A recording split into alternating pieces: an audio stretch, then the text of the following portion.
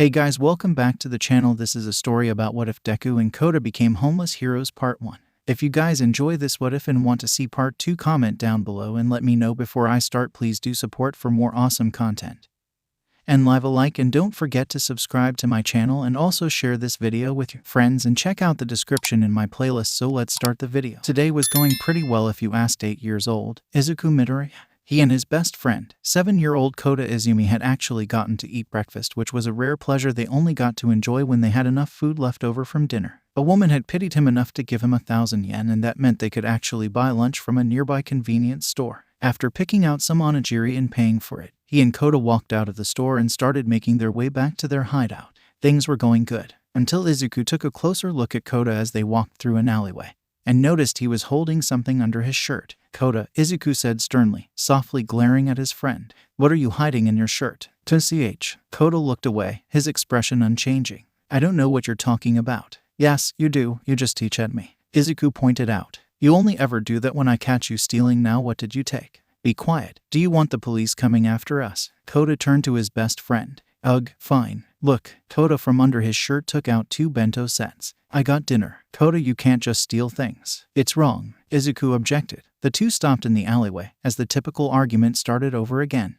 "We need it more than he needs a couple yen," Kota argued. "That's not the point. It's a crime," Izuku shouted. "Is it a crime to not starve to death?" Kota retorted. "𝐼𝐽𝐫." Suddenly something hit Izuku, knocking him over. "Izuku," Kota shouted in concern. "Oh, Izuku groaned. The green-haired boy's vision started to refocus, and he saw a white-haired girl with red eyes and a horn laying on top of him. She seemed pretty out of it. Clearly, she hadn't been looking where she was going and wasn't expecting to bump into Izuku. Izuku started blushing from having a girl right on top of him and looked away. "Hey, watch where you're going," Kota scolded her. "Oh no." The girl finally realized she'd bumped into someone and had stopped running. She got up, Izuku followed suit and was about to start running. "Hurry," said a menacing voice coming from the allies' exit. The girl froze, and all 3 of them looked towards the end of the alley. Standing there was a man in a large coat with black hair, wearing some kind of plague doctor mask. He had 2, while they could only really be described as goons beside him. The 3 men walked up to the trio, stopping right in front of the trio of children. Harry hid behind Izuku, trembling in fear of the man and instantly telling them that whoever this was bad news. "Thank you for stopping my daughter," the man lied. "She can get rather easily frightened, so if you could just give her back to me and run along, that would be appreciated." Izuku was about to say something, but Kota put out his hand in front of him, gaining his attention so Izuku could see the black-haired boy shake his head. "Sorry about the trouble, sir." Kota walked forward. "But she has something very important to us." The man raised an eyebrow. "And that is?" Kota looked both ways and motioned for the man to come closer. The man gave him a disgusted look but did so anyway, moving forward and leaning down to Kota's level. And so Kota got close and punched him in the balls. Ugh. The masked man was completely unprepared for that and fell over from the sheer shock and pain. "Boss, your balls," one of the goons cried. "He just hit the boss in the junk," the other one said. "Run." Kota ran away from them as fast as he could. Izuku grabbed Eri and did the same. Go after them, you idiots," the man ordered the 2 goons, who had been so stunned by the sheer audacity of Kota. "If they get away, it's your heads." With the threat to their lives clear, the goons started running as fast as they could to catch up to the children, who already had a good head start. The 3 kids kept on running, already starting to feel tired as their tiny bodies didn't have much stamina, and they could see the men starting to gain on them. "They're catching up," Kota pointed out. "Kota, let's go to the trains," Izuku suggested. "I have an idea. Eri, I need you to say something when we get there." A few minutes later, at the train station, adults were going by their normal business until they suddenly heard a cry. "Help!" Izuku, Kota, and Eri ran in, stopping for a moment to catch their breath. Eri had tears on her face that were actually just water from Kota's quirk, but to the adults combined with her red eyes, made it seem like she was sobbing. "Bad men, they touched me in my no-no places, and now I can't be a bride anymore." Eri cried out the line Izuku told her to say. Many gasps and looks of horror rang among the crowd before many of them moved to act. "Get them on the train," one woman said. "Someone call the police," cried a man. "Get the heroes," another shouted. Meanwhile, a group of people ushered the kids onto the train. As the train doors closed, the 3 could see the 2 men coming in and getting called quite colorful names by the people. "Are you okay, kids?" a woman asked them. "Why, yes," Eri sniffed. Keeping up the act, Izuku told her to put on as best she could, although, given the state of fear and shock she was in, that wasn't too hard. Kota leaned over to Izuku and whispered, "Hey, what did she mean by she can't be a bride anymore?" "I don't know, but I heard it somewhere and I know it's a bad thing," Izuku answered. Just as things were settling down and the adrenaline was wearing off, suddenly, there was a huge flash of light that blinded the three kids. Izuku cried out, rubbing his eyes. "What's going on?" Kota asked, doing the same. When the light died down, the children rubbed their eyes and looked around, only to find that everyone was gone, and they were now alone in an empty train.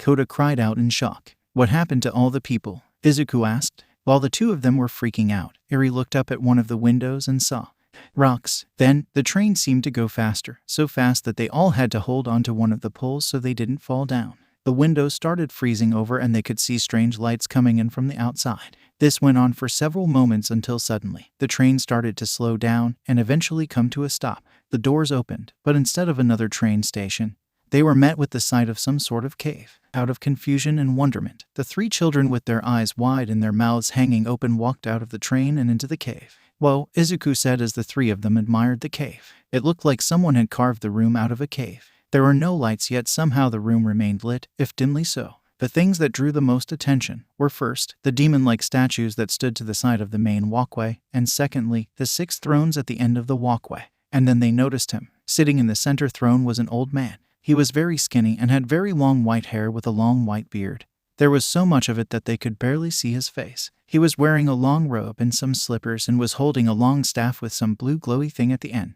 "Welcome, children," he said, his voice hoarse but still loud enough that they could hear it. He got up from his throne and started walking towards them. "My name is 𝗧𝗵." Kota gave him a funny look. "𝗧𝗵? Really?" "Yes, I am the last of the Wizard Council," he explained. "And this is okay, stop." Kota stopped him, giving him an irritated look. Wizards aren't real. Who are you? Where did you take us? And what do you want?" "Kota," Izuku scolded him, while Eri still hid behind him, giving the wizard a cautious gaze. He was going to explain. "Let the wizard talk." Kota grunted and crossed his arms. "Fine, as I was saying," 𝗧𝗵 continued. "This is the Rock of Eternity, where the wizards once resided. As for why I have brought you here, for that I must tell you a story. There were once 6 great wizards that made up the Wizard Council. However, despite our great power, we could not stop the hands of time from claiming their lives as we grew older, and as such, we decided to give our power to special champions that would protect the world from evil. However, the first to give his power chose poorly, and his champion became corrupt and had to be sealed away by us. The next 2 wizards did not want to give such great power to anyone else. So over the years, they distributed fragments of their power to newly born children.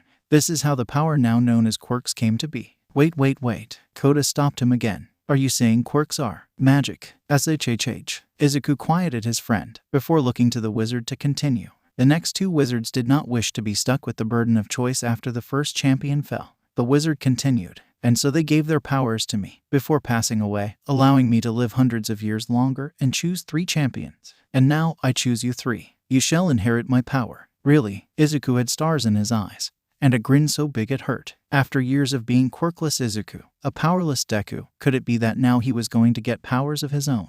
Eri was also thoroughly shocked. Someone thought she was worthy of something. "Really?" Kota looked at Izuku like he was crazy. "You actually believe this? He's obviously lying. Should you accept?" 𝗧𝗵 ignored Kota. "Put your hands on this staff and say my name." Izuku immediately put his hand on the staff and looked at the other 2 to do the same. "Come on guys, do it." Aye.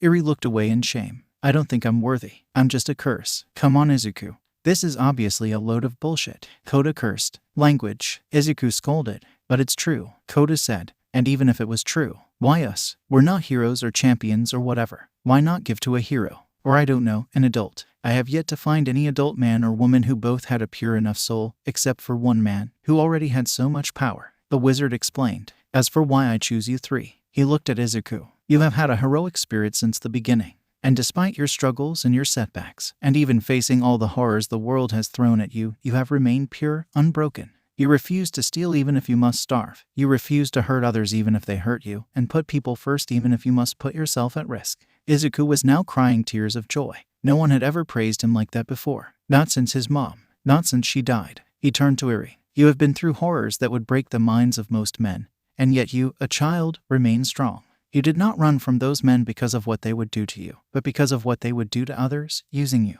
You have no reason to want to help anyone, and yet you do, because you are pure." Eri flinched and became flustered. She had never been praised like that. ever. And then he turned to Kota. And you, despite your pain, despite your words, and despite even your thoughts, when the time came you acted immediately to save another person, a stranger to you, and put yourself at risk to do so. Kota turned away. TCH. Not like I wanted to save her or anything, that guy was just a creep who needed to get punched. You three are worthy. Now place your hands on the staff and say my name, 𝗧𝗵 repeated. Izuku was obviously all in, but the other two remained hesitant. Come on guys, Izuku pleaded. If we do this then Eri won't need to worry about those people that were chasing her. Eri's eyes widened. She had never even considered it. Fighting over Hull. It just seemed to be an insane idea.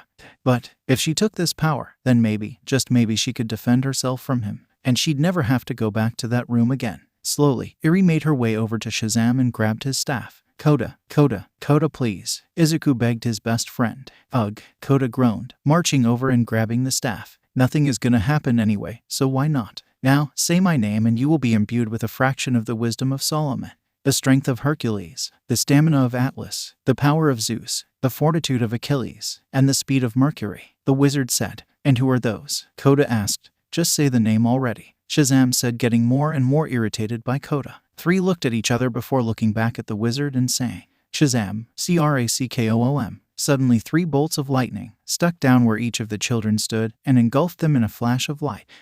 Enough with the lights, Kota complained. And then he realized that his voice was no longer his voice, it was now much different. I feel weird, Eri said, her voice also surprising her with how mature it suddenly became. What happened? Izuku asked as they all opened their eyes, and then the changes became much more evident. Where the children once stood were now fully grown adults, looking to be in about their mid to early 20s, all wearing strange hero-like costumes. Izuku was now a large, muscular man standing at almost 7 feet tall, with a wide chest and large beefy arms and legs. It appears that puberty had big plans for the boy. His hair remained basically the same. However, his face lost all trace of cuteness in exchange for a more defined handsome face, while still keeping the freckles. His costume was mostly emerald green, except his white cape and hood, his black belt and boots, and the white lightning bolt on his chest. Kota, in comparison to Izuku, was lean with a thinner but still muscular body, and at a far more average height. His hair had also gone mostly unchanged, but his face did become more mature, looking very much like his father.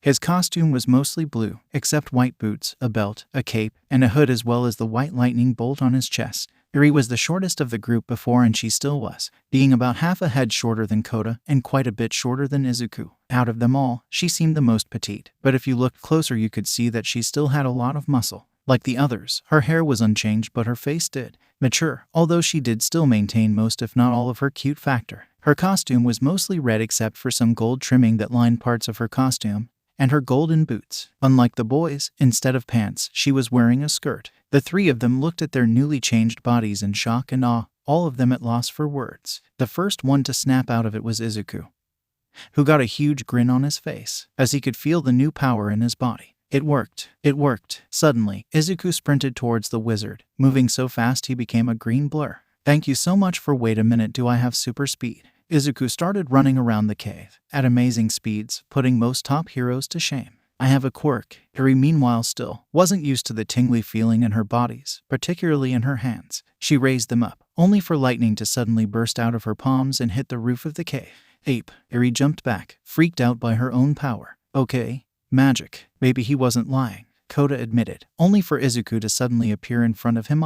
Of course he wasn't lying. Look at us. This is so cool. I feel like I could fly, Izuku gushed. However, he suddenly stopped as he realized he had started to float. Oh my god, I can fly. Izuku took off and started flying really fast in a circle above everyone. Suddenly everyone stopped and looked back at the wizard, who had fallen face first on the ground. Izuku gasped and zipped over to him. Mr. 𝗧𝗵, Krakum. Suddenly Izuku was hit by another lightning bolt and was returned to his true form. Where did the magic go? 𝗧𝗵 groaned as he rolled over. Your power is not permanent. Anytime you say my name, you transform either into your champion form or your original body. 𝗧𝗵, Izuku shouted. Krakum. The lightning hit Izuku again, and he turned back into his more powerful adult state. The boy sighed with relief that his newfound power had not been taken so quickly. 𝗧𝗵 coughed. Come here, children, quickly. Kota and Eri followed his instructions and walked over to the fallen old man. Izuku was about to help him back up, but the wizard stopped him. Do not bother, children. My time has come. What does that mean? Izuku asked him, his voice laced with concern. It means I am about to die, 𝐬𝐸𝐴𝐵 explained. Kota and Eri frowned, feeling horrible about watching a man die right in front of them. Is there anything we can do? Izuku asked, tears spilling from his eyes. No, it is simply an aging child. Nothing can be done about it. Well, the wizard looked at Eri. Not nothing per se, but I do wish to be saved regardless. It is my time. Now hear me, I have much to tell you. All three of them stood silent, ready to hear whatever he had to say. Firstly, none of you are at full power yet, the wizard said. Your bodies will take time to adapt, and you can only use your powers so much until your bodies completely adapt. Your powers will grow as you do. Learn them well. We will, sir. Izuku sniffed, still upset about someone dying right in front of him. And secondly, with my death, the seals me and the others had placed upon them many great evils in the world will be undone. The wizard explained. Slowly, but surely they will break free, and you will need to stop them. Wait, what great evils? Kota asked. What are they? Where are they? How it is time. The wizard said faintly. Goodbye, children. Learn how to use your powers and become great heroes. And with those last words, the wizard closed his eyes and his breathing stopped. The three of them stood there in silence for several minutes. Eventually, Kota spoke up with the important question of, so, how are we going to get out of here? Kharkoum. All three of them were hit with lightning. And then suddenly they were no longer in the cave. They were back in the train with all the people back in it. Everyone gasped at the sudden appearance of the three, with many of them asking lots of questions. The trio was too confused to answer any of them, as they didn't know what just happened either. Then the doors opened and people filed out of the train and into the station, and Izuku, Kota, and Eri dazedly followed, still not sure what just happened or what to do next. And then they heard a familiar voice. Eri, where are you?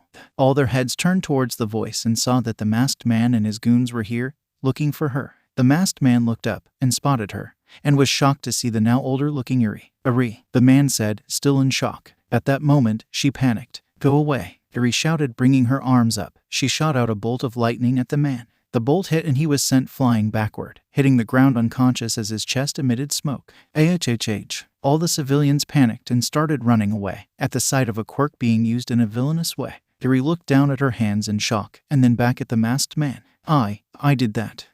They hit the boss. Kill him, one of the goons shouted. They both took out pistols, causing Kota and Eri to freeze up in terror, but Izuku's protective instinct activated and he stood in front of the both of them. Bang, bang, bang. The pistols fired, and the bullets hit Izuku, only to bounce off, doing no harm to him. Izuku blinked. He was frozen in shock for a moment, before his big smile returned. And bulletproof. The goons kept firing at Izuku, but the bullets did nothing to him. Not knowing he had nothing to fear from the bullets, Kota, moving faster than the blink of an eye, grabbed both guns and crushed them with his bare hands. Looks like we have super strength too, Kota assessed, with a devilish grin on his face. He then proceeded to flick both goons in the chest, sending them flying into a wall. Haha, take that, assholes. Kota laughed mockingly. Language, Izuku scolded. Oh come on, I'm an adult, I can swear. Kota argued. Bad words make for bad feelings, Izuku told him. Before the argument could progress any further, someone called out to them. What's going on here? All three of them turned their attention to the speaker, the pro hero, 𝗧𝗵𝗲. Oh my god, it's 𝗧𝗵𝗲, Izuku squealed, which sounded super weird with his much deeper voice. Hey hero, you're late, Kota mocked. We already took care of the bad guys. 𝗧𝗵𝗲 looked at the unconscious villains. Okay, let me see your hero licenses. We kinda don't have any, Izuku nervously admitted. He had a bad feeling he knew where this was going. Well, then I'm gonna have to take you in, 𝗧𝗵𝗲 said, moving towards them. Kota smirked and started walking towards the hero. I'd like to see you try, hero. Resisting arrest, huh? Well buddy, you asked for it. 𝗧𝗵𝗲 cocked his fist back and brought it forward, intending to punch Kota in the face with his enhanced strength. Seeing the bullets on the floor told him they had some form of enhanced durability, so he didn't need to hold back much. However, much to the shock of almost everyone, Kota brought his hand forward and stopped the attack, catching the hero's fist. FWOOSH. A slight wind blew in Kota's face due to the force from 𝗧𝗵𝗲's punch, but this did nothing but make his cape flow. 𝗧𝗵𝗲 was shocked. He had not expected someone to just outright block one of his punches. Kota smirked confidently. If magic was apparently real and he'd gotten his powers from a wizard, then he was pretty sure he was stronger than 𝗧𝗵𝗲. A hypothesis that had been proven right. My turn, Kota said, his devilish grin growing wider. While at speeds not even a pro hero could react to, Kota uppercut 𝗧𝗵𝗲's jaw. FWOOM. 𝗧𝗵𝗲s were sent flying through the roof and high into the sky. The room filled with wind as the punch was so great that it stirred up the air around him. Izuku gasped. 𝗧𝗵𝗲s, the green boy, man flew up through the roof to chase the hero. After a few seconds, Izuku caught up to the hero and caught him before he could start falling. "Oh my god, 𝗧𝗵𝗲, I'm so sorry, he didn't mean to do that. He's a nice guy, but he's kinda a jerk sometimes, and oh, you're asleep." Izuku realized that the hero had actually been knocked out by the punch. And not only that, but his jaw was broken. "Wow," Kota said as he and Eri flew up to Izuku. "I didn't even hit him as hard I could." "Kota, you code 𝗧𝗵𝗲," Izuku shouted. "I know, right?" Kota cheered, either not getting or ignoring the panic in Izuku's voice.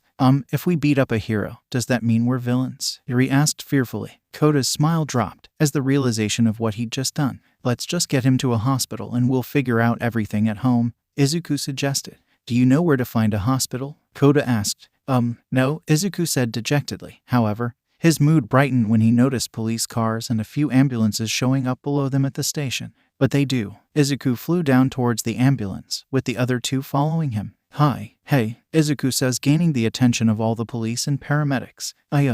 We accidentally knocked out 𝗧𝗵𝗲. Sorry about that. His jaw is broken, so I'm just gonna leave him right here." Izuku placed 𝗧𝗵𝗲 next to a stunned paramedic.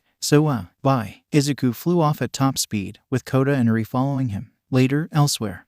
We're finally here," Izuku said. The three of them had flown over to an abandoned, mostly destroyed mansion located at the forest at the edge of the city. "Where are we?" Eri asked. "Home," Kota answered simply, as they flew down towards the building. "It used to belong to some rich villains, but the heroes attacked them and took them all to jail," Izuku explained. "The mansion was abandoned. Me and Kota heard about it and decided to stay here." As they landed, Eri could see more signs of the battle that had taken place. There were holes and cracks everywhere. Some rooms were mostly destroyed, while others stayed somewhat intact. There were burns in seemingly random places as well as some other signs of fighting. When they reached the door, Izuku had an idea. "Let's turn back to normal for now," Izuku suggested. "The wizard says our powers are limited, so we shouldn't use these forms unless we need them." Kota and Eri thought about it for a moment, before nodding their heads in agreement. 𝗧𝗵𝗲. 3 bolts of lightning came down, turning them all back into children. They walked in, and after a bit of trekking, they reached Izuku and Kota's room, which was like all the other rooms, but it had 2 mattresses in it. Phew. Izuku and Kota finally let themselves breathe, and seeing the 2 boys she now trusted start to relax, Eri lowered her guard a bit as well and released the tension she was holding onto. They were finally home, finally safe. Now, what were they gonna do? The 3 children sat cross-legged on one of the mattresses, trying to figure out what to do next.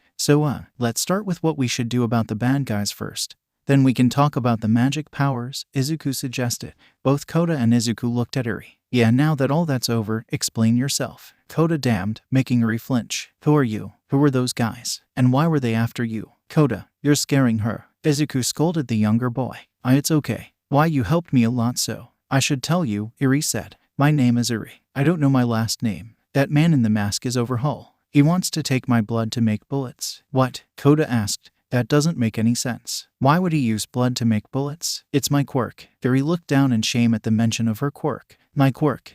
It reverts people back to a previous state. It does a lot of things. But if he puts my blood in some special bullets and shoots them at people, he said it can take people's quirks away." "What?" Izuku and Kota shouted simultaneously. "That's insane," Kota shouted. "Quirk erasing bullets," Izuku repeated, his eyes wide as saucers. "With those, he could take down pro heroes in the top 10. He'd hurt a lot of people," Eri cried. "Like he hurt me. I couldn't let him. I can't let my power hurt any more people." Kota raised an eyebrow. "Any more people?" Eri froze and then looked away, debating internally on if she should really tell them. In the end, it was a matter of guilt versus fear. The fear that if she told them, they would hate her, thinking she was a curse. But the guilt that came from not telling them was just as immense. She helped her escape 𝗏𝗏, and for that, she owed them everything, including the truth. "A long time ago, when my quirk activated it killed my daddy," Eri explained sadly, causing looks of shock to return on both Izuku and Kota's faces. I didn't mean to, and I can't remember a lot, but Mommy said I was cursing, and 𝗏𝗏 said it too. But even if that's true, I won't let my curse hurt anyone else. So, please, let me hide here so 𝗏𝗏 can't find me." There was a short pause of stunned silence, before Kota eventually shook his head and rolled his eyes. "Ugh, that's so dumb." Eri leaned back fearfully. Had she said too much? Did they hate her now because of her quirk? "Kota," Izuku scolded again. "What, she's being dumb?" Kota pouted. "There's no such thing as a curse. She just got unlucky and her quirk came at a bad time." What? Eri didn't understand what she was hearing. Were they saying that she wasn't cursed? Kota gave her a stern look. "Listen, on the same day we met you, we got magic powers. That's not cursed. It's like the opposite of cursed. It's like you're blessed or something like that, I don't know." "Be blessed." Eri was completely taken aback. Kota's right. Izuku gave her the kindest smile she'd ever seen. You're not caused, Eri. And anyone who says you are is a liar and a meanie. I'm sure your quirk could do a lot of good things. Aye. Eri felt tears slowly start to emerge. Don't cry. Izuku moved forward and wrapped his arms around the smaller girl, bringing her into a reassuring embrace. It's okay. Izuku's touch. No one had ever really given her this feeling before. When the Yakuza goons or the 8 precepts touched her, all she felt was fear. And when Overhaul touched her, all she felt was pain. But Izuku's touch, it made her feel safe, warm, comforted. She couldn't help but sink into it and cry even more. Kota, come here and join the hug, Izuku told his friend. Why? Kota complained. Just do it, Izuku insisted. Why you don't have to, Eri said between sobs. Kota looked at the sobbing girl that was crying her eyes out into Izuku's chest and tried really hard to fight off the urge to help comfort her and the guilt of just standing there doing nothing. Izuku whined, motioning for him to join. Ugh, fine. Kota relented. Kota's hug was awkward and distant, to the point where it was hard to figure out if he was trying to hug her or push her away. But Eri appreciated the thought anyway. Thank you, Eri cried. I'm not doing this for you, I just got cold. Kota denied, looking away from her to hide his embarrassment blush. They stayed like this for a few minutes until Eri started to calm down. All right, enough with the sappy stuff. Kota pulled away the minute he thought Eri felt better. We have to figure out what to do about Overjerk. Do you think he got arrested back there by the police? Izuku frowned and shook his head. The police and the heroes need evidence to arrest someone. Without any evidence, they have to just let him go. Kota scowled. Then I say we use our new powers and go beat the tar out of him. I'm sure there's something in his base we can use as evidence. You can't, Eri protested almost immediately. He's too strong. Did you see me back there? I took out a pro hero, Kota boasted. Izuku sighed at the fact his friend was boasting about turning them into criminals. What's his quirk? It's called Overhaul, Eri said. When he touches something, he can take it apart and put it back together however he wants. Or he can not put it back together at all. Oh, that's so cool. Darn it, why do so many villains have cool quirks? Izuku lamented. Such a waste. Still don't think he could beat us. Kota crossed his arm defiantly. I thought you said you didn't want to be a hero, Izuku asked the boy, remembering a conversation they had had some time ago. I don't, but that guy needs to get decked. Kota punched his plan to demonstrate. But if we did that, we'd be vigilantes, Izuku pointed out. We're already criminals, so who cares? Kota countered. But if we just say sorry and explain ourselves, then maybe we can not be criminals, Izuku suggested. Well, do you have a better idea? Kota asked him. Yup. A few hours later. And so that's your whole story? The policeman asked the three of them. Izuku had decided that the logical thing to do rather than getting involved and becoming vigilantes was to go to the police. The three of them were now sitting in a police interrogation room. They had even been offered some food which they gladly accepted. Yes, sir, Izuku said with his mouth still full. Hey, he was a homeless kid. Who could blame him for trying to stuff as much food into his mouth as possible? This food tastes weird, Kota thought, before shrugging his shoulders and going back to eating. I see. The policeman smiled and looked back at his partner. Well, it's a good thing you came to us first. Yeah, Izuku swallowed his food. We Overhaul gonna pay us a pretty penny to get his hands on you. The man smirked sinisterly. What then? Suddenly, they all felt it. The kids started to feel woozy, their bodies rapidly weakening until they slumped over in their seats, and their eyes started to droop.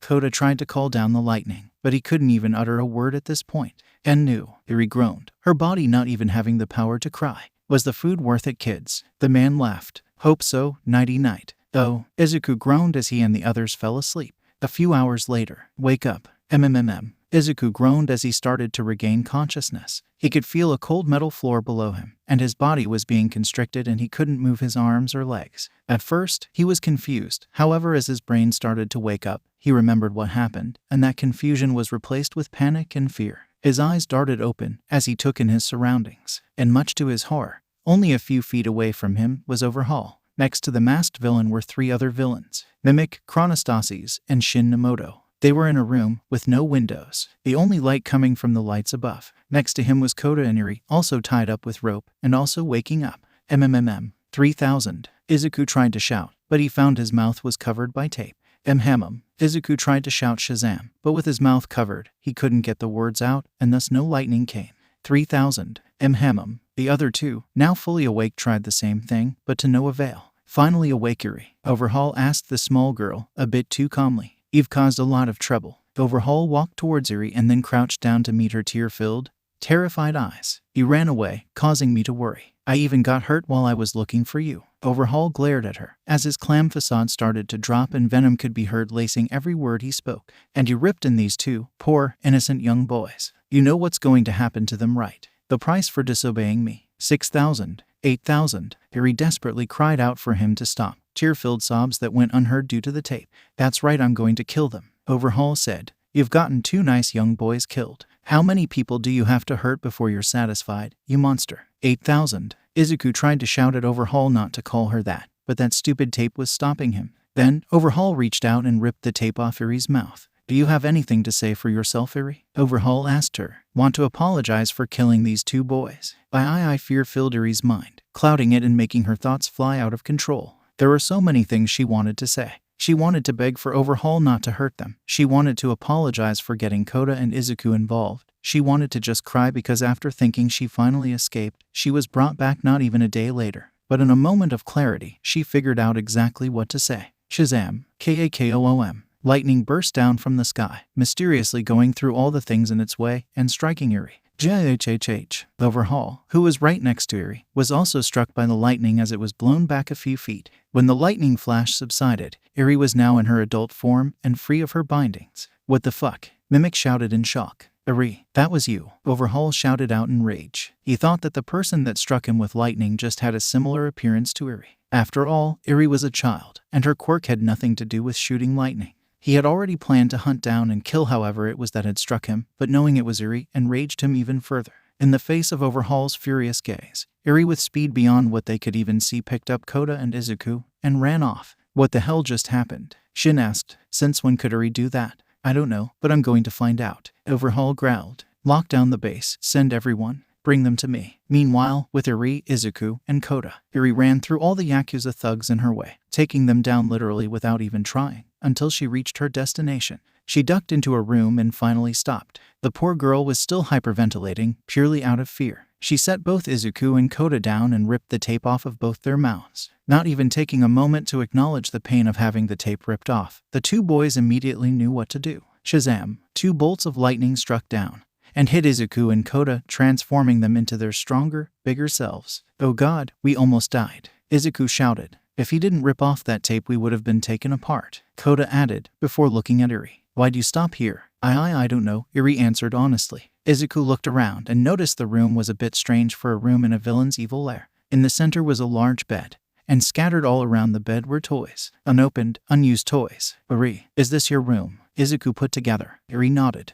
In her panicked, desperate mind, she went to the closest place she thought was safe. Of course, she knew this place wasn't actually safe, but 𝗒𝗲 had never hurt her in this room. No, he'd take her out of this room, and then he'd hurt her. But it was that illusion of safety that caused her terrified mind to bring her here. 𝗬𝗲, that bastard, Kota growled, his fear now quickly being replaced with rage. I'm gonna beat him till he turns blue. No, we need to leave, 𝗬𝗃 insisted. We need to hide. No, 𝗧𝗍 said, gathering both of their attention. We can't just run away forever, they'd find us eventually, and we can't go to the police. 𝗧𝗍 looked up at both of them, determination blazing in his eyes. The best thing we can do is stop him right here, right now, and then hopefully find some evidence after we're done so we can give it straight to the heroes. But 𝗬𝗃 tried to protest, but she couldn't find the words. I like this plan. Let's do it, Kota agreed, lighting sparking off of his body. 𝗬𝗍 walked up to 𝗬𝗃 and put his hands on her shoulders. I know you think he's too strong, but knocked him out with one attack earlier. We can do this. I. She was so overwhelmed, she didn't know what to say still. PSH, she can leave if she wants. Kota rolled his eyes and cracked his knuckles.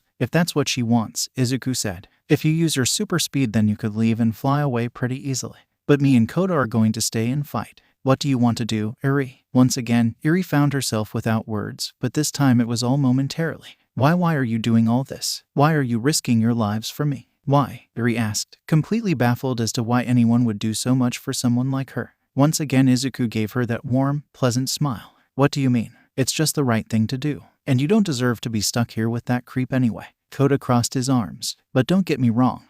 I'm not doing this for you. He's after us too, so we don't have a choice. 𝗧𝗍, Kota, 𝗬𝗃 whispered. She shut her eyes and made a decision. Despite her fears, despite how much she wanted to run, she couldn't just leave. She couldn't just stand aside and allow these two to fight for her. And if something went wrong, she'd never forgive herself. I'll fight, 𝗬𝗃 shouted. The determination in her voice surprised everyone present, including her. but she meant it. She wouldn't leave these two behind. All right then, what are you waiting for? Kota said impatiently. Let's go kick some ass. Crash. It was at that moment the door was kicked at him, and behind it were 3 of Overhaul's 8 precepts of death. Toya Setsuno, quirk, steal. Yuhojo, quirk, crystallize. And Soramizu table, quirk, food. You being a naughty girl, Toya said, pulling out a gun and firing at them. BLAM, BLAM, BLAM. The bullets bounced off their impervious skin, much to the surprise of the 3 villains. Izuku was the first to attack, launching a bolt of lightning at Toya. The blonde-haired villain screamed as he was launched into the hallway,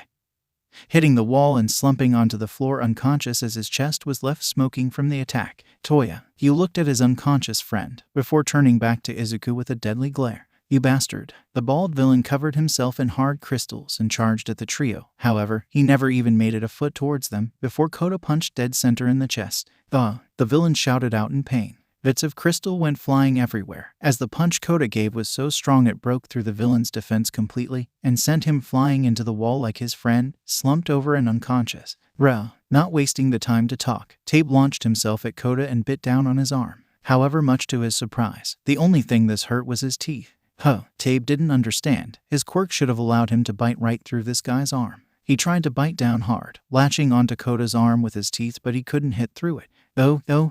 Kota hissed. He shook around his arm to try and get 𝗧𝗵𝗶 off, but the villain hung on. I'll bet he did get very nauseous from being shaken around at super speeds. Get off him, he shouted, blasting him with lightning. 𝗬𝗲𝗄 shouted as the electricity fried him. After the attack was done, 𝗧𝗵𝗲's jaw relaxed and he slid to the floor, falling into unconsciousness like his friends. Are you okay, Kota? Izuku asked him. Fine, Kota grunted. It was like getting bit by a baby. All right, let's go find Overhaul, Izuku said. Right, Kota said. All right, he stuttered, and with that 3 ran out of the room. Back with Overhaul. This doesn't make any sense. Overhaul growled as he watched everything happen on the security cameras. How did Eri get this strong? What the hell are those quirks? It really just doesn't make sense. Chrono agreed. We know how Eri's quirk works and it's never done any of this. Not to mention those 2 kids having the exact same abilities seemingly. It just, unless you think he is behind this. No, Overhaul shook his head. If All For One found Eri and wanted to interfere with what we were doing,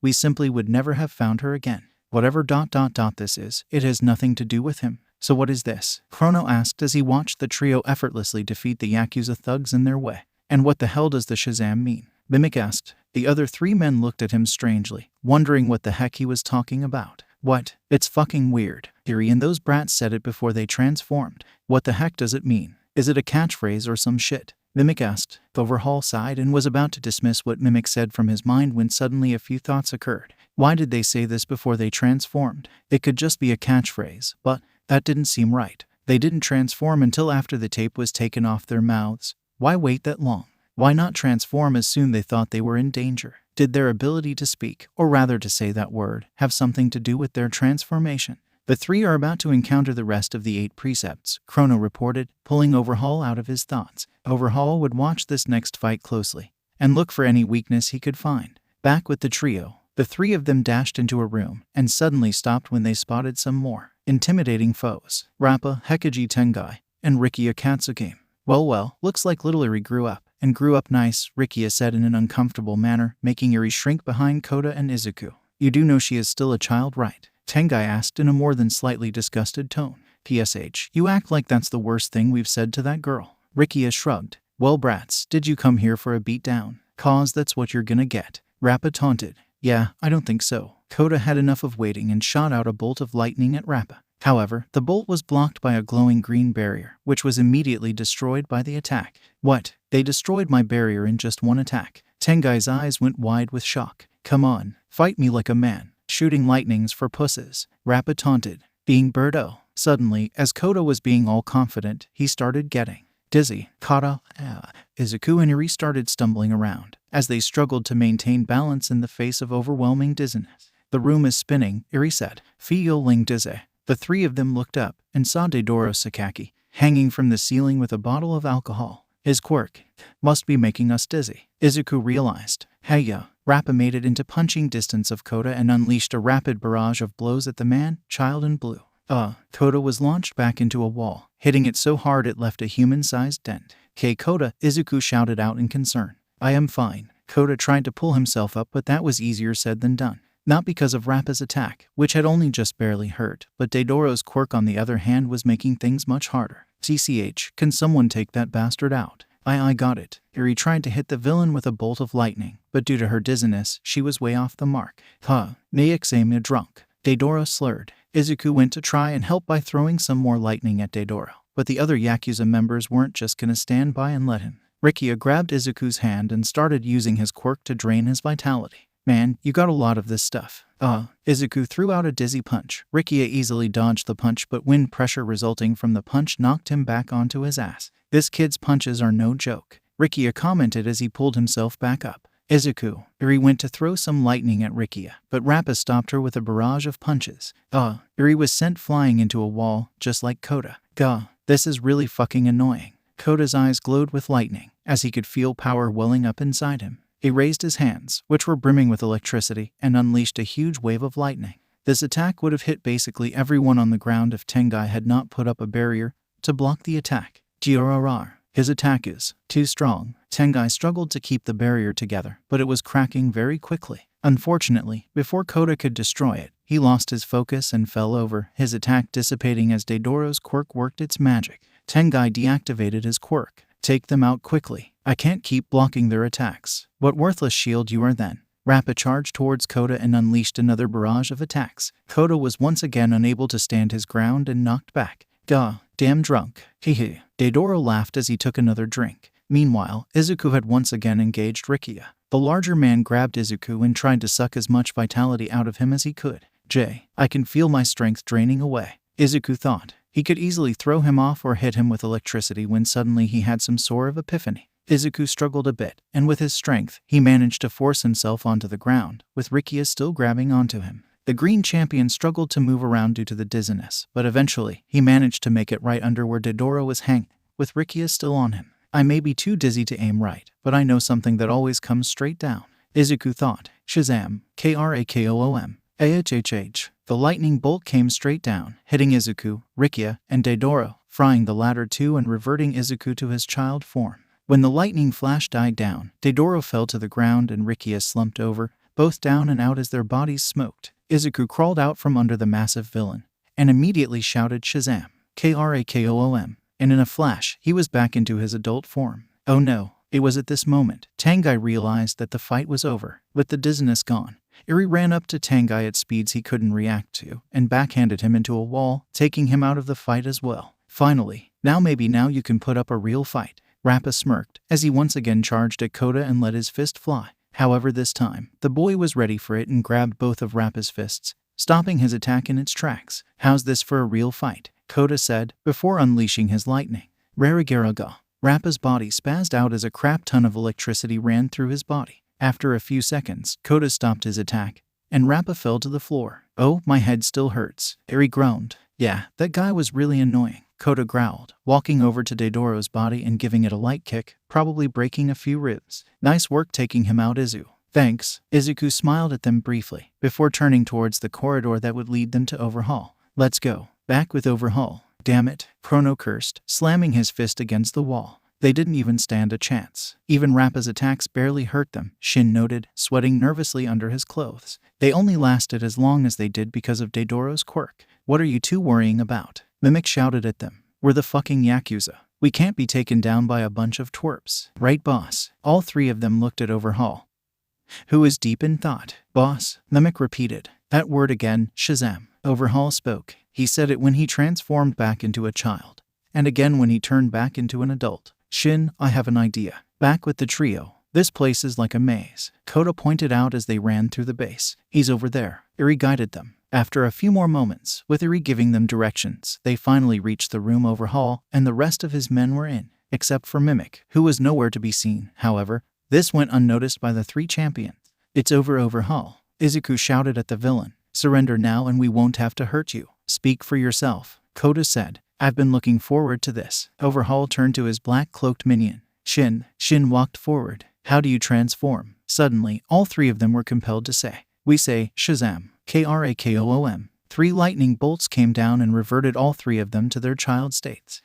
All three of them were in shock. Their mouths moved without them wanting to, forcing them to return to their helpless forms. After the shock wore off, all three of them were about to say Shazam again. However, the steel floor moved upwards and grabbed them by the mouths before wrapping around their bodies and keeping them in place. 4,000. The kids struggled as best they could, but to no avail. Once again, they were gagged and bound before 𝐒𝐴l, completely and utterly helpless. Good work, Mimic. 𝐒𝐴l praised his lackey before focusing his attention on the children. 𝐼𝐴, when will you learn? You belong to me. No matter how powerful you get, you will never be free of me. 4,000. 𝐼𝐴 was once again in tears. I should have told them to leave. We shouldn't have done this. Now, 𝐒𝐴l took off his glove. Where are we? Hey, boss, said Mimic's voice coming from the walls. Now that 𝐼𝐴's got this power, how are we gonna keep her locked up? Don't worry about that. I'll just have to put her in a coma, just like him, 𝐒𝐴l explained. Now, which one of these two should I kill first? 3,000 𝐔𝐬𝐽. 𝐒𝐿 kept trying to struggle his way free, while Kota simply leveled a death glare at 𝐒𝐴l, which the villain noticed. You're the one that punched me in the testicles earlier. 𝐒𝐴l glared at the small boy. Yes, I think I'll take you first. 𝐵𝘃𝗄. As 𝐒𝐴l got closer and closer to Kota, making sure to take his time to fill their hearts with fear and dread before they died, 𝐒𝐿 and 𝐼𝐴 tried to call out for him to stop, but their muffled cries went unheard. As 𝐒𝐴l's hand got closer and closer to Kota's face, Kota wiggled his hands around. He couldn't move his arms, but he could wiggle his wrist around, just enough to face his palm towards 𝐒�Al's head. Splash! Just as 𝐒�Al was about to touch Kota, the boy activated his quirk and unleashed his quirk at max power, shooting the strongest blast of water he could manage directly at the villain's face. This didn't do any damage, but it did surprise 𝐒�Al enough to cause him to fall over and made his hand hit the floor. 𝐒�Al's quirk activated, and the first layer of the floor was instantaneously destroyed, knocking the other two villains off their feet and freeing the three children. Shazam! Kota shouted the moment he could. 𝐾𝐻𝐴𝐾OOM. The lightning struck, and Kota was once again in his adult body. Before the villains could get their act together, he struck Shin with lightning, so powerful it knocked him through a wall and caused him to pass out immediately. No, 𝐒𝐴l growled. He noticed 𝐒𝐿 had not transformed yet and decided it best to take him out while he could. Using his quirk, he reformed the broken floor into a wave of spikes and sent them to 𝐒𝐿. Not on my watch. Kota, using his super speed, got in front of 𝐒𝐿 and took the attack, the spikes breaking against his chest. What are you two waiting for? Say the word. 𝐒𝐿 and 𝐼𝐴, who were both initially in shock, finally got their heads clear and said, Shazam! 𝗂𝐴𝐾OOM. Yes, 𝐒𝐿 cried. Great work, Kota. Kota gave a cocky smirk. As if I was gonna let this bastard kill me. Now let's kick his ass. No, damn it. Get away. Chrono sent out his hair arrow at them, trying to defend 𝐒�Al, but this predictably did nothing but bounce off 𝐒𝐿's chest, who then retaliated with a lightning bolt, taking him out of the fight as well. Your turn, you bird-faced bastard. Kota was about to attack 𝐒�Al, but then the floor rose up, creating a wall between them and 𝐒�Al. As if I'd let you. Mimic literally sent the entire room at them, sending columns and pillars at them, moving the floor around, doing everything in his power to attack the three. But the trio smashed through anything sent at them. Steel and concrete were all either punched or blasted with powerful bolts of lightning. Meanwhile, the entire time the room kept getting smaller and smaller as Mimic tried to crush them with the room itself. He's in the walls. We just need to find him, 𝐒𝐿 said as he punched through another concrete pillar. Here he blasted two slabs of steel that were thrown at them and noticed out of the corner of her eye an eyeball looking down at them from above. Up there, I see him. Shit. Mimic tried to move away through the walls, but he wasn't fast enough, and Kota charged at him, breaking through the wall and grabbing hold of the villain. Kota dragged him upwards through the dirt, concrete, and steel until they reached the surface and flew in the air. 𝐻𝗲𝗔𝐿𝐻. Kota slammed the villain down into the Yakuza's front garden, hitting the dirt with a loud thud, before flying down, punching him in the face. Mimic blacked out, regretting not being able to do more. 𝐒𝐿 and 𝐼𝐴 flew out of the hole Kota made, and flew towards their friend, looking down at the crater he made with the unconscious Mimic in it. He got blood all over my hand. Kota raised his fist and shook it around, the rapid shaking splattering the blood off his hand. Is he okay? 𝐼𝐴 asked timidly. Sure, she absolutely feared and despised these people, but she didn't want to kill anyone.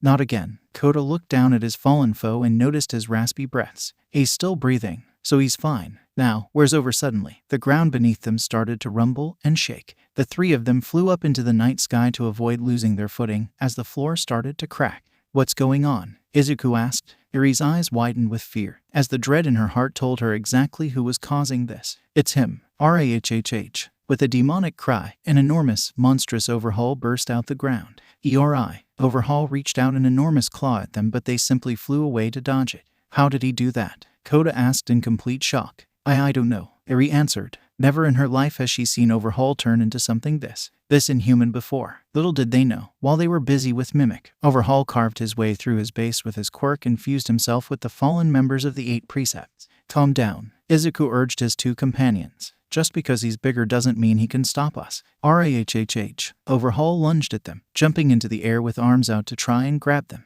Once again they easily dodged this by just flying to the side, and 𝗲𝗏 crashed into the ground. 𝗳𝗏. The street and pavement cracked and broke open as 𝗲𝗏 landed, and all the people tried to flee from the monster. Oh, no, the people, 𝐒𝐿 shouted. 𝗳𝗏. 𝗲𝗏 used some of his massive arms to pick up cars and throw them at the trio, with people still in them. 𝐒𝐿 caught the cars, placing them down and then catching more at super speeds, before flying back up to the others. We need to get the people away from him, or him away from the people. Otherwise, a lot of people are gonna die. 𝗂𝗏. 𝗲𝗏 leaped at them but once again couldn't hit them. Wait a minute. 𝗧𝗏 realized something. Before 𝗲𝗏 could hit the ground, 𝗧𝗏 dashed underneath his massive chest and punched him upwards. The punch tore a hole through the monster's chest like it was made of wet tissue paper, as well as sending him flying into the air, past Kota and Eri. The 3 of them looked at the massive hole in 𝗲𝗏's chest in horror. And no, 𝗧𝗏 shouted, thinking he'd killed him. Suddenly, the hole repaired itself, and 𝗲𝗏 was good as new and howling with rage. He heals, Kota growled. He must be taking himself apart and putting himself back together. 𝗧𝗏 realized. Such a waste of a good quirk. 𝗧𝗏, focus. Kota glared at his friend. Right, sorry. We need to keep him in the air. He can't hurt anyone up there, but someone still has to get all the people away from here. 𝗧𝗏 ordered. Well, I'll keep the bastard in the sky, so don't worry. And with that, Kota flew off towards 𝗲𝗏, punching one of the villain's many arms off. While Kota fought the monster, 𝗧𝗏 and Eri were left to figure out who would help the civilian.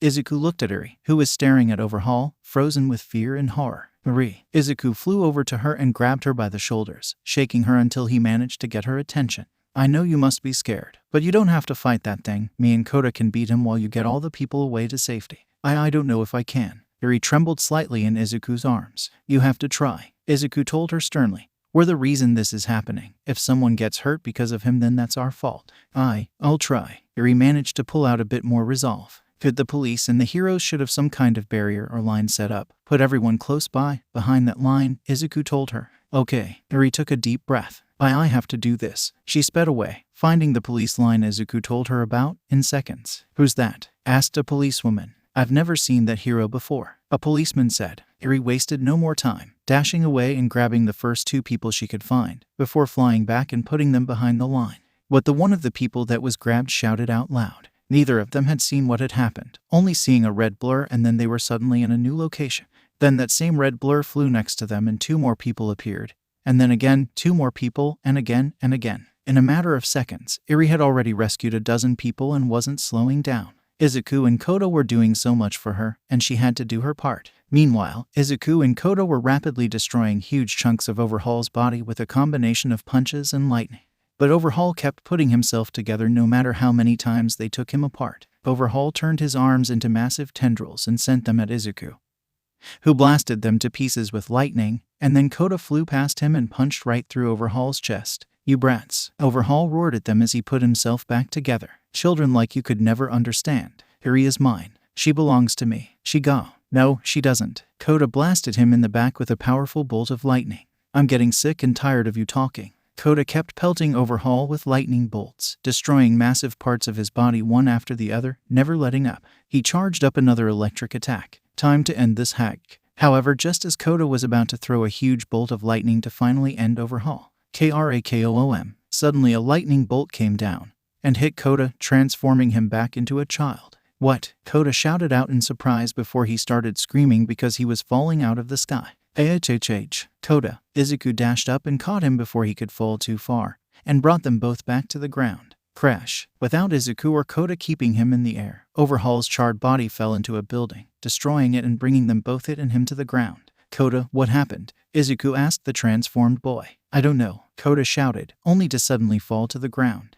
Why do I feel so tired? Shazam. 𝗂𝗏𝗏𝗏. The lightning came down, turning Kota back into an adult. However, 𝗂𝗏𝗏𝗏. Just a moment later the lightning came back down and turned him back into a kid. Kota fell on his back, completely exhausted. Now I feel even more tired. What happened? Eri flew down next to them. She had seen the lightning strike and figured something must have gone wrong if either of them were turning back into kids at a time like this. Kota can't use his powers. Izuku searched his brain for any reason why this might have happened. But why? Wait, the wizard said our powers were limited. We must only be able to use so much power right now, so we can't just keep fighting him. Eri asked fearfully. No, Izuku shook his head. If Kota's out of power, then that means we'll probably be out of power too soon. Eri gasped out in horror. Damn it, Kota cursed, as he tried not to fall asleep. 𝐼 had put himself back together and rose up, looking for them. We have to be smart. We have to come up with a plan. Izuku stuttered, starting to panic slightly. As Izuku muttered away trying to figure out an answer, a solution suddenly appeared in Eri's mind.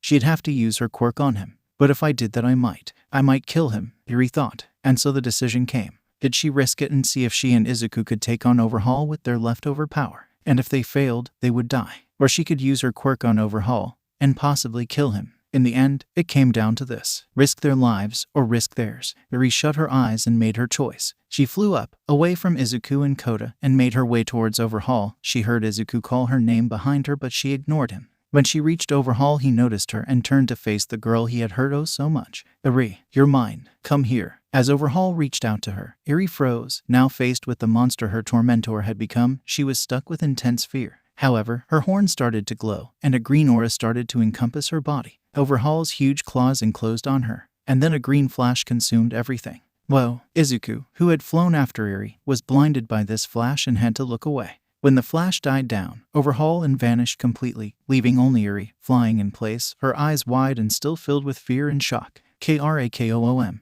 Without saying the word, lightning came down and stuck Eri, transforming her back to normal. Izuku grabbed her as she started falling, and held her in his arms. Eri, what? What happened? Where'd he go? Izuku asked her, his voice full of confusion. He's dead. Eri's voice was low and tired, her tear-filled eyes struggling to stay open. I killed him. Was all Izuku said, as he looked back at where Overhaul had been. That massive, building-sized monster, gone in a flash, all because of Eri's quirk. But even more shocking, they had killed someone. Sure, it was Eri that did it, but it was only because they had run out of options, and because he couldn't come up with a better one. So in Izuku's eyes, this was more his fault than hers. But he couldn't focus on that now. The heroes would be here soon, and he could already hear news helicopters making their way over. They had to leave now. Eri, just go to sleep. We're going home, Izuku told her. With tears still in her eyes, she obeyed and fell into a deep slumber. Wasting no more time, Izuku used his super speed to scoop up Kota, who was now also sleeping, from where he had left him, and flew away. Shortly, at the destroyed manor, Izuku made it back to the manor in less than 2 minutes. He dashed through the door and flew through the halls, not stopping until he reached the room he and Kota took up residence in.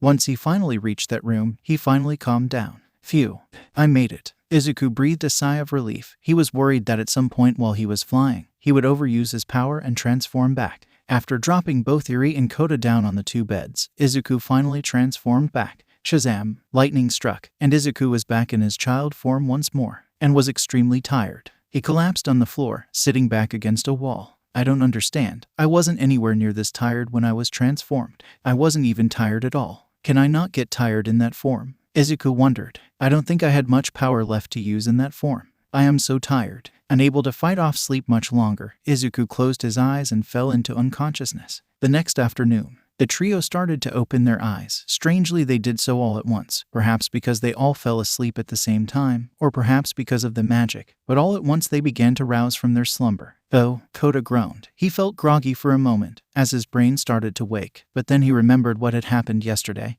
and he instantly woke up. What happened? Where's Overhaul? Eri, who was also just starting to remember yesterday, recalled what happened to Overhaul. He died, Izuku answered. Uneasiness and sadness were thick in his voice, as the realization of what they'd just done. Eri used her quirk and, we killed him. We killed him, Kota repeated in shock. Eri hung her head in shame. No, I killed him. It's my fault. I was scared and I didn't want him to hurt you, so I'm sorry. Once again, Eri burst into tears, thinking that now it was over. They'd seen her use her quirk on someone. They'd seen her kill someone. Surely they'd see what a monster she was now. Surely they'd hate her. The room was nearly dead silent for a few minutes, with the only sound coming from Eri's sobs, as the other two took time to process this information. As Eri waited for their inevitable rejection, she instead heard, Why are you apologizing? Eri stopped crying for a moment and looked up at Kota, who had been the one to ask the question. Kota seemed frustrated, not overly angry or sad, just frustrated. It's not your fault. You did what you needed to do. Kota crossed his arms. If anything, it's his fault for trying to kill us. You didn't have a choice, so don't cry about it. But Eri was once again left speechless. How was she supposed to react to that? And you? Kota turned to Izuku, who looked up at him in alarm. Don't blame yourself either. But if I just used my powers better, or just came up with a better idea, then Kota cut him off. It takes heroes years to learn how to plan and use their powers. You got yours yesterday, Kota pointed out. And where were the heroes anyway? Why didn't they help? Well, we kept Overhaul up in the air a lot, so they probably couldn't have gotten to him. Izuku defended the heroes he loved so much. And what about All Might? Or Hawks? Why didn't they help? It's not like they couldn't see him. He was the size of a skyscraper. Kota shouted. Where were they? And maybe they were busy, Izuku suggested. Too busy to stop a giant rampaging monster, Kota argued. Why did we have to take down a crime boss all by ourselves? We're just kids. But we did it. We took them all down, and we saved a lot of people. Eri butted in. But I killed him, and saved a bunch of people by doing so. How many people would that monster have hurt or killed if we didn't stop him? Kota continued. Are you saying we should have killed him? Izuku asked, not quite sure what he was saying. No. Yes, we didn't have a choice, Kota answered. It's not our fault that we couldn't master our powers after having them for a day. It's not our fault we couldn't beat a super powerful crime boss after fighting his goons all day. It's not our fault we had to kill him. It's not our fault we wanted to live. Kota stopped to catch his breath after telling so much, giving the other two time to speak. I guess even heroes have to kill sometimes, Izuku said. He didn't truly believe that there was no other way, but he saw Kota's point. But that didn't make the terrible feeling go away. Eri thought about Kota's words as well. Overhaul was a monster, of that she was certain. How many people would he hurt? How many people would he have hurt with those bullets if he caught her? Was it okay to kill him? Her brain told that Kota was right, but her heart was undecided. But one thing she could at least take solace in is that she was finally free. Overhaul could never hurt her, or anyone ever again. More tears spilled from her eyes. Are you crying again? Kota scowled. I've known you for a day and you cry more than Izuku. Hey, Izuku objected. I told you it's not your fault. Kota repeated. I know, but I'm free. Eri whispered. I don't have to go back to him anymore. He can't hurt me. I'm free. There were a few moments of silence as they acknowledged what she said and what it meant. So, where are you going to go? Izuku asked her. Do you have any family? Eri shook her head. They don't want me. Well, you could stay with us. Izuku told her to try and cheer her up. Why you want me to stay with you? Eri asked. Despite everything they'd said to her, she was still surprised they'd want her around. Well, you got nowhere else to go, so might as well, Kota told her. Eri tried and failed to respond, once again overwhelmed with emotion. Izuku stood up and gave her a determined look. Let's stay together and help each other as friends. Okay, Eri. Eri paused, and eventually she found her words. Oh, okay. And with that, a legendary trio was formed. Although they were inexperienced children, they all held great power within them, and that power would be needed to face the challenges to come. Meanwhile, in the Egyptian desert, under the sands of Egypt, there was a door with a lightning bolt symbol engraved on it.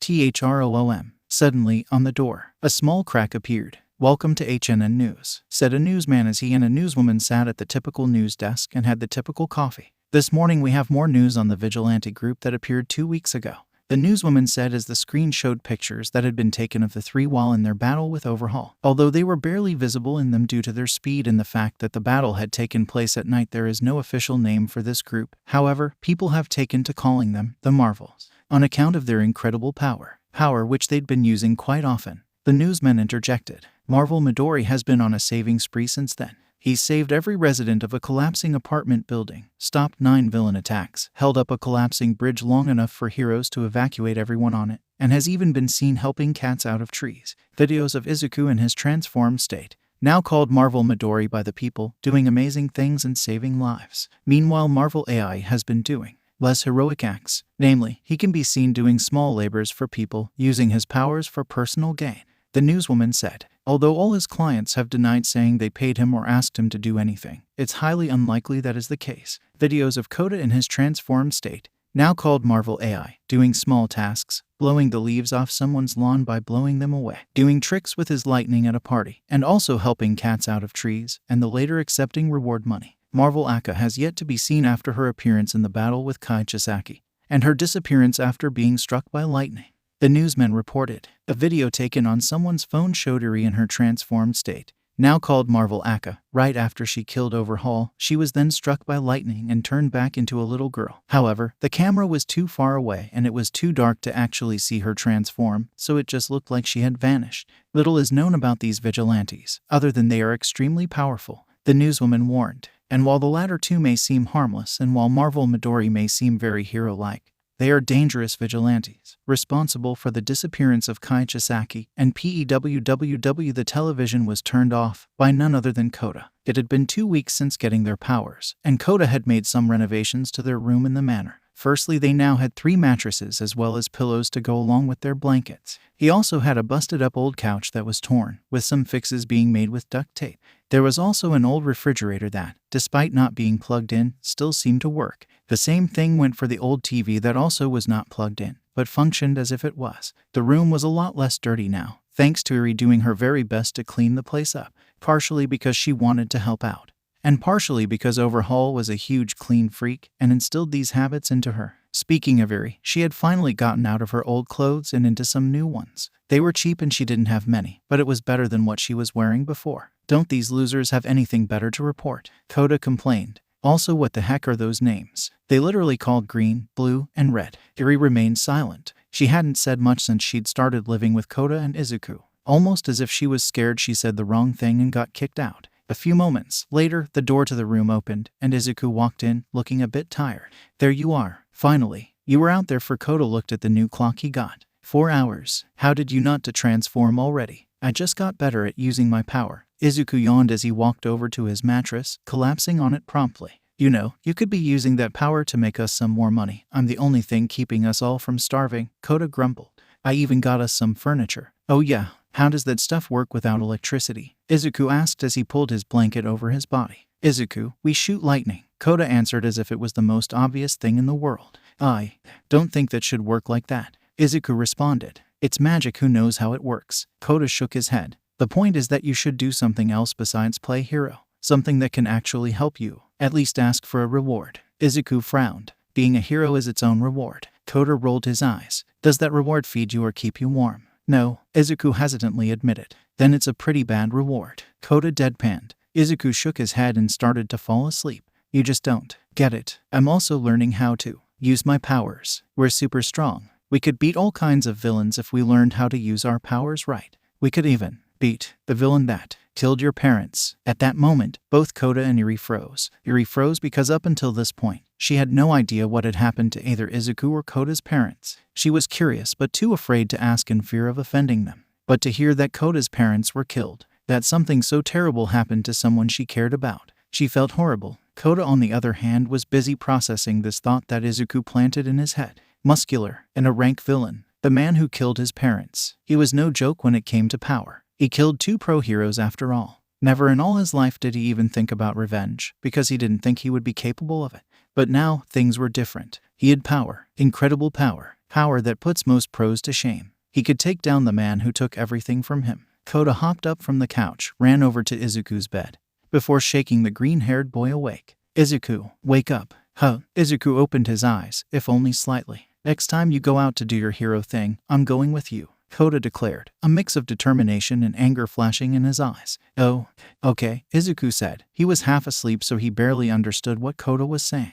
𝐶𝐶, can I come too? Eri asked very hesitantly, while also looking away from the two of them. You want to help too, Eri? Kota asked her, slightly shocked by this request. Eri nodded, still looking away from the two of them. I want to help. Like Izuku. This was partially the truth. She had always looked up to the way Izuku went out and helped people, just for the sake of helping people, but she'd always been too afraid of messing up and hurting someone to join him. But now that Kota was going, if she stayed then she would be left all alone.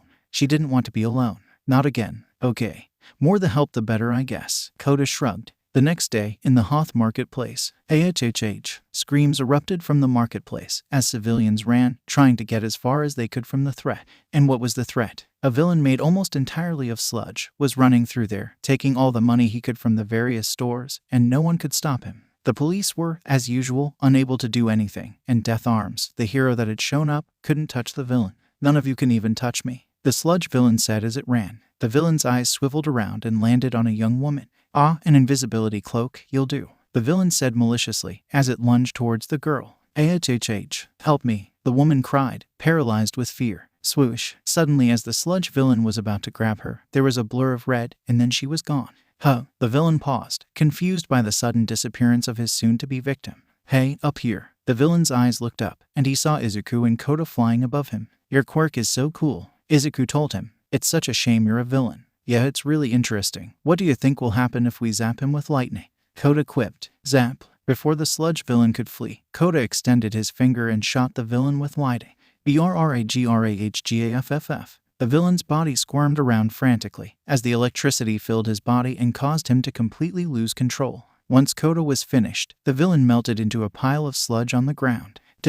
Is he gonna be okay? 𝐒𝐻𝑖 asked with concern on his face. Oh, the villain groaned. He's fine, Kota said. Eri flew up next to her friends, still wearing an unsure expression. Is it over? Hey. The three looked down as 𝗧𝗵𝗶 marched up to them. Oh, it's you. How's your jaw? Kota asked smugly. Really funny. You are under arrest. 𝗧𝗵𝗶 yelled at them. Kota laughed hysterically at that statement like it was the best joke he's heard in years. Really? And who's gonna arrest us? You. Last time you tried I hit you once and you got code. 𝐭𝐴𝐲, 𝗧𝗑 said in a warning voice. They had all agreed that instead of using their real names, they would use the names the media had provided them, so no one could tell it was them. Let's just leave. Eri nodded in agreement, but Kota ignored them and flew down to the ground to face 𝗧𝗵𝗶. Come on, you want to arrest me, right? Try it, hero, Kota said with a vicious smirk. 𝗲𝗲𝗏. Hera. 𝗧𝗵𝗶 charged forward and tried to punch Kota, only for the vigilante to seemingly vanish.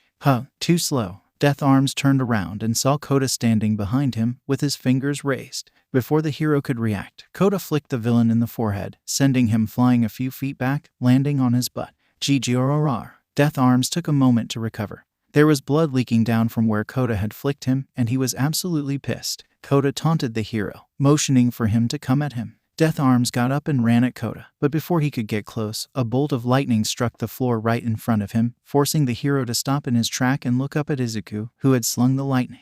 That's enough, 𝗧𝗑 said, with a seriously upset expression on his face. TCH, I was just messing around. Kota crossed his arms in an annoyed manner. You're embarrassing someone, 𝗧𝗑 told him. And we can't waste our time anyway. Remember, Kota scowled because he knew 𝗧𝗑 was right. They couldn't use their powers all day. And wasting it like this, even if it was fun, was wasteful. Fine. The blue champion took to the sky, and in a blur, he was gone. Hey, come back here. 𝗧𝗵𝗶 shouted at the empty sky. Sorry about him. 𝗧𝗑 quickly apologized, before following his friend. Sorry, Eri said quietly, before also following the two. A few days later, the prisoner has escaped. The prisoner has escaped. 𝗂𝗚𝗧, shouted a policeman, right before his arm was cut off by an elongated tooth blade. On the bridge of Tartarus in the dead of night, a convoy transporting the dangerous criminal Moonfish was under siege by that exact same villain. Whoever had been in charge of securing the muzzle on the villain had done a terrible job, and after the truck he was in hit a slight bump, it became loose enough for Moonfish to use his quirk to free himself and start attacking the guards. 2 guards had been killed and many others had been injured, with one losing an arm. The men did their best, shooting at him in an attempt to take him down, but the villain defended himself by using his teeth as a shield. Flesh. Moonfish sent out one of his teeth, and it shot right towards one of the guard's chest, and right as it was about to impale that guard, crack, it suddenly broke against the chest of 𝗧𝗑, who had flown in between the guard and the attack. Before Moonfish could do anything else, he was zapped by lightning from above, courtesy of Kota. After a few moments, Kota ended his attack, and Moonfish fell onto the van, knocked out. Done. Kota turned his attention towards the guards. Freeze. Some of the guards aimed their weapons at 𝗧𝗑 and Kota, as well as Eri, who was flying behind Kota, while some other guards took to trying to attend to their injured. Are you kidding me? Kota asked, disgusted that they would prioritize trying to arrest them, after they just saved their lives, over helping the injured. One of you is missing an arm. No time to waste. Let's get them to a hospital. 𝗧𝗑 quickly scooped up the guard missing his arm and flew as fast as he could to the nearest hospital. The other 2 followed his example and picked up as many injured as they could and flew them over to the hospital. A week later, at a beach, 𝗂𝗚𝗏, help me, shouted a child, as he flailed around in the water, trying not to drown. My baby, shouted the mother of the child back on the shore. Someone help him. Swoosh. Before anyone could do anything, a blue blur sped past them, right at the child. The blur swooped past the child, and the child disappeared, before reappearing in his mother's arms. My baby. The mother quickly got over her shock and hugged her son. You're welcome, said Kota as he flew above all the beachgoers. Get out of here, shouted one woman. What? Kota shouted in shock. I just dirty vigilante. You're no better than the villains, shouted a man. Kota glared at the beachgoers, who continued to shout things at him before finally taking his leave. A week and a half later, he looked at the remains of a recently collapsed building. This building had been the victim of a villain attack and had been heavily populated up until a few moments ago. Fortunately, while Izuku and Kota took care of the villain, she rescued the dozens of people inside the building.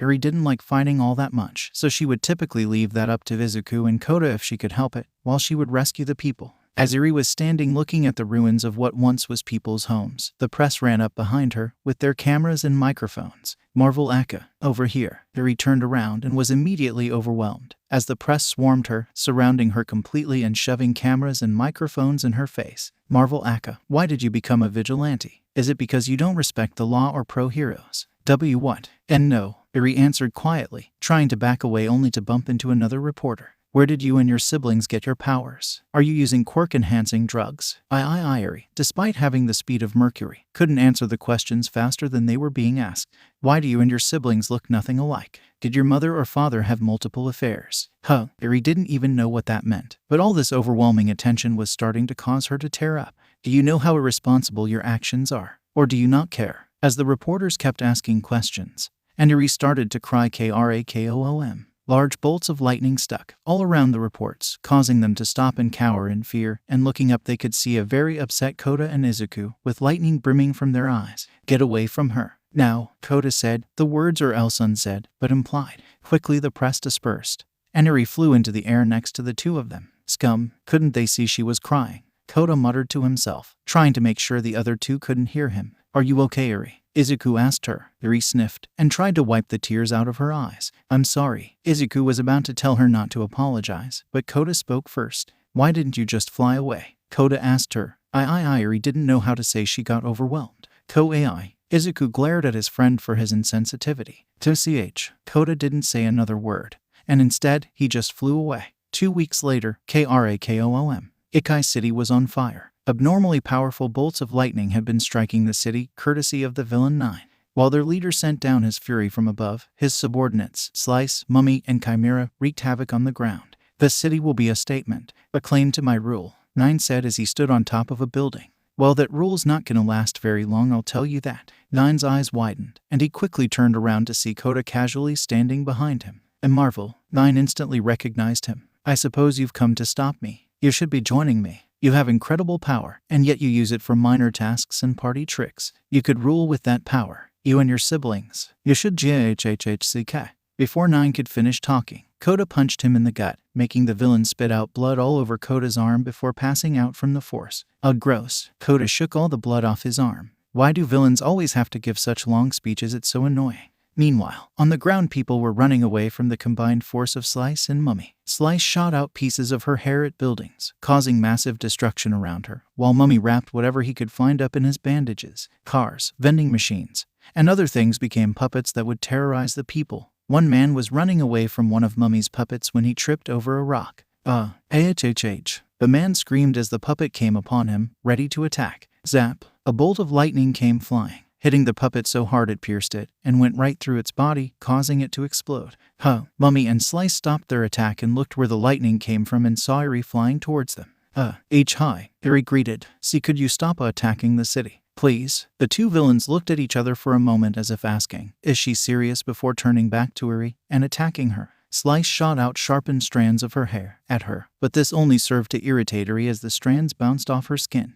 Oh, please stop. Eri raised her hands over her face to defend herself and shot some lightning down at 𝗧𝗏. The villain couldn't defend herself in time and was hit dead center. 𝐴𝐻𝐻. She flew back into a car which caved in from the force of impact. 𝗧𝗏 looked at his teammate and saw she was unconscious, before looking back at Eri. I'm sorry, please surrender. Eri pleaded. Never, 𝗵𝗲 shouted with indignation, before getting blasted by a bolt of lightning into unconsciousness. Sorry, Eri apologized to no one in particular. Meanwhile, in another part of the city, 𝗂𝐵𝗵𝗄 breathed fire on a car, causing it to explode. So you have super strength, durability, and you can breathe fire. 𝗂𝐵𝗵𝗄 stopped rampaging for a moment, and looked up to see Izuku flying down towards him, eventually meeting him at eye level a few feet away. Why is it that so many villains have cool quirks? Izuku asked his foe. Cause not everyone thinks our quirks are cool. 𝗂𝐵𝗵𝗄 barked back. I'm what most people would call a monster, and an abomination that should have never been born. Izuku finished the villain's sentence, much to Chimera's surprise. I see, you were hurt and blamed for something that was never your fault.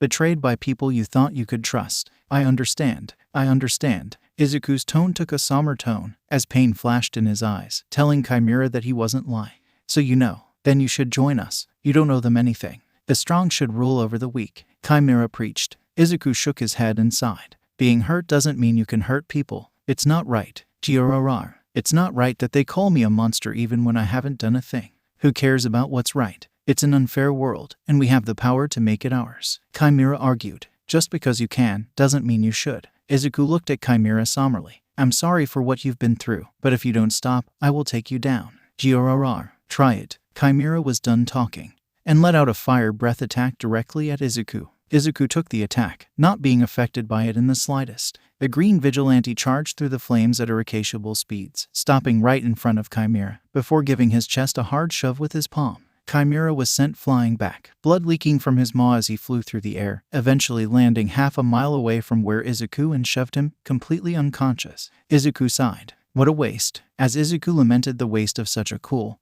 and powerful quirk, Kota and Eri flew down beside him. Are we done here? Kota asked impatiently. We should be, Izuku said. He looked to Eri to see if she was ready to leave, and he noticed that she was staring at something behind them. What are you looking at? Eri didn't look at him, and wore an unsure and slightly scared expression on her face as she said, Why do they look so scared? Izuku and Kota looked closer at the direction Eri was staring at, and they could see people hiding from them. Why are they hiding? Eri asked her two friends. Izuku sighed. Because we're vigilantes. We're technically criminals. Even if we did just save their whole stinkin' city, Kota growled bitterly, before turning away. Come on, we're done wasting our time with these cowards. Kota flew away.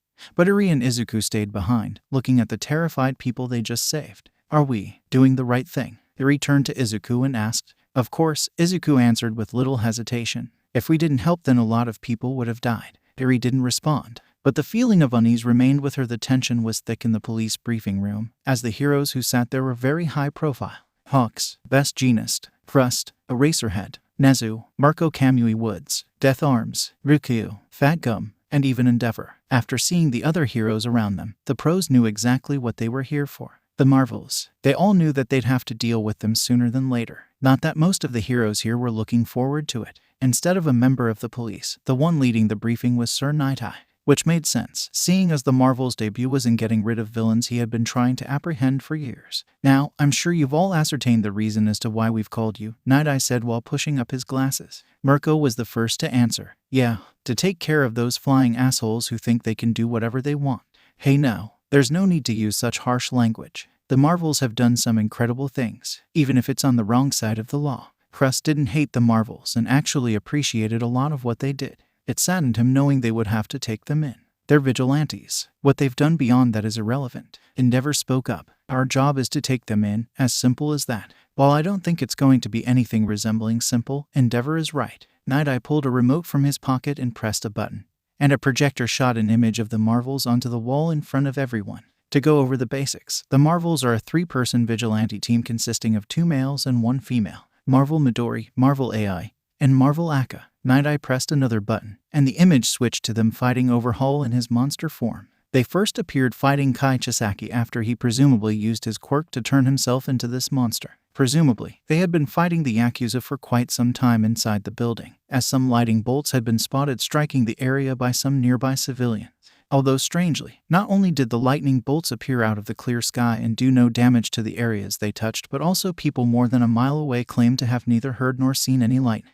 Do you think it was some kind of proximity-based illusion? Aizawa asked. That's the only thing I can think of. That makes sense, but why? Nezu asked in return. They've shown the ability to shoot very real lightning, so why would they create fake lighting? We've also never seen them display any other illusion-based abilities in the past. Maybe we have and we just didn't know. Hawks half joked. Ugh, fucking great. Just what those guys need. Fucking illusions. Mirko complained, putting that aside for the moment.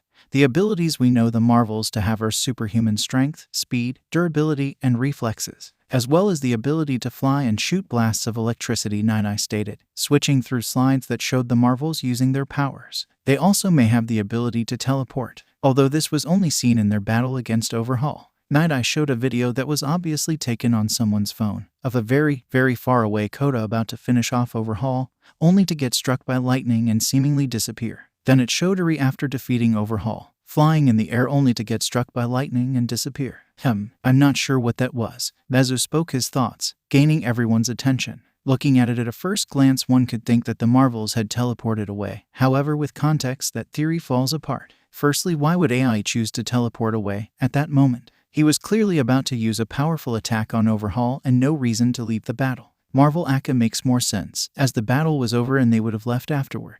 However, why would Marvel Midori not do the same thing? And of course, the biggest question of all, if they could teleport, why not do it more often? If this is teleportation, then I don't think that the Marvels were the ones controlling it. Or more likely, 𝗧𝗏𝗍, do you have the full video of this encounter? Of course, 𝗧𝗏𝗍 responded. Then could you go to the part where Marvel AI disappeared? 𝗧𝗏𝗍 asked. 𝗧𝗏𝗍 gave a quick nod and then did just that. After a few moments, the video played, showing AI disappearing, and then Midori flying towards where AI had been and then leaving the fight. There, you can see Marvel Midori quickly flying to AI's location, and then leaving. 𝗧𝗏𝗍 pointed out. Why? Oh, will you stop stringing us along and tell us what the hell you're thinking? Marco shouted, entirely too impatient for 𝗧𝗏𝗍's games. I was getting to that. Very soon after this happened, Marvel 𝗧𝗏𝗏 stopped evacuating civilians, and then when the Marvels reappeared in the fight, 𝗧𝗏𝗏 unleashed her unknown attack on 𝗏𝗏𝗺 and ended the fight. 𝗧𝗏𝗍 continued to set up his theory. Please fast forward to that, please. 𝗧𝗏𝗍 fast forwarded to 𝗧𝗏𝗏 killing 𝗏𝗏𝗺 and then getting struck by lightning and disappearing, and then showing Midori zipping over to her location, back down to where they'd come from, and then flying off away from the scene. And there's Midori's strange flight pattern. Instead of flying away from the scene of the fight instantly, he goes to 𝗧𝗏𝗏's location and then goes back to where they had flown out of, and then he flies away. 𝗧𝗏𝗍 pointed out, Sir 𝗧𝗏𝗍, has there been any news of the Marvels mentioning some kind of power or time limit? There have been reports of Marvel Midori saying things like, we don't have time for this, we can't waste time on this, don't waste your power like this, as well as other things of this nature to Marvel AI when he starts to mess around. Of course, it could be shrugged off as him not wishing to waste time, but the serious nature in which he says this implies it's more of a warning. 𝗧𝗏𝗍 explained. The heroes perked up. A weakness for the invincible Marvel. Fucking great. Death Arms celebrated. A potential weakness, it's only a theory. 𝗧𝗏𝗍 reminded them. And speaking of theories, I have one of my own. You see, judging by the evidence put in front of us, I theorize that the Marvel's quirks are transformation quirks. Transformation quirks. Fat Gum repeated. You mean that what we see is only a powered-up state of theirs? That would make sense. None of them wear a mask, and yet we have been completely unable to figure out their identities. Endeavor added. And I think I see where 𝗧𝗏𝗍 was going with this, Ryukyu said. When Marvel AI and 𝗧𝗏𝗏 were struck by lightning, they weren't disappearing, they just became harder to see. It's possible outside of their transformations they could be significantly smaller, and at that range and at night, it would be practically impossible to see them. And once they had been forced out of their transformations, Marvel Midori had to go and catch them and then bring them away from the fight, which explains their actions. It would also explain why they used the unknown attack and killed 𝗏𝗏𝗺, Aizawa added. The Marvels have been very careful not to kill anyone since this incident, so why now? And why would they use this unknown attack only this one time? The answer is because they were desperate. They were running low on either time or power, so Marvel 𝗧𝗏𝗏 used her most powerful ability to end the fight before they all were forced out of their transformations. Murmurs rang among the pros as they seemed to agree on this theory altogether. But that leaves the question, is this a time limit or a power depletion limit? Genist asked. While I don't think we have enough evidence to say anything definitively, I would say it's more likely a power limit, 𝗧𝗏𝗍 said. The times in which the Marvels are active seem to be very inconsistent.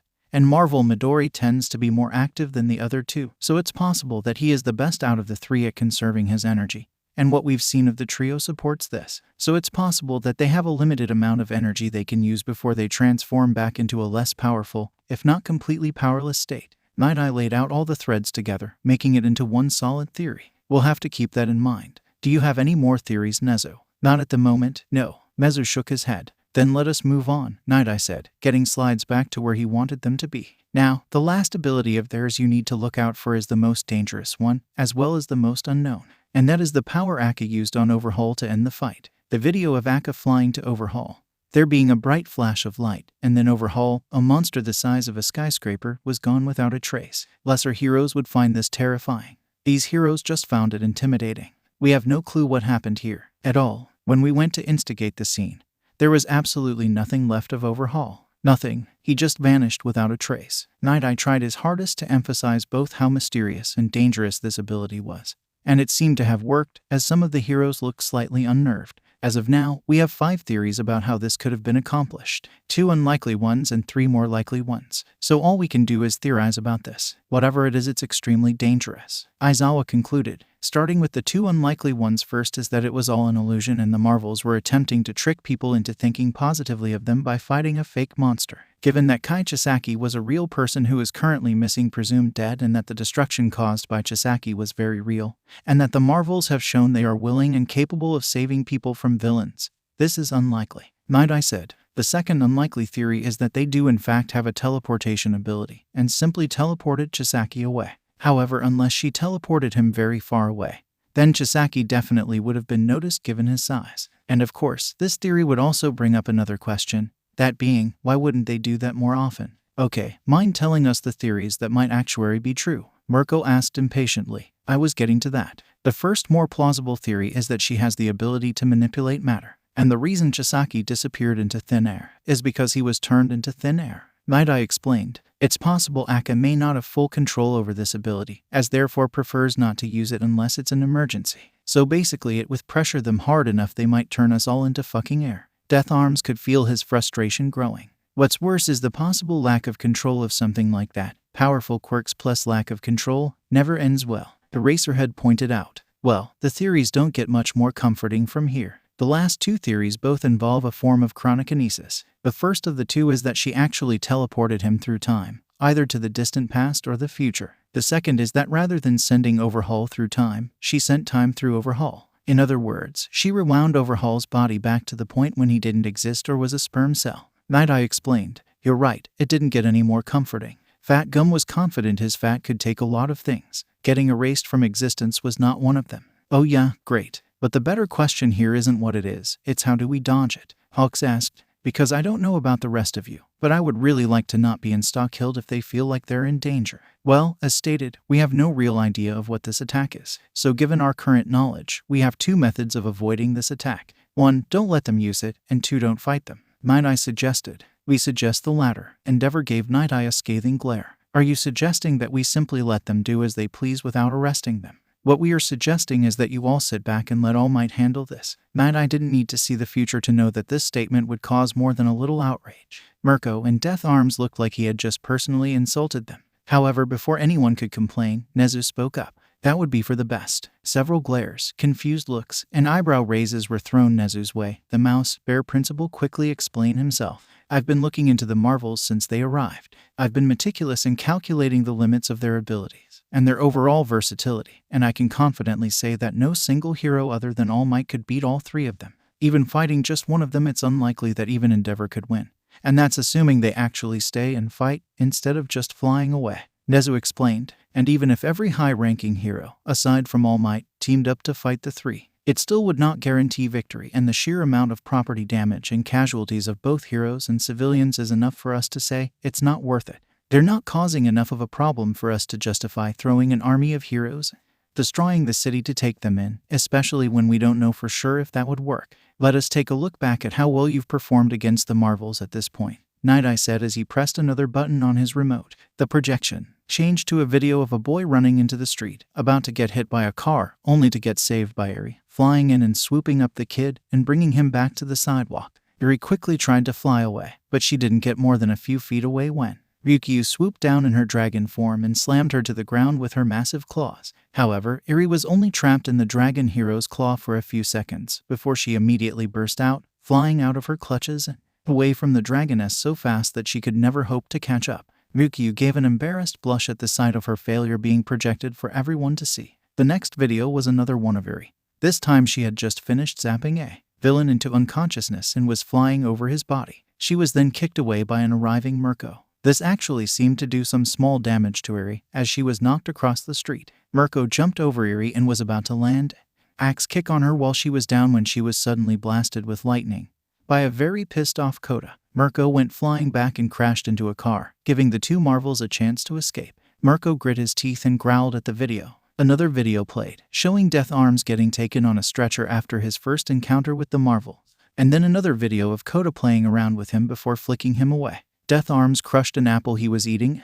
The pure embarrassment he suffered was displayed. A few more videos played showing various heroes in the room getting absolutely humiliated by Eri and Kota, although strangely enough, Izuku didn't appear in any of the videos. After a few minutes, 𝗏𝗏 pressed another button and the videos stopped. So as you can see, none of you stand any actual chance of stopping them. Out of everyone in this room, only about 3 of you are even capable of doing any significant damage to them. What about Eraserhead and Genist? Can't they do anything? Hawks asked. I've already tried using my quirk on them. It doesn't work. Eraserhead answered curtly. The same goes for me. Whatever those outfits are made of, it isn't any sort of fiber. Best Genist revealed. Wait, if they aren't fibers, then what the heck is it? Fat Gum asked, genuinely curious. We don't know, and we have bigger things to worry about than what their outfits are made of. 𝗏𝗏 dismissed. What we've brought you here to tell you is that you shouldn't engage the Marvels for the time being, unless we can discover something useful that we could use against them. So we're just supposed to do nothing? Kamui Woods asked. Not necessarily. If my theory is correct, then if we could discover their identities, we could capture them before they get the chance to transform.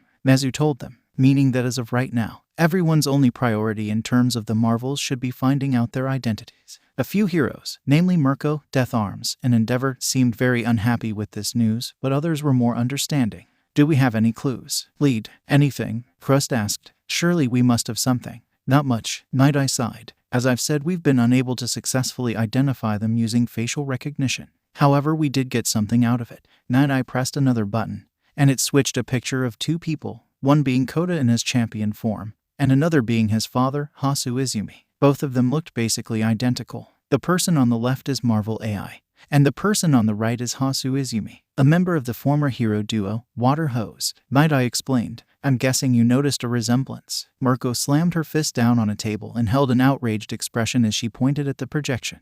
Wait 1 fucking minute. So you mean we did find out who he was? And he was a fucking hero this whole time? Obviously not if he said we haven't been able to identify them. Aizawa pointed out. Yes, seeing as 𝗂𝗓𝗧𝗵𝗲 is dead along with his wife, 𝗏𝗏 explained. Both were killed by the villain Muscular, while they helped civilians evacuate the area. May they rest in peace, Crush said quietly. Did they have a kid or something? A brother? Fat Gum asked. They did have a son. 𝗂𝗓𝗧𝗵𝗲. 𝗏𝗏 pressed a button, and the projection now showed Kota, although he was much younger as the picture was taken before he ran away. However, it's unlikely to be him, as he would be around 7 right now, and is also most likely dead. That caused some alarm amongst the heroes. What do you mean, most likely dead? Kamui asked. 𝗂𝗓𝗧𝗵𝗲, after the death of his parents, was given to the only remaining family we know of, the cousin of Miss Uzumi, Shino Sasaki, also known as the hero Mandalay of the Wild Pussycats. However, after only staying with them a few months, he ran away. 𝗏𝗏 explained. Given that this was a few years ago and he hasn't been seen since, it's a fairly safe assumption that he died on the street. Crust sniffled and let out a tear for the poor boy. First the parents, and then the son. That poor family. So it's just a coincidence? Aizawa asked. Perhaps, however, what's keeping me from writing this off as a mere coincidence is the fact that AI has been asking about the villain, Muscular, 𝗏𝗏 explained, before showing another video. Kota stood over a villain who had been knocked to the ground, looming over him threateningly with his hands glowing with electricity. Where is Muscular? Who? The villain asked, fearing for his life. The video cut off, but it was safe to assume nothing pleasant happened to that villain. From this, we can indicate that there is most likely some connection between Marvel AI and 𝗂𝗓𝗧𝗵𝗲, 𝗏𝗏 explained. Although we don't know what that connection is, it's possible he's a secret brother of his, although we don't know why he would be a secret. Not to mention we would also have to explain his quirk, which is unlike anything in the Izumi family, as well as it being shared by 2 people who look nothing like 𝗂𝗓 or anyone in the known Izumi family. Do we have anything on Midori or Akka? Aizawa asked. No, those 2 we have nothing on. All we have about those 2 are guesses, 𝗏𝗏 said. 𝗧𝗵𝗲. Endeavor got up, and without any explanation, started walking to the door. And where exactly do you think you're going? 𝗏𝗏 asked. This is a waste of time. Endeavor stated simply. If the point of this was to tell us not to engage the Marvels, you could have done that in a few seconds. And figuring out their identities is pointless. And how so? Eraserhead asked. Because we'll figure it out when All Might takes them in. Endeavor answered. If All Might is being sent to capture them, then there's no point in us getting involved. I see. And what if All Might fails to capture them? Nezu asked. Once again, many puzzled looks were thrown Nezu's way, as if the heroes were concerned that he'd lost his mind. Nezu simply shook his head. All Might can't fix all our problems. He's human, just as we are, and as such he is subject to human error. The Marvels are unlike any vigilantes we've seen before. It would be foolish of us to underestimate them. There were a few moments of silence as Nezu let that information sink in. All this talk All Might and he's not even here, Mirko pointed out. Where the hell is he? Meanwhile, with All Might, Toshinori Yagi walked through the police station in his true, skinny form, holding 2 cups of coffee. He walked over to an office he was more than familiar with and knocked on the door. "Come in," said the voice of Detective 𝗵𝗲. All Might pushed the door open and walked into 𝗵𝗲's office and saw the man himself looking up at him from his desk. Toshinori, you're here. And you brought coffee," 𝗵𝗲 said with a smile on his face. "Of course, I know how tiresome detective work can be after all." All Might took his seat across from 𝗵𝗲 and handed his friend the second coffee. The two took long sips of their drinks before coming back up for air. And with that out of way, it was time to get to business. "I'm assuming you know why I called you here?" 𝗵𝗲 asked, leaning down to pull something out of his desk. "It's about the Marvels, right?" All Might asked. "Sorry, I haven't been able to capture them yet. I just haven't run into them during my patrols and well, I can't much after my patrols. I'm aware, and I don't think that's a coincidence," 𝗵𝗲 told his friend. "Looking at the times Midori and the other Marvels have been active, they've only ever been active after your patrols have ended." All Might's sunken eyes widened. "You don't think they know about my time limit, do you?" "Maybe. While I think it's unlikely that it's a coincidence, it's possible that they've just taken notice of the fact that you're only active for a certain amount of time per day," 𝗵𝗲 explained. "However, it is still possible they know about your time limit. And if that's the case, given their quirks, I think you know who might be involved." All for one, All Might didn't like to even think that that villain could still be alive. But he couldn't deny the possibility after seeing the power the Marvels display. "Right now we have 2 theories that connect All for One and the Marvels," 𝗵𝗲 explained. "The first one is that they work for All for One, and they act as vigilantes to decrease people's faith in heroes and cause chaos. Or, they were small-time vigilantes that All for One gave power to but doesn't have full control. Again, this would most likely be done to decrease people's faith in heroes and cause chaos. So either they're pawns of All for One or unknowing pawns of All for One." All Might summarized. "I'd like to think it's the latter, or neither. Well, those are the only 2 theories we have right now on the origin of their power. If All for One isn't behind it, then there is someone very dangerous behind the scenes that we don't know about." 𝗵𝗲 honestly didn't know which one was scarier, All for One or a completely unknown enemy that could bestow power of this level on people. "But regardless, we need you to bring them in. Meaning we'll need you to conserve your power until they make an appearance." All Might nodded. "Hopefully won't take too long. People would notice if I didn't go on my patrols for a while." "Well, if they really are avoiding you, then it might take longer than we'd like," 𝗵𝗲 speculated. "But let's just hope that's not the case." "Right." All Might took another sip of his coffee. All Might knew what he needed to do. Even putting aside the fact that they were vigilantes, their possible connection to All for One was enough reason for All Might to prioritize taking them down. But they'd find out soon enough, if they had any connection to that man. Things had been rather dull for once. What would normally happen is that Eri and Kota would wait for Izuku to tell them when they would go on patrol. Izuku stressed the importance of this because Izuku had spent a lot of time figuring out when heroes like Endeavor and All Might went on patrol, and where they went on patrol, so they knew how to avoid them. However, All Might hadn't been patrolling, and as such, Izuku hadn't been patrolling, which meant he, Eri, and Kota had just been staying put. Which, overall, Eri was fine with. But Kota was definitely not. The 3 of them were currently sitting on the sofa, with their eyes glued to the TV, as it played the news. Another day with no sight of the symbol of peace. All Might hasn't been seen for the past 3 days, which is very abnormal for the symbol of peace, although it is possible that he is simply taking a well-deserved break. The newswoman reported. Izuku gave the TV a frustrated pout. "I don't understand. All Might doesn't really take breaks like this, at least not unannounced. Maybe he just got tired," Eri suggested.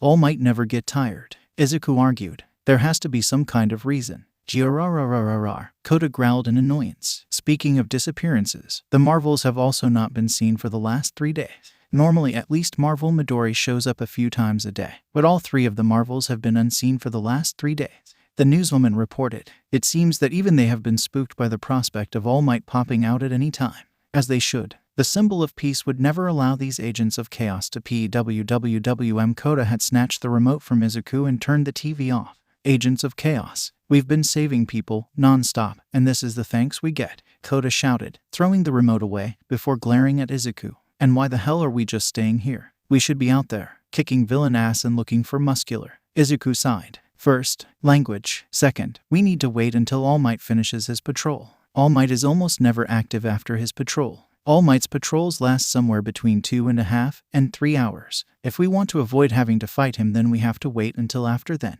How does work? If All Might wanted to fight us after his patrol, then he'd just do it. Kota pointed out. It's not like he has a time limit. Izuku frowned and pulled out a notebook. All Might is never active after his patrols. Never. I don't know why, but it's the truth. Why do you think he never stepped in to fight all the villains we took down? Or to take us down? It's because it was after his patrol. Although, weirdly, All Might used to step in all the time. At all times of the day. If he saw trouble, he would step in. But then he stopped being active after his patrols. And as time went on, his patrols got shorter and shorter. Maybe he's just getting old, Kota suggested sarcastically while rolling his eyes at Izuku's blatant hero worship.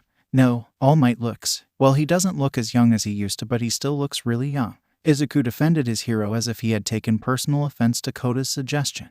And he's still super strong. Probably not as strong as us. Kota scowled at Izuku. And why are we even avoiding him? We're strong, and there are 3 of us. I bet we could kick his ass. Kota, it's All Might. All Might, the symbol of peace. The man who lowered the crime rate of Japan to a single digit. We wouldn't stand a chance. Izuku argued, looking at Kota as if he'd gone mad. You don't know that. Just because you're a year older than me doesn't mean you're smarter. Kota was actually shouting at Izuku now, making her flinched as she sunk into the couch. Why do you want to go out so badly? You keep saying that what we're doing is lame and that people don't like us, so why do you want to keep doing it? Izuku wasn't shouting, but he had definitely raised his voice to a level that made her uncomfortable. Because we're supposed to be finding Muscular, and we haven't found any clues. Kota shouted. His fist was balled up, and he was now unleashing anger and frustration that had been building up for a long time. None of the villains we fought knew anything about him. All of it was just a waste of time. Kota, we saved lives, Izuku pointed out. And they hate us for it? Kota argued. Tears were begging to appear in the corner of Eri's eyes. She hated when Kota and Izuku butted heads. But this was worse than anything that had happened before. She wanted to stop it, say something, do something. But she was afraid. What if when she spoke up, all that anger directed towards her? And so she just sat there, curling up into a ball and hoping that the yelling would stop soon. It's not about being liked, Kota. It's about helping people. Izuku continued to argue. No, to you it's about helping people. No one else here cares about that hero crap. Stop wrapping us up in your stupid dream. Kota shouted, his face red from anger. In fact, I'm done. I'm not doing this anymore. I don't need to be a stupid hero. And I don't need you. With that, Kota hopped off the couch and ran for the door, kicking it open and running away. Shazam! Izuku and Eri heard Kota shout from the hallway, followed by a lightning strike and the sound of winds kicking up as Kota presumably flew away. Wait, Eri was about to chase after him, but she was stopped by Izuku, who put his hand on her shoulder. Don't. He just needs time to cool down. He'll come back, Izuku reassured her. This isn't the first time this has happened. Eri gave Izuku a confused and unsure look. Part of her wanted to go and catch Kota right now and beg him not to leave. But on top of knowing that he was probably long gone by now, she also trusted that what Izuku said was true. After all, he never lied to her before. But one thing was still bothering her. This has happened before, Eri asked him. Izuku nodded solemnly and sighed. Me and Kota, we met a while ago. He was trying to steal money from some lady's purse while she wasn't looking, and I stopped him and showed him he could have just begged for it instead. The lady pitied us and gave us some money so we could buy food. After that, we just stayed together. But we don't agree about a lot of stuff, heroes especially. We'd argue and he'd get mad and leave. But we'd always end up back together eventually, and we'd forgive each other. I don't know why. Maybe it's because it's lonely, Eri suggested. She knew how painful it was to be alone. Stuck for years by herself in Overhaul's lair, she would have done anything for some company. Company that didn't hate, at least. Izuku looked at Eri with a thoughtful expression. That, maybe you're right. But, Eri, do you think Kota was right? Am I forcing my dream on you? What do you mean? Eri was confused. So far neither Kota nor Izuku had ever forced her to do something. At least not like Overhaul did. Do you not want to keep doing this? Going around saving people? Izuku asked her seriously. Eri was scared to answer that. Part of her just wanted to lie and say no, in fear of disappointing Izuku. But the look in his eye, it told her that that would be a mistake. I don't know. I like helping people. It feels good. But they say such mean things about us. I don't understand why. If we're helping people, why do they hate us? Aren't we doing a good thing? Why is being a vigilante illegal? Now it was Izuku's turn to think about his answer, and trust that he'd thought long and hard about that. He'd even done it in his transformed state to see if the wisdom of Solomon could help him out. He'd read books about it at the library, and studied about it on the computers, again at the library. Vigilantes can sometimes be good, but also bad, Izuku explained. The reason why they're illegal is because they're mostly untrained. and so they don't know the best way to stop villains or save people without hurting anyone else. 𝐒𝐽 searched his memories for an example to simplify his explanation. One time, there was a vigilante called the Man of Steel, who had a powerful strength-enhancing quirk. He tried to save a bunch of people by fighting some villains that were attacking, but since he had no training, he ended up destroying half the city and killed hundreds of people during the fight, and later he was killed because he made a stupid mistake. And another vigilante could grow to the size of a building, and he ended up hurting a lot more people than the villain. Incidents like that were extremely common back when vigilantes had been more prominent. No one was born knowing how to use their quirks, and without taking the time to learn and be taught how to properly utilize your abilities. The casualties that came from widespread vigilantism numbered in the hundreds of thousands and was the main reason for the modern-day hatred of vigilantes. Some vigilantes were good. They helped out a lot and saved a lot of people, but even they made mistakes that did a lot of damage to people and the things around them. 𝐒𝐽 continued, "Have we hurt people?" 𝐒𝐻 knew that their powers were dangerous, and when she thought about it, it was strange she didn't remember accidentally blowing up a building with a lightning bolt or flying to a person at super speeds and killing them, or flown into a plane. 𝐒𝐽 shook his head. "We have a cheat. You know how sometimes you feel like you should do something or that you shouldn't do something? Like if you want to throw a lightning bolt somewhere but you don't because you suddenly know that it'll hurt someone or destroy something. And you don't know how you know that." 𝐻𝐻 nodded. She'd gotten that feeling a lot, but she hadn't thought about it too much. That's the wisdom of Solomon.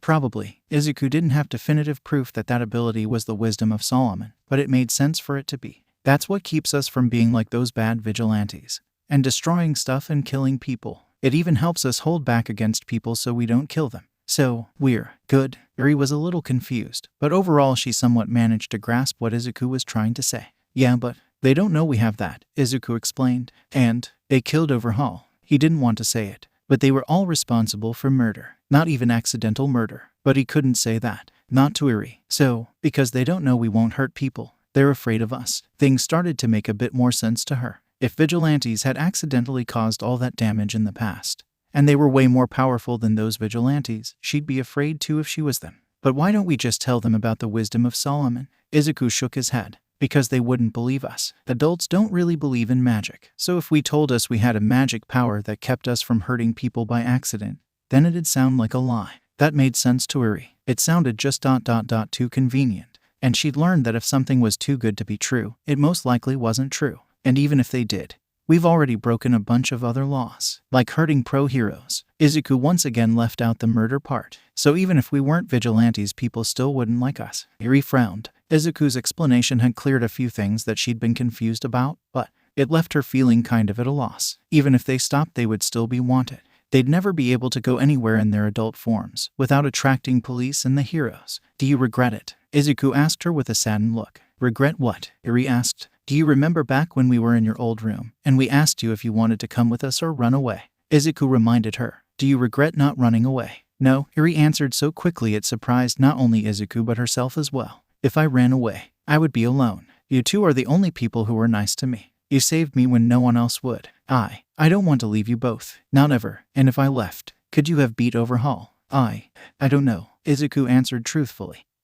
His fist clenched over his little knees as he wore a troubled expression. "Maybe I could have used enough lightning to kill him, but if that failed, then they would have died. I don't regret it at all, even if I did have to do something terrible." 𝐻𝐻, despite how much pain 𝗂𝗨 had caused her, still couldn't find it in her to fully move past his death. The fact that she'd once again killed a person, this time knowingly, was something she had a tough time coming to grips with. Her only solace being that she did it to protect 𝐒𝐽 and Kota. Kota and 𝐒𝐽 had meant so much to her back then, and even more to her now. Flashback, some time ago. 𝐻𝐻 and Kota were alone in the ruined mansion since 𝐒𝐽 had gone out to be a vigilante. Kota was at a small table he had brought writing stuff down, while 𝐻𝐻 was just peeking at him from the couch. Eventually, she worked up the courage to ask a question. "What are you writing down?" "A to-do list," Kota answered, not looking away from his paper. 𝐒𝐽 used to write them down, but things are different now that we have our powers. "What's a to-do list?" 𝐻𝐻 asked him curiously. "It's a list of things I need to do." Kota rolled his eyes as he started the obvious. "It's raining today, so I'm gonna go to the rich neighborhoods and ask if they want me to punch the clouds away and change the weather so I can get a shit ton of money. Then I'll head to the park and see if I can get people to pay me to do some lighting tricks. Why do we need so much money?" 𝐻𝐻 asked him. Using his powers, Kota had made a substantial amount of money, which he kept in a safe he found in the trash. Despite this, Kota only really ever spent money on food and took whatever else he needed from people who didn't want them anymore or the trash. Sure, money was good and it was the reason they could have 3 full meals a day. But Eri didn't understand why they'd need so much money if they barely used any of it. Because, I don't want us to suffer again, Kota muttered, just loud enough for Eri to hear him. We don't deserve to suffer again. We have power, now maybe if we have money, we won't ever have to suffer again. Kota didn't say another word, and Eri just watched him work. Most people wouldn't have found those words to be very touching, but Eri wasn't most people. After spending most of her memorable life in a place without love or care, she was able to siphon the affection from Kota's words, and it meant a lot to her. Just hearing that someone cared about her meant a lot to her. Another flashback. At some other point, Eri was back at the scene of her crime. She was back in the air, floating in the sky, looking at where 𝐒𝐴l had once been. Eri. She could hear 𝗏𝗏's voice in the wind, not in any one place, but all around her, surrounding her. It was like 𝗏𝗏 was in the air she breathed, his wrathful spirit choking her. You killed me. You're a monster. You've always been a monster. Eri wanted to do something. Run, hide, cry out, anything. But her body refused to listen. She was trapped in her own mind. Eri, Eri.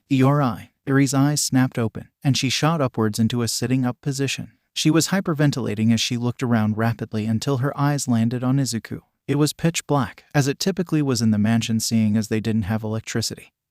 And they didn't want to risk using a fire. They could have used their powers to power up a light source, but they agreed that it wasn't needed, and just kept a flashlight nearby just in case. This flashlight was currently being used by Izuku, who was kneeling beside her bed, with an extremely distressed and concerned expression that could only be seen thanks to the flashlight. Why, you were having a nightmare, Izuku told her. Oh, Eri said when she managed to calm her breathing. A new feeling of guilt joined the lingering fear from the nightmare. Seeing how upset she made Izuku, she felt the hatred for herself grow and burn within her. Why? Eri tried her best to stop the tears from coming out of her eyes. But it was no use as the waterworks started flowing. Why do I cause you so much trouble? Izuku and Kota almost died for her multiple times. And if it wasn't for her, they wouldn't have become vigilantes, and Izuku could have become a hero and Kota could have done whatever Kota wanted to do. I'm sorry, Eri quietly sobbed. I'm sorry, I'm so useless. Izuku flinched after hearing that. Bad memories being brought back to the surface. Useless, worthless little shit. You should have never been born. As if he still held the speed of Mercury in his child form, Izuku moved forward and wrapped Eri up in a tight hug. No, Izuku shouted. The loudness and passion in which Izuku shouted that shocked Eri out of her sobbing. You are not useless. You're not. You're not a burden. You're not. Waha. Eri was taken off guard by how vehemently Izuku refuted her claims, as if calling herself useless offended him. He'd even started crying himself. I wanted to be a hero. But how could I call myself a hero if I didn't save you? Izuku cried. It was impossible for Eri not to take in Izuku's care and affection. The boy was just radiating with it, and it seeped into her, like a warmth washing over her. It was so warm and nice that she didn't know how to handle it, and she started crying again, this time onto Izuku's shoulder. And once they were done, Eri was able to fall into a dreamless sleep, free of the nightmares for now. Back in the present, Eri felt tears well up in her eyes.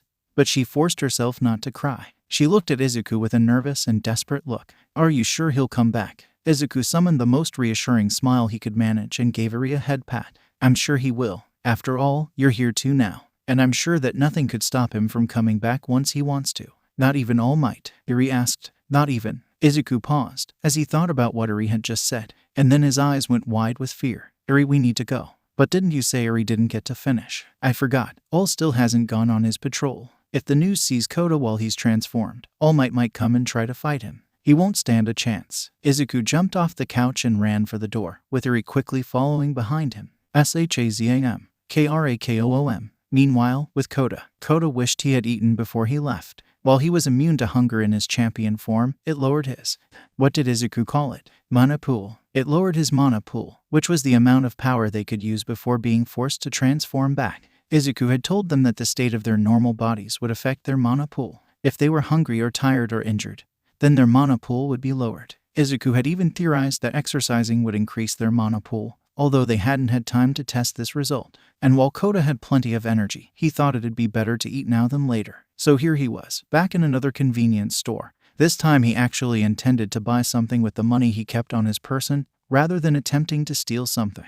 Although he still did have to resist the urge. The only reason I'm not stealing anything is because I don't want to get caught, Kota told himself as he pursued shelves. Not because I care about doing the right thing. Freaking 𝐒𝐻𝐸. Screw him. Kota had cooled down a bit after his argument with 𝗧𝗵𝗲, but he was still determined to stay angry at him. He thinks he's so smart just because he's a year older, and he's so obsessed with heroes. Kota could feel his anger grow as he thought about it. Heroes this, heroes that. He even got me to do it. Well, not anymore. I'm no hero. And that's all. Kota heard a terrified scream coming from the register, and his body froze. Give me the money. Kota's eyes widened as he heard what sounded like a robbery. No, what are the chances? Kota moved slowly to the end of the aisle and peeked his head out at the register to see a man holding a gun to the man at the register, who was cowering in fear of the weapon. Kota ducked back into the aisle. How did that idiot manage to rob the one store with me in it? He is so scree. Wait, All Might's still out there. I could probably beat him, but it wouldn't be easy. If I beat this guy, he could show up.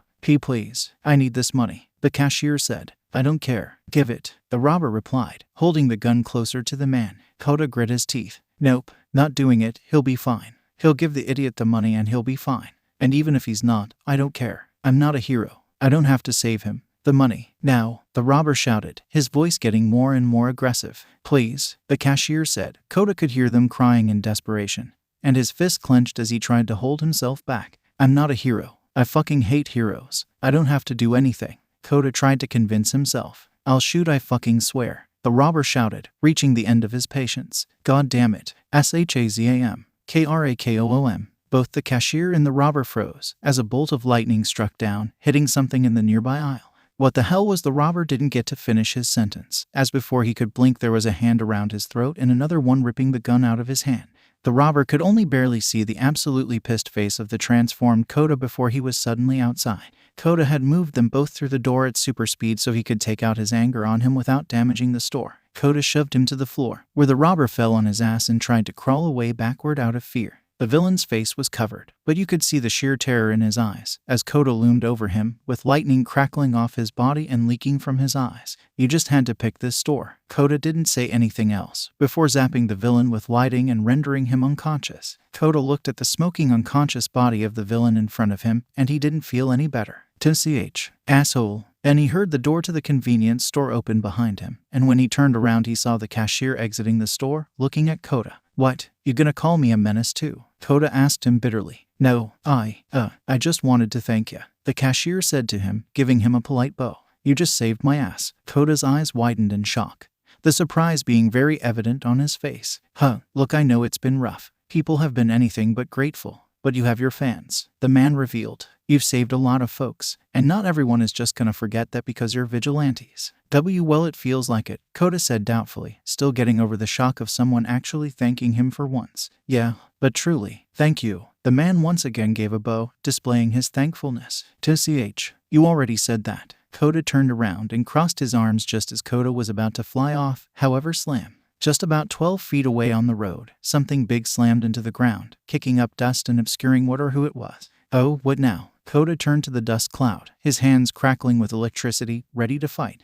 Marvel AI, said a familiar voice. I think it's time we finally met. From the dust emerged the towering, intimidating figure. All Might. 𝗧𝗵𝗲, how did you find me so fast? Kota had only been transformed for a few minutes. How could news of his location have spread that quickly? Someone nearby reported a lightning strike coming out of a clear sky. All Might said as he pointed at the cloudless night sky. Damn it, this is what I get for saving people, Kota muttered to himself. All Might saw Kota get into a fighting stance, with lightning crackling around him. We don't have to fight. If you surrender and come with me, then perhaps some sort of agreement can be reached. It would be a waste for you and your siblings' talents to go to waste in a cell. All Might may have been known for his fist, but he wasn't above talking things out. Oh, for fuck's sake, will you people stop calling us siblings? Kota groaned. We're not related. If you're not related, then why do you all have the same powers? All Might squinted suspiciously at Kota, fearing the answer to his question. Kota rolled his eyes. We got them from a fucking wizard in a weird cave.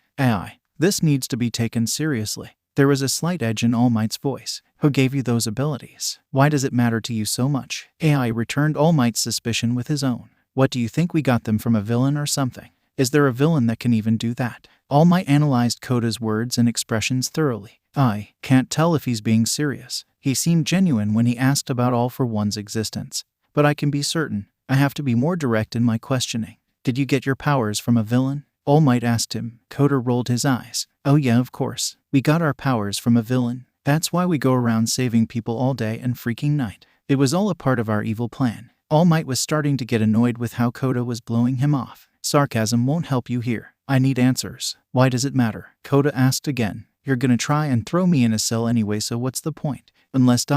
you're scared of something. Or someone ... oh, that's rich. The great All Might. Scared of something. Oh, Midori would be shocked. He doesn't seem like he knows about All for One. But I'm not certain. It could still be a ruse. All Might thought. And then something occurred to him. You mentioned Marvel Midori. But where is he? In Marvel Aka as well. All Might had expected to see the Marvels together, as they usually were. Yet the other two were nowhere in sight. 𝗧𝗵𝗶𝗿, probably still hiding away. Ever since you stopped going on your stupid patrols, Midori's been having a fucking panic attack. He was so fucking scared that we'd take one step out the hideout and you'd pop up and fight us. Kota scowled at All Might. And of course you had to prove him right, you bunny-haired asshole. That still doesn't explain why they're not with you. All Might pointed out. Because they got on my nerves. Well, Midori got on my nerves. Aka didn't do anything wrong, I guess. Kota suddenly felt a pang of guilt, as he realized that when he stormed out on Izuku, he stormed out on Eri too. And she didn't deserve that. Maybe Izuku didn't deserve it either. He was right about All Might. Kota shook his head. No, so what if All Might showed up?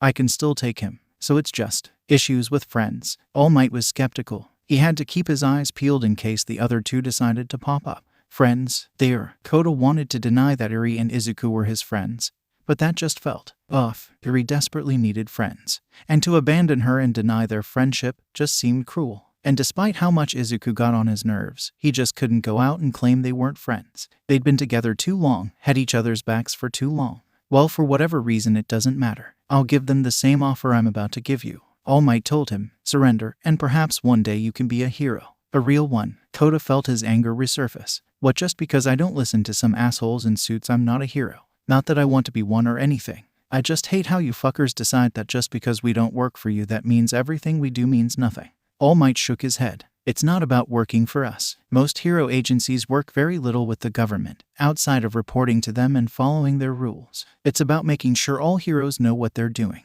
and have the training to not just fight villains and save civilians, without harming the ones you're trying to protect. We haven't anyone, except the people we wanted to hurt. We really hurt them, Kota defended. Even so, if we just allow you to continue on, then that sends a message that it's okay to be a vigilante as long as you're good at it. All Might explained. Do you have any idea the amount of harm that would do? How many people would attempt to follow in your footsteps, thinking they're capable enough to do what you do, only to be proven wrong and in doing so, harming themselves and the people around them? It would be chaos. Kota actually thought about that for a moment. It was true that the world has no shortage of idiots. After all, Kota could have sworn he'd heard about a trend that involved eating soap and microwaving their phones. However, I doubt as many people would die from that as they would have if we didn't stop those weather-controlling guys or Overhaul. Do you have any idea what Overhaul was doing? Kota asked the hero indignantly. Well, no, considering that you destroyed his entire base. All Might pointed out. He was torturing a little girl, taking her blood to make 𝗏𝗏 bullets. Do you know what he could have done with those? Or how much pain he put that girl through?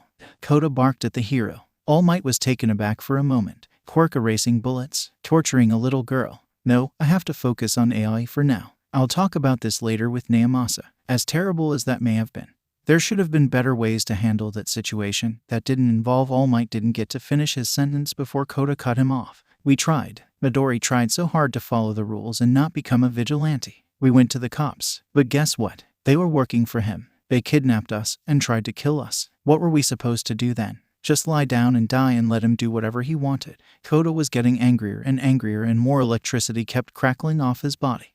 That would be a difficult situation to handle. In that case, I don't fault you for using your powers to defend yourselves or even save that girl. All Might told him, much to Kota's surprise. However, with your powers, I know you could have easily escaped Overhaul with the girl without having to confront him. And while I can understand having an apprehension for law enforcement after your experience with those fake policemen, do you truly believe that all law enforcement was working for him? Kota glared but didn't respond. Had you left with the girl and simply reported it to the heroes, then he likely wouldn't have transformed into that monster and caused all that property damage. All Might told him, and you wouldn't have had to kill him either. 𝗓𝗏𝗏. Kota was now extremely frustrated, as the hero brought up the sore spot that was Overhaul's death. What if he's right? Did you need to kill him? Did Eri have to do that? Kota shook his head and growled at the hero. No, we're stronger than all those heroes. If he gave us all that trouble, then he probably would have killed all of you. We saved you. All Might was about to speak, but Kota cut him off. No, I've had enough. You came here to take me in.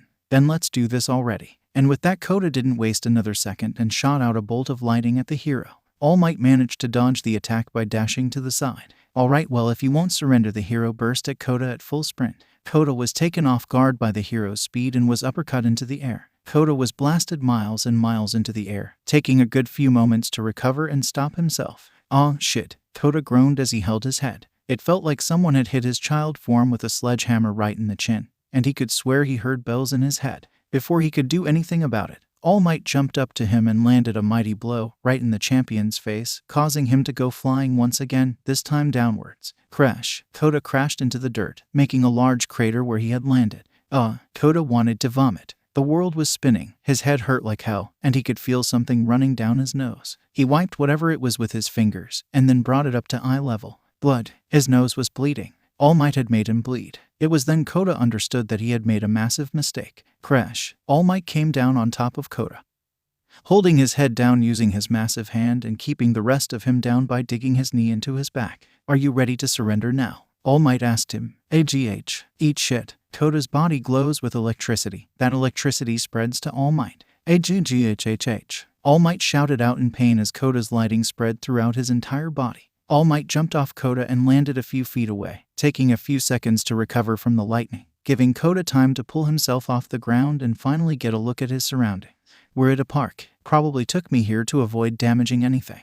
Or anyone," Kota rationalized. "Wait, I need to focus on All Might, not the pal." While Kota was distracted, All Might had charged forward and delivered another blow to the face, knocking back once more. Kota flew through dozens of trees before he managed to stop himself using his flight. But All Might wasn't far behind, and he charged forward at Kota ready to deliver another powerful blow. But this time there was enough distance for Kota to react, and Kota dashed to the side, causing the attack to miss, although the sheer air pressure from the missed punch caused tons of trees and grass to be uprooted and blown away. Kota charged back at All Might and managed to land a punch on his upper body, knocking the hero back a few feet even as he dug his heels into the dirt. That actually hurt. All Might held the spot where Kota had punched him. "It's not too bad, but I definitely can't afford to let him hit my weak spot." Kota flew up a few feet in the air and started raining bolts of lightning down at the hero.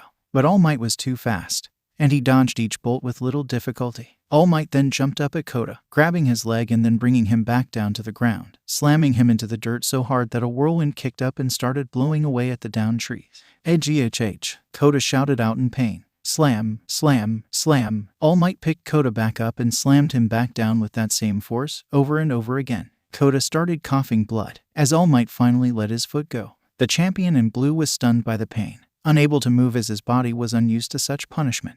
All Might stood over the downed child, with his foot raised over him ready to stomp his face in with the full force of One for All. "You should have surrendered when you had the chance." However, before All Might could finish him THROWSH, suddenly he was tackled by 𝗧𝗑, who burst from the ground beneath him and flew him up into the air at super speeds. He flew down next to Kota and looked at him worryingly. "I mean AI, are you okay?" It took Kota a few seconds to recover, but eventually he did and he sat up. "Do I look okay?" Sorry, he apologized. "No, it's not your fault," Kota told her. He got up and looked at the sky. Midori was right. He's too strong, too fast. He's too powerful. Even if there's 3 of us, we can do it, Eri told him. There was a determination in her voice that Kota had never heard before, and when he looked at her, he found that same determination in her expression. Midori said that we need to bring him up higher, into the sky. What? Why? Kota didn't fully understand the logic there. Is it because we can fly and he can't? Eri shook her head. If you go too high, then normal people won't be able to breathe because there's less air. But we don't need air to breathe, so we'll be fine.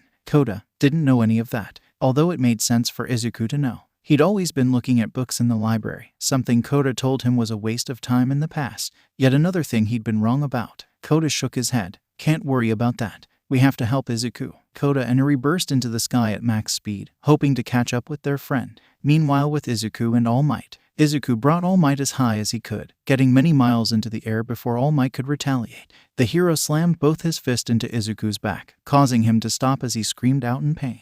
All Might picked him up by his cape, held him up to eye level, and punched him in the face, knocking him away. Just as All Might was about to kick the air to follow up on his attack, he was blasted by a bolt of lightning, courtesy of Eri, that started sending him higher once more. All Might endured the electricity and kicked the air behind to send him hurtling down towards Eri, traveling through the light.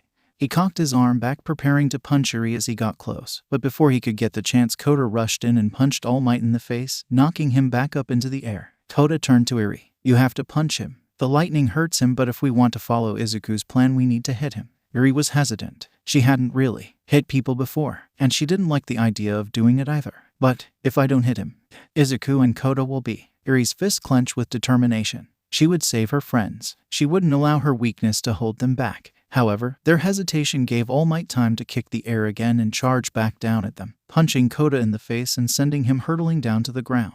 Eri watched her friend hurtle to the ground before looking back at All Might. 𝐒𝐻𝐻. Eri charged at All Might, tackling him like Izuku did and forcing him higher and higher. All Might brought his hands together and was about to slam them into Eri's back like he did with Izuku, but then Eri unleashed her electricity and full power. 𝐼𝐻𝐻. All Might clenched his teeth as blood started seeping from his mouth, as hundreds of thousands of volts through his body, and it felt like they were cooking his insides. After a few moments, All Might managed to power through the pain and slammed his fists down on Eri's back. The pain was immense. Eri felt a force that could crush mountains hit her spine directly as the agony spread throughout her body. But even so, this pain is nothing. Eri didn't flinch. She didn't let go. She kept forcing All Might higher and higher. After all, the pain she felt now was nothing compared to dying over and over again, having your body ripped apart and put back together again at the hands of Overhaul. "I won't let you hurt my friends." All Might brought his fist down on Eri's back, again and again, struggling as Eri kept pumping her electricity into him. But Eri powered through the pain. Even as blood started coming out of her mouth, she kept going. After all, this amount of blood was nothing to her. The real issue, however, was her mana pool. Using this much power for this long was draining her power, and fast. Crap, this one's tougher than the other two, All Might thought. It was either thought that Aka was the most powerful of the Marvels or the weakest, depending on if that attack she used against Overhaul was exclusive to her. But All Might never would have guessed that the meek-looking girl that would cry if the press got too close to her would be the one taking his attacks head-on. He brought his fist over his head once more, ready to exert the full power of One for All to try and release himself from her grip, when suddenly there was an arm around his neck, choking him from behind. "Sorry, All Might," Izuku said as he tried to strangle his idol. "But we need you to go down." Izuku started forcing electricity through All Might's body as well, doubling the damage and hurting the hero even more. Meanwhile, All Might was struggling to breathe, not just because of Izuku strangling him, but also because the lack of air was now becoming apparent, as Izuku's plan finally started to work. All Might was still holding on though, as he reached around and grabbed Izuku's cape with one hand, and Eri's foot with the other, pulling both of them off of him. Then he slammed them both into each other at full strength, before letting them go and nailing them both with one punch, sending them to the ground. All Might then kicked the air behind him so he could go down and get some air. But he didn't get far, as Kota came up and punched him in the face again, sending him back up. "Oh no, you're not getting back down until we say you do," Kota shouted at the hero. All Might was struggling for air, and it was at this point he realized that he may not win this fight. Still, he kicked the little air there was around and charged at Kota, but Kota flew to the side and grabbed All Might's foot as he passed by. "My turn," Kota shouted as he spun All Might around at rapid speeds, before throwing him higher into the air. All Might again kicked the air to try and force himself down, but Kota charged forward and punched him in the stomach, further depriving him of air. Kota punched All Might in the face, before dodging a sloppy swing from the symbol of peace. All Might found it hard to fight both Kota and the lack of air at the same time, and as black spots appeared in his vision, he knew he was losing both. Meanwhile, Kota was just laying on the hits, pounding on the hero's chest and face as much as he could, while dodging the sparse sloppy hits coming from the air-deprived hero. As Kota cocked his arm back for another punch, he suddenly felt someone holding his arm back. He looked behind him and saw Izuku and Eri, Izuku being the one who was holding him back. "That's enough." Without any other words, Izuku flew to All Might and started pushing the hero back down to the ground. Crash. After about a minute, All Might's half-conscious body crashed into the ground, making an enormous crater and kicking up tons of dirt into the air. When the dirt settled, All Might shakily pulled himself onto one knee as he gasped for air. Slam! Izuku came down and slammed his fist down on All Might's head, forcing his head into the dirt. "I'm sorry." Slam, slam, slam. Izuku kept pounding on the struggling hero as he kept trying to just breathe. Eri and Kota slammed down next to Izuku, and they started wailing on All Might too, punching him all over as they just tried to take him down. Eventually steam started coming off of All Might's body, and he started to shrink. Izuku noticed this and stopped his attack. Guys, stop. Look." Kota and Eri stopped their punches, taking a moment to look at the smoking, shrinking symbol of peace. As the steam increased, they couldn't even see All Might anymore. and when the steam dissipated, they laid witness to the true All Might. A weak, skeleton-like man, struggling for breath as he started vomiting blood. What? Izuku took a step back in disbelief, all their eyes wide in shock. What the hell? Kota couldn't believe his eyes. The big, bulky, strong man that had been kicking his ass earlier was now the weakest man he'd ever seen that looked like he was about to die. Don't. All Might struggled to take in air through the blood coming out of his mouth. Don't let them see. All Might. Izuku didn't know what the heck was going on, and he was beyond confused. Was it a fake? That was the only thing Kota could think of to rationalize this. After a few moments, Izuku shook his head. No, that power was the real thing. This had to be the real All Might.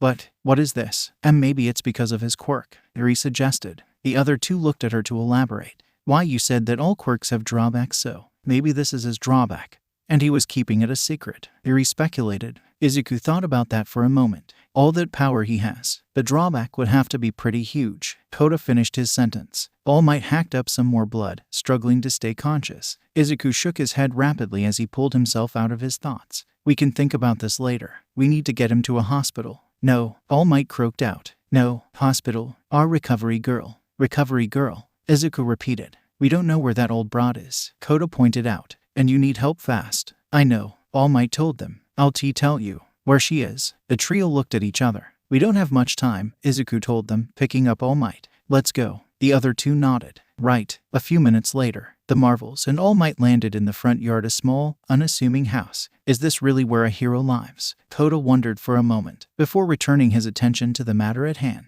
Izuku flew down to the front door and started rapidly knocking on it with his super speed, while also trying not to break down the door. Eventually, they heard the sound of the door unlocking, and soon after it opened, revealing the small old lady that was Recovery Girl. All right, who Recovery Girl froze when she saw the three Marvels, with a bloody beaten All Might in his true form. Get him inside. The three wasted no time and quickly entered Recovery Girl's house as she swiftly closed the door behind her. Recovery Girl's home was small, humble. The living room they walked in only had a few things: a couch, a rug, a small table, and a TV with a staircase off the right. Put him on the couch, Recovery Girl ordered as she left the room. Izuku nodded and laid All Might down on the couch, where he promptly lost consciousness. After about a minute, Recovery Girl came back, this time in her uniform, a mask, and a small table full of medical tools. Did anyone see him transform? She asked the trio in a very curt manner. Izuku shook his head. No. Good. Recovery Girl went over to All Might. Looks like he finally met his match. He should be grateful that at least his opponents did him the courtesy of not letting him bleed to death.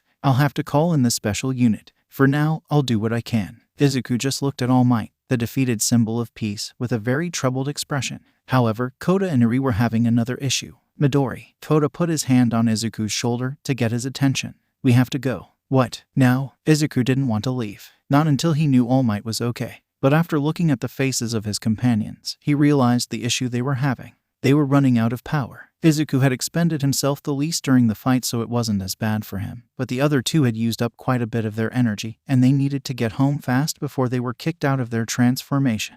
He took one last look at All Might, before turning back to his friends. Okay, let's go. And without another word, they zoomed out of Recovery Girl's house and into the night sky. A minute later, at the mansion, the flight home had been swift, and luckily Kota and Eri had a bit more than enough energy to make it back. Shazam! 𝐾𝐻𝐸𝐽. 3 bolts of lightning came down and turned them all back into their normal, child forms. Eri and Kota collapsed on the floor, now feeling extremely tired. While Izuku was a bit tired himself, he managed to remain standing. Before Kota could say anything, Eri latched onto him and hugged him while crying into his torso. Please don't go, Eri begged. Hey, Kota's tired eyes widened with shock. Eri never really liked to initiate contact, so her suddenly hugging him out of nowhere was a surprise. I thought you were gonna leave and not come back. Like my mama, Eri revealed as she cried. Well, having just thought All Might, Kota was fully sure that that one sentence hurt him more than any punch could. Feeling guilt stab him right in the heart, Kota winced, and thoroughly regretted storming off so quickly. I'm sorry. I just got upset. Please stop crying, Kota begged. I'm not leaving, Eri sniffled. Really? Yes, really, Kota sighed. Eri's crying lessened a little, but she still continued to cry softly into his shirt. Figuring there was nothing he could do about that for now, Kota looked up at Izuku, who was just staring at the two of them. Kota sighed, as he realized that he'd have to confront the truth. Fine, you were right, and I should have waited. I'm sorry. Izuku shook his head. That doesn't matter. I'm just happy you're safe. 𝗧𝗵𝗲. Kota blushed slightly and looked away to try and hide it. I'm just surprised you would fight your idol. You were so sure we'd lose. I was. But when you two started fighting, I knew I had to find a way to win. Izuku pouted. Even if it was a fluke. Fluke. Kota looked back at Izuku, seeming slightly offended. No way. We won that fair and square. We only won because All Might didn't know we could breathe without air. If he knew that, he wouldn't have let us take him up that high. Izuku speculated. We'd have lost. No doubt. Now wait a minute, Kota said, getting ready to argue. Stop, Eri shouted, once again surprising the two of them, forcing them to stop. No more fighting, please. Kota and Izuku looked at Eri, and then at each other, and soon came to a silent understanding. No more arguing, at least not tonight. I'm tired. Kota sighed. Me too, Izuku said. Let's just got to bed. And so the children got into their beds and quickly fell asleep. 𝗵𝗲 walked silently through the hospital. His expression was mostly unreadable, but anyone who knew him could see the worry in his eyes. After a few minutes of walking, he came up to room 516, the room All Might was located. He hesitated a bit. 𝗵𝗲 was one of the very few people that was informed of All Might's defeat at the hands of the Marvels. And like everyone else who was told, he was shocked. What made him hesitant to go inside and check on his friend was that he didn't know how bad of a state he was in. All he was told was that All Might had lost to the Marvels and was recovering in a private hospital room inside the hero wing. That could mean a lot of things. His injuries could range from a few broken bones and bruises to something more major. But he steeled himself. He knew the anxiety of the unknown wouldn't resolve until he saw All Might himself. And so after taking a breath, he entered. When he got inside, he was relieved to see that All Might was conscious, sitting up in his bed and relatively okay. At least compared to the last time a villain sent him to the hospital. He was of course covered from head to toe in bandages and casts, as well as having a few things plugged into him. But of course, he was still well enough to smile when he saw his friend entering the room. 𝗵𝗲, good to see you. All Might's voice was a bit hoarse, most likely from how much he had to struggle to breathe through the lack of air in his own blood. I wish I could say the same. 𝗵𝗲 put on a fake smile for his friend. I heard. You lost. All Might paused for a moment, his smiling falling before he turned his head to look down at his sheets. Yes, I did. 𝗵𝗲 didn't say anything, because he knew he didn't need to. The questions he had were obvious, with the biggest one being, how? They were stronger than I anticipated, especially 𝐻𝐻. Faster too. I underestimated them. All Might explained, but that wasn't the reason I lost. I was still far stronger and quicker than they were. Was it their numbers? 𝗵𝗲 knew that one of the most dangerous things about the Marvels was not just their power, but their numbers as well. God knows if there were 3 All Mights, they'd never need to worry about a single villain ever again. That was part of it, but there was another factor. I didn't know all of their abilities. All Might revealed. I managed to find 𝐴𝐼 by himself and I was handling him fairly easily. Well, maybe easily isn't the right word to use. It wasn't a hard fight, but he still put up far more a fight than most I've fought. I was about to finish him off when the other 2 arrived. They kept throwing me up to higher and higher altitudes until I lost the ability to breathe. But they were seemingly unaffected by the lack of oxygen. So you're saying they either have some sort of ability that allows them to breathe in low oxygen environments, or they just don't need to breathe. 𝗵𝗲 speculated. Exactly. All Might nodded. That could prove to be trouble. 𝗵𝗲 gave off a nervous sweat. While the ability to not have to breathe wasn't flashy, it was definitely useful. It allowed for a person to make use of multiple different terrains like underwater, high in the sky, or in extremely hot places like volcanoes. It meant they didn't have to take in any enemy gas attacks, making quirks like Midnight's all but useless. And it made attacks revolving around strangulations or anything similar to it completely useless, especially if they are in league with their not. All Might cut him off. Well, I can't say that for sure, but I'm very confident that they aren't. What makes you say that? 𝗵𝗲 had a pretty good idea of what it was that reassured the hero that the vigilantes weren't in league all for one, but those were just assumptions. Better to hear it from the man himself. Firstly, they made sure not to kill me. That was All Might's biggest piece of evidence. 𝐴𝐼 was relentlessly attacking me while I was suffocating, but Midori stopped him and brought me to the ground so I could breathe again. And when I started deflating into his form, he stopped the other 2. And they were also the ones to bring me to Recovery Girl, while also hiding my true form from the public. If they were minions of All for One, they wouldn't have done either of those things. He would never miss the opportunity to expose me or have me killed. True enough, 𝗵𝗲 remarked. Also, I talked to 𝐴𝐼 for a bit before the fight. He didn't seem to work for All for One or even know who he was. At first, I thought it could have been acting, but given the fact that they spared my life, I'm more inclined to believe it wasn't. All Might explained. 𝐴𝐼 always has been the biggest piece of evidence against them working for All for One, so that makes sense, 𝗵𝗲 said. Any way you look at it, if they were working for All for One as vigilantes to disrupt hero society or turn the public against heroes, it would be a good thing to gain the public's trust, something AI seems to not care about in the slightest. Even 𝐻𝐸 doesn't seem to care all too much about public approval. The only one acting in a way that would make sense if that theory was true is Midori. Also, none of them used the attack 𝐻𝐸 used against Overhaul, meaning that it's almost definitely not a teleportation ability and is most likely some form of an instant death attack, All Might theorized, which again adds to the evidence that they're not working for All for One. Right, but of course then that does beg the question, how did they get their quirks? 𝗵𝗲 asked. Pretty much everyone knew that the Marvel's abilities weren't natural. Not only were their powers far too varied for them to only have one quirk, but it was also way too strange for all three of them to have the exact same abilities, not to mention the absurd amount of power they had. AI said they weren't siblings, All Might recalled, making it even stranger for them to have shared abilities. There is definitely a secret behind them, but for the time being, I don't think they themselves have malicious intentions. That doesn't mean we don't have to take them down, 𝗵𝗲 said. Do you think you could beat them the next time around? Possibly. Their strategy implies they weren't confident about their chances in a straight-up brawl, and I have a better grasp of their abilities and strength, and I know if I can separate them and fight them individually, it's practically a guaranteed victory, All Might respond. Although there is still that light attack that was used against Overhaul. It's possible that they didn't use it because they had confidence in their plan. If they're really backed into a corner, they may use it again. That is the biggest issue when it comes to fighting them. 𝗵𝗲 sighed. He really wished they knew more about that light attack. Of course, it's not like I'll be fighting them anytime soon. All Might traced his fingers over his bandages. With these injuries, I'll be out about a week, and after that I'll need to start regular patrols, otherwise crime will start to rise and people will panic. It will probably be a while before I encounter them again. That means they'll be running around unchecked for a while, 𝗵𝗲 pointed out. Maybe not, All Might thought. I think it's time. I passed on one for all. A week and a half later, with the Marvels, Eri was concerned. After the fight with All Might and Izuku and Kota made up, she'd hoped for things to go back to normal. And while things with Kota seemed to be fine, the same could not be said for Izuku. On the surface, he still did what he normally did, mostly watching the news, waiting for All Might to show up. He still ate with them and talked to them and everything, but his mood had overall dropped. At first, she just chalked it up to him being worried about All Might. Izuku had always displayed a love for him in particular, even buying a few pieces of merch with the money they had.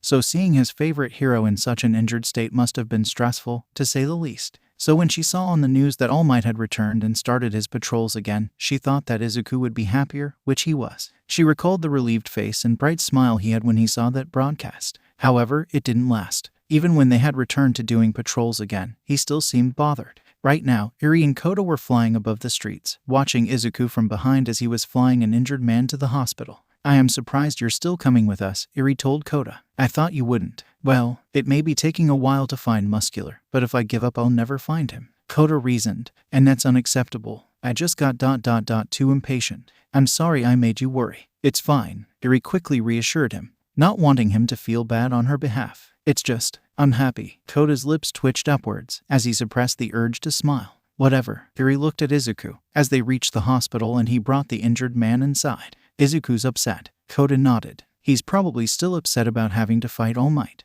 There was a small hint of guilt in Kota's voice. In all honesty, he did feel bad for not only endangering his friends by being reckless, but he also forced Izuku to fight his idol. 𝐴𝐧𝗐 himself to us about it. He probably thinks we don't notice. Kota sighed. The only way to fix this is to talk to him about it. Will that help? Eri wasn't a big fan of confrontation, which is why she had yet to ask Izuku himself about what was bothering him. Only one way to find out. Kota shrugged. Just a moment later, Izuku zoomed over to them. All right, he's being taken care of. Let's Izuku. We know something's been bothering you, Kota said bluntly. Izuku was likely to deny it if they tried to use subtlety, so the best route was to be very direct. Spill it.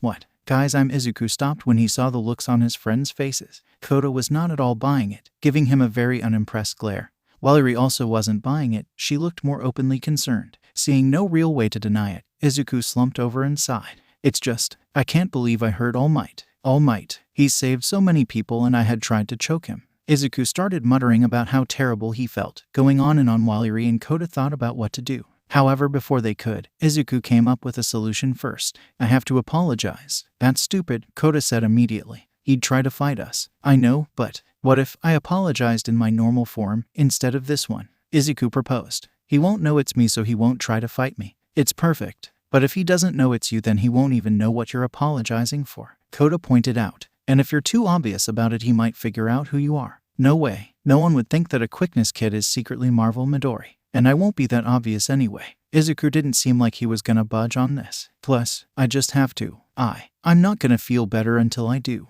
I'm sorry if it feels like I'm being selfish. I'll do it by myself, but I need to do it. Eri and Kota looked at each other, and after a few moments, they wordlessly came to a conclusion. You're not going alone. If something happens and you need to fight All Might, then we need to be there to help. Kota rationalized. Don't do what I did. If you're gonna do something stupid, then don't do it alone. Eri nodded. Don't leave us. Izuku was taken aback by this support. He had expected Kota to want nothing to do this, and for Eri to be too shy to want to join him as well. So for both of them to give him their support so easily, it was making him tear up a bit. Thanks, guys. Izuku wiped away the few tears that came out of his eyes. You're the best. 𝗧𝗵𝗏. Whatever. Kota crossed his arms. The only reason he wasn't arguing more with this was because it was pretty much his fault. And so by doing this, it wouldn't just absolve Izuku's guilt, but his own, even if he thought it was stupid. All right, the first step is to sneak into UA, Izuku said. What? That took Kota off guard. Are you insane? Don't worry. We'll just move so fast that no one can see us enter, hide away behind some trees or something, we transform back,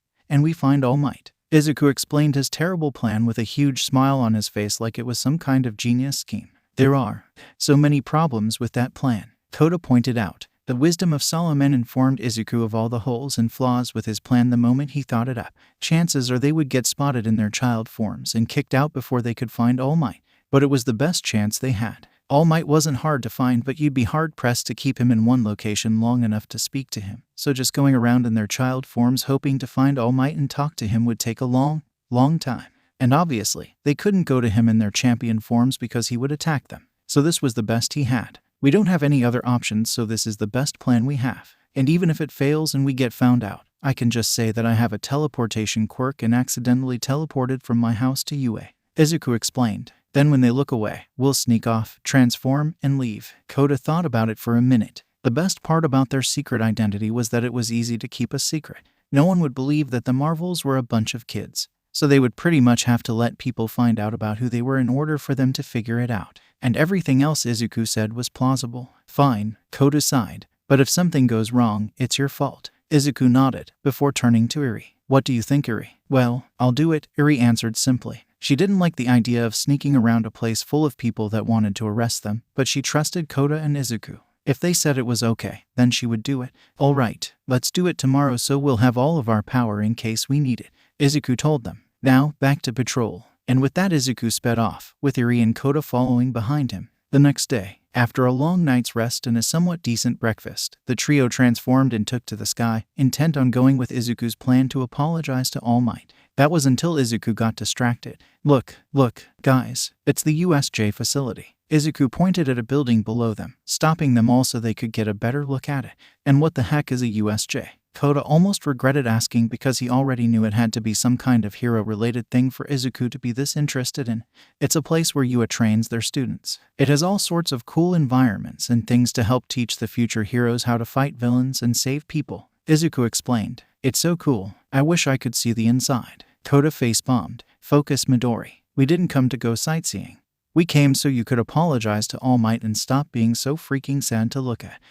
Is that a student? Eri pointed down, and both Izuku and Kota looked to see that there was indeed a student, running away from the USJ at speeds only a quirk could make possible. I think it is. Either that or a short pro, Kota commented. Why is he running away? Izuku knew that hero students normally couldn't use their quirks in public, so what was happening? Being ever the curious one, Izuku zoomed down to investigate. The green-clad Marvel flew right in front of the student, who appeared to be wearing what looked like a suit of armor. The student's eyes widened under his helmet, and he slowly came to a stop until he halted right in front of Izuku. Marvel, the student said. Hi there. Izuku greeted him with a friendly smile. What's please? Save my classmates, the student begged. Izuku was taken aback by the sudden request. My classmates are under attack by a large group of villains who appeared in the USJ via a villain with a portal quirk. The boy explained. My classmates managed to stall the villains long enough for me to flee to get help. I was planning to go to the teachers, but I was fortunate to run into you. While I do not normally approve of vigilantes, I beg of you, please save my classmates. What's going on? Kota and Eri came down, flying slightly above the boy and looking at Izuku. Some US students are being attacked by villains at the USJ. Izuku explained to them, seeing his two partners' eyes widen. We have to help them. Ugh, villains are so annoying. Fine, I'll kick their shit in and save some wannabe heroes. Kota groaned angrily. Language. Izuku turned to the boy. You should go and get the teachers. We'll take care of the villains. Thank you. And with that the boy wasted no more time, firing up his quirk, which appeared to be engines in his legs, and speeding off towards UAS main building. The three Marvels looked at the USJ building. Izuku zoomed in, followed by Kota and then Eri. Little did they know the fight ahead of them would be their hardest one yet. Aizawa was not having a good day. First, All Might had to cancel on the USJ lesson. That idiot used too much of his time and now he wouldn't be able to last a full lesson in his buff form. So it was just him and 13. Then villains attacked. Not just a few villains, a literal army of villains. All being led by some guy with hands all over him with a villain who could make portals at his side. So after sending his class away and doing quite an impressive job of taking the vast majority of the villains, there were only two left. The leader and his giant black birdman thing that apparently was called 𝗏𝗲. The 𝗏𝗏 thing was rather strange. It had a completely exposed brain, and he could see that parts of him were seemingly cybernetic, some metal poking out of his arms and its spine seemingly being covered with it. The leader actually wasn't too difficult to deal with. He had a close call with his quirk destroying some of the skin on his elbow, but other than that it would have been a fairly simple takedown. Until 𝗏𝗏 came in. He didn't even see it move, and it pinned him down with so much strength that he didn't have even a hope of escaping it. If he had to compare the creature to anything, the only person that would come to mind would be All Might himself. Of course, he tried to erase its quirk, but that didn't work, telling him that whatever quirk this monster had, it was a mutation quirk. Not that that would help him with his current situation, pinned down on the floor with 𝗏𝗏 completely restraining him. 𝗏𝗏, kill him slowly, the leader ordered, sending a chill down Eraserhead's spine. Shit, Aizawa grit his teeth so as not to scream out in pain. When 𝗏𝗏 started pressing down on his body, his massive hands quickly starting to break the teacher, Hero's bones. Fuck, this is how I'm gonna die. Aizawa could see his life flash before his eyes. Yamada, I'm sorry, you're the only one left. However, before Aizawa could finish accepting his death, a booming voice filled the area. Hey, knock it off, you oversized crow. Shigaraki paused and looked up at the source of the voice. There he saw Marvel AI, flying above the fountain, slowly descending until he landed about a dozen feet away from Aizawa and the 𝗏𝗏. Ah, Marvel AI. 𝗏𝗏, stop crushing that mini-boss. Attack AI. Tamura ordered. Kota rolled his eyes and 𝗏𝗏 released Aizawa. Yeah, that'll go well for you. Why don't you just give up now and wham. Thanks to Kota letting his guard down, he was not prepared for the 𝗏𝗏 to charge at him at speeds comparable to All Might, and hit him without about the same strength, right in the face. Kota went flying back, getting sent through the fountain, destroying it completely, and still going a few feet back until Kota stopped himself mid-air. Shit, Kota whipped some blood from his nose. Alright, guess this is happening. The two charged at each other, their fists cocked and ready to battle. Meanwhile, elsewhere Momo, Gyro, and Kaminari were facing off against a still large group of villains. They had taken out a lot of them using a combination of their powers, but there were just so many of them. Can't you just zap them all, lightning dolt? Gyro asked Kaminari. That's not how electricity works. If I zap them, then I'll zap you too, Kaminari argued. 𝗂𝗏𝗏𝗏𝗏𝗏𝗏𝗏. Suddenly, from above them, a torrent of lightning bolts crashed down onto the villains, smoking them instantly and leaving them all to fall onto the floor unconscious. The three students stood there in shock, staring at the dozens of now unconscious villains. Eventually, Gyro turned to head to Kaminari. So what was that about electricity? Are you okay? The three students looked up and saw Eri flying down towards them, with a concerned expression. Marvel Aka. Momo gasped. You see, it was a marvel. Their powers don't make any sense, Kaminari said, defending his argument. What are you? How? Why are you here? Gyro asked, wondering how the vigilante could have known about the attack. We saw this guy, with armor, running away. He said you were in trouble, Eri explained while fiddling with her cape in a nervous fashion. That must have been it, Momo said, immediately recognizing the description of her classmate's hero costume. They must have found a way to get him out so he could get to you and ask for help, and ran into the Marvels on the way, Kaminari said cheerily. Nice, we're saved. So, why you're not hurt? Eri asked. Oh, no, we're fine. Please go help our other classmates, Momo told her. Oh okay. Eri quickly sped away, leaving a gust of wind behind her as she went off the next area. You think everyone else is okay? Gyro asked Momo. They should be. We may not have known them for very long, but if they made it to UA, they can hold out against these lackluster villains, Momo told her friends, and herself. And besides, Marvel Aka is never alone. Either 𝗵𝗲𝗵𝗲 or 𝗵𝗲 is here with her, or both. Everyone should already be safe. Momo said that, but for whatever reason, she couldn't rid herself of an ominous feeling. Elsewhere, we're gonna die. We're gonna die. We're gonna die. You're really not helping 𝗵𝗲, 𝗧𝗵𝗲 told her sobbing classmate as she tried her hardest to keep them both alive. After getting sent to the flood zone by the mist villains, 𝗧𝗵𝗲 quickly got them both on the rescue boat that was floating in the area. The villains had surprisingly not tried to make it on the boat, but that didn't keep them safe for long, as one villain with the ability to manipulate water made a giant watery hand and cleaved the boat in half.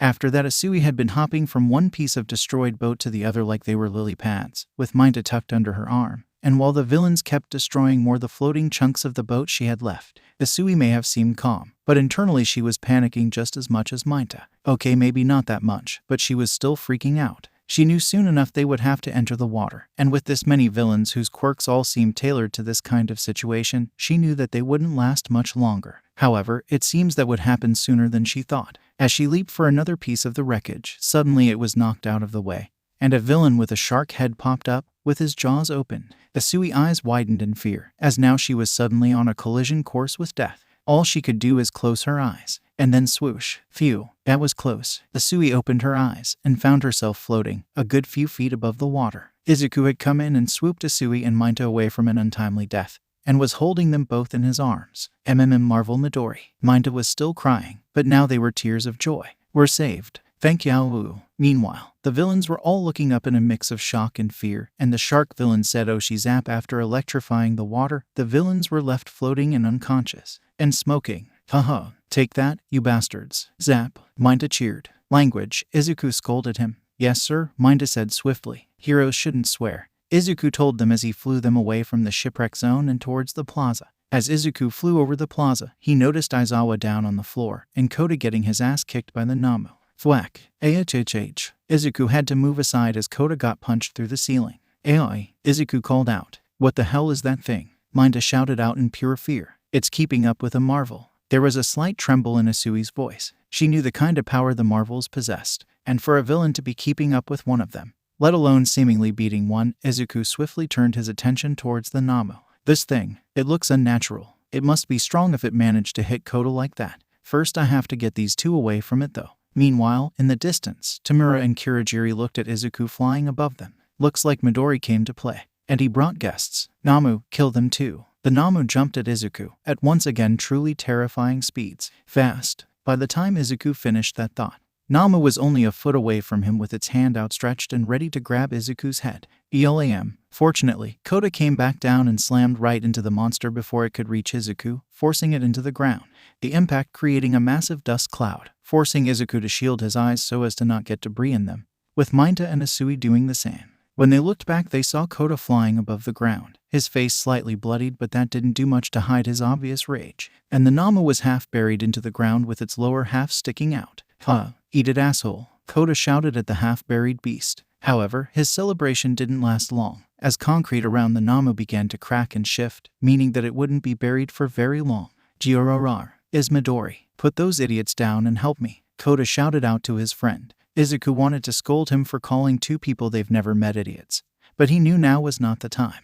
With 𝗵𝗲 quickly pulling itself out of the ground, Izuku wasted no time landing and setting both 𝗧𝗵𝗲 and 𝗵𝗲 down behind him. You two get away from here. We'll take care of this cyborg monster thing. Yes sir. 𝗵𝗲 gladly started running the other way, with 𝗧𝗵𝗲 following suit. Pay attention, Midori, Kota shouted at him. Izuku turned around and saw 𝗵𝗲 now completely unearthed and ready to go, and it quickly charged at them. The two 𝗵𝗲 did the same and flew towards it, both of them barely dodging a sloppy right hook, and retaliating with two punches, one from Kota to the face and one from Izuku to the stomach.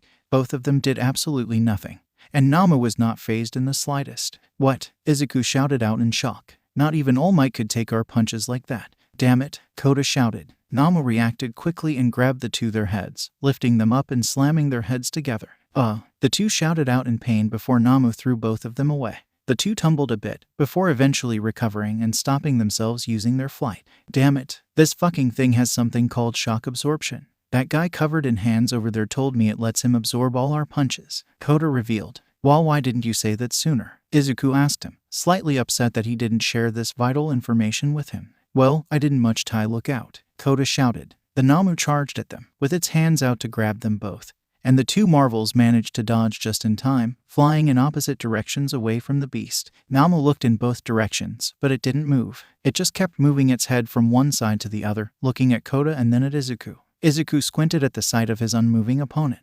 Is it trying to figure out which one of us to go for? Unfortunately, Kota did not take the time to notice this and shot a lightning bolt at the cyborg. The lightning hit 𝗵𝗲's massive chest. However, instead of injuring it, the bolt just seemed to get absorbed inside of the 𝗵𝗲. Suddenly, its mechanical parts glowed blue for a few seconds before its muscles started to swell slightly. I wouldn't try that if I were you. This thing not only has one type of shock absorption but two. 𝗬𝗵𝗲 laughed maniacally. You can throw all the lightning you want at it. That will only make it stronger. Wait, that means this thing has more than one quirk. 𝗧𝗑 realized, his mouth open in shock. Actually, with two kinds of shock absorption and its insane power, it must have at least 3 quirks. So close. This 𝗵𝗲 has been loaded up with far more than 3 quirks, and you haven't even seen everything it can do. 𝗬𝗵𝗲 monologues. This 𝗵𝗲 was designed with the sole purpose of killing all might and all 3 marvels. It's the anti-symbol of peace, the bringer of despair, the 𝐂𝐴𝐚. As the hand-covered villain was speaking, Kota shot out a bolt of lightning his way, only for 𝗵𝗲 to jump in the way and take the blast of electricity, absorbing it and growing more powerful and bulky. Will you shut up already? Kota shouted at the villain. Kota, stop. You're only making it more powerful. 𝗧𝗑 shouted out. Well, if you're gonna be rude. 𝗵𝗲, kill them. Now, 𝗬𝗵𝗲 ordered once more. However, the 𝗵𝗲 didn't move from its spot. Rather, it started looking side to side like it did before, trying to decide which one to go for, but lacking the mental capacity to actually make a decision. Kota was about to charge at the 𝗵𝗲 to deliver yet another pointless attack. But 𝗧𝗑 shot a lightning bolt in front of Kota, forcing him to stop and look at his green-suited friend. Hey, AI, that won't work, 𝗧𝗑 pointed out. Stop and look at what it's doing. Kota still looked pissed, but he did what he was told and stared at 𝗵𝗲 for a few seconds. It's just standing there moving its head like an idiot. Actually, why the hell aren't you attacking? Shigaraki asked, moving his arms around like he was throwing a tantrum. Sir, you told it to go after the 2 marvels. It appears that since they are no longer right next to each other, it is having a hard time picking which one to attack. Shirajiri explained to his man-child boss. I don't care. Choose one. 𝗬𝗵𝗲 ordered, seeming just childish as Kota despite being over twice his age. The 𝗵𝗲 let out some confused noises and stopped moving its head, now just being frozen in place seemingly. Sir, it literally does not have the mental capability to choose anything. Shirajiri pointed out. Interesting. It's like it doesn't have a will of its own.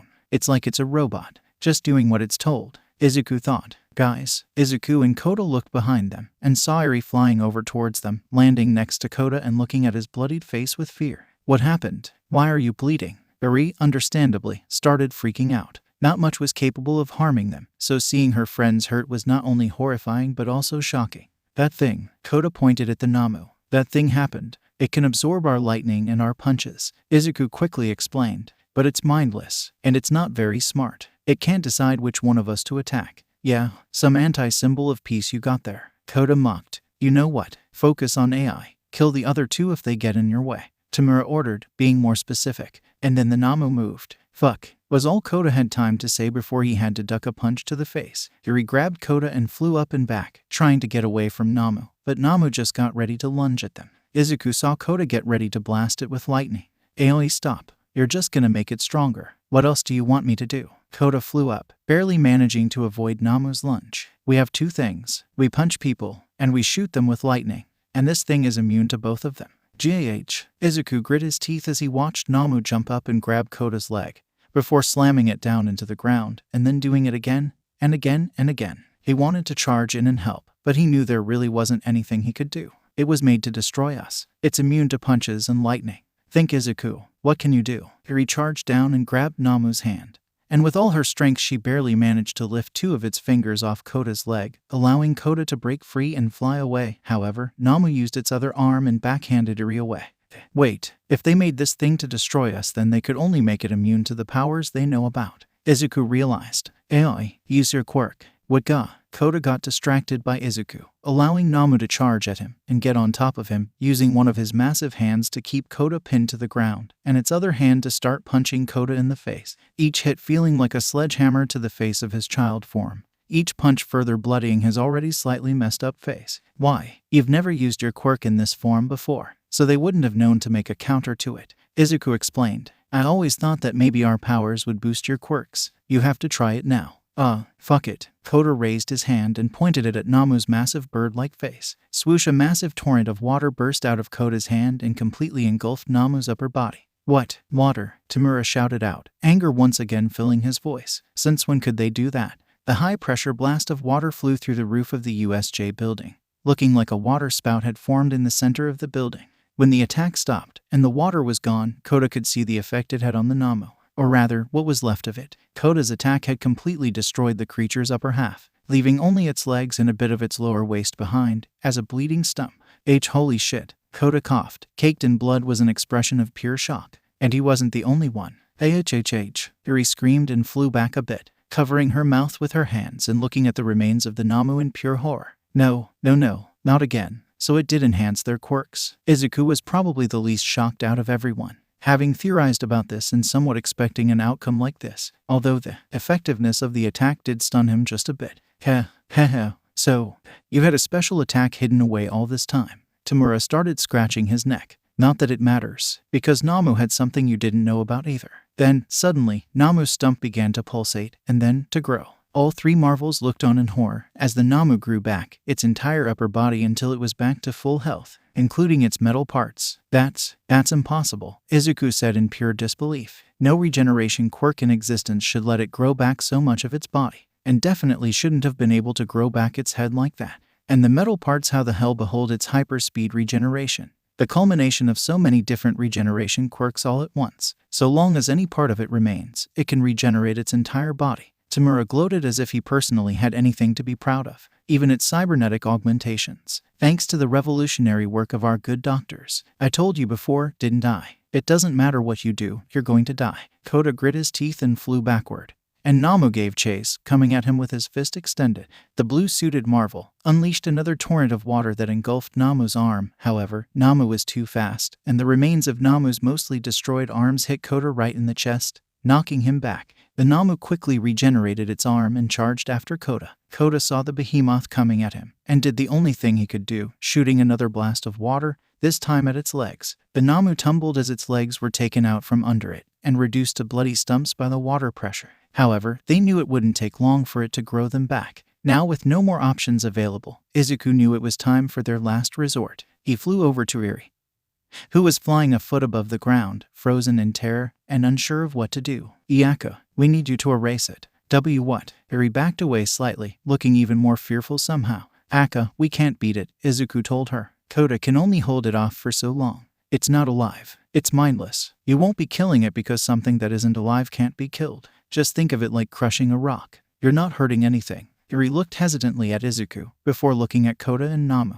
Kota was doing his best to take down the Namu, blasting off parts of it with water, but the Namu just kept growing it back and going after Kota. Eri, please. Izuku reimagined her attention. We only have so much power. If Kota runs out and turns back to normal, he'll die, and then we'll die, unless you erase it. Please. Eri started hyperventilating a bit, and Izuku held her shoulders to try and comfort her. Please, Eri, we need you. She looked at the Namu, at the monster she was being told to kill. Izuku had made it all so clear. She knew what she had to do. Eri looked back at Izuku and nodded, with tears in her eyes. All right. Izuku turned towards Kota. 𝐴𝐴, take out its legs again. On it. Kota blasted Namu's legs out again, forcing its body to tumble to the ground. 𝐴CA, now, Izuku ordered. Eri took a deep breath and tried to activate her quirk. Her horn started to grow, and bolts of energy started coming off of her. Zoom. She charged at the Namu at max speed. But strangely enough, when she started getting close to the Namu, it seemed like time came to a crawl. When she was only a few feet away, she reached out her hand to touch it and erase this monster from existence. 𝐸RI.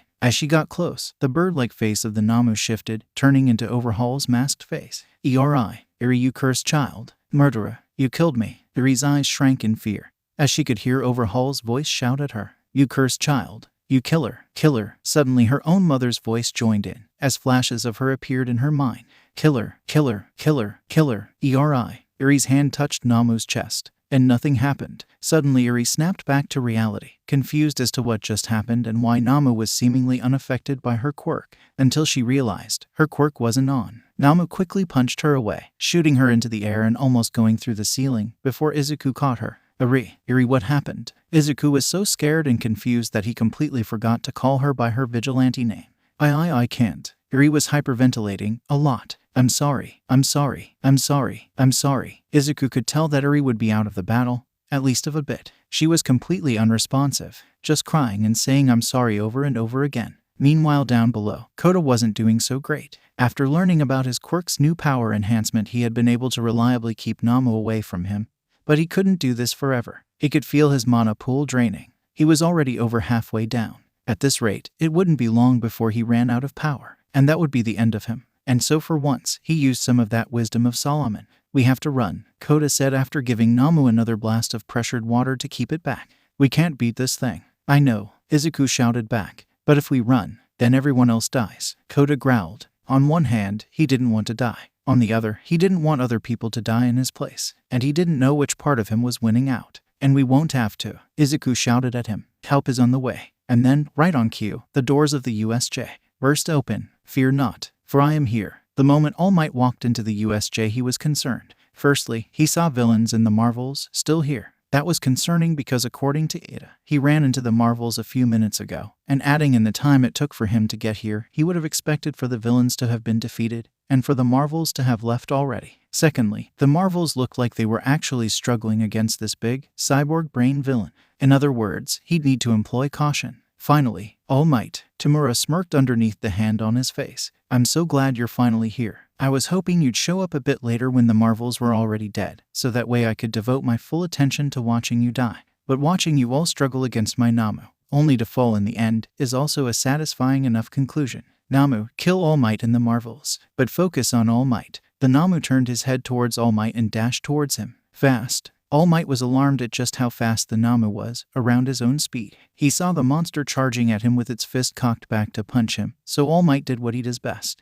He pulled his fist back and got ready to punch it. Their fists met, and there was an explosion of force and wind that filled the entire area around, sweeping everything away like a hurricane. 𝗬𝗏 was also swept back by this wind and had to stay farther away from the fight to make sure he didn't get knocked off his feet. All Might looked at the perfectly intact Namu with shock. "This thing just took one of my punches." Now fully aware of the threat, he threw aside any notion of holding back and unleashed a flurry of punches at Namu, which did nothing. All Might's punches hit Namu dead in the chest, but the artificial creation just ate them without even flinching, before returning its own volley of punches.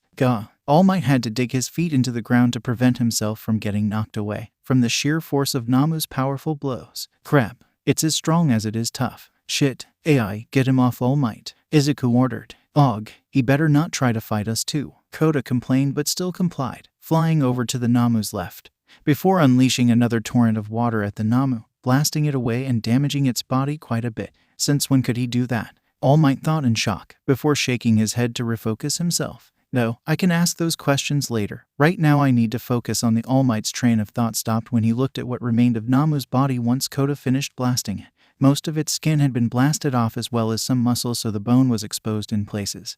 And there was a massive hole going all the way through its chest. And then he saw it start regenerating.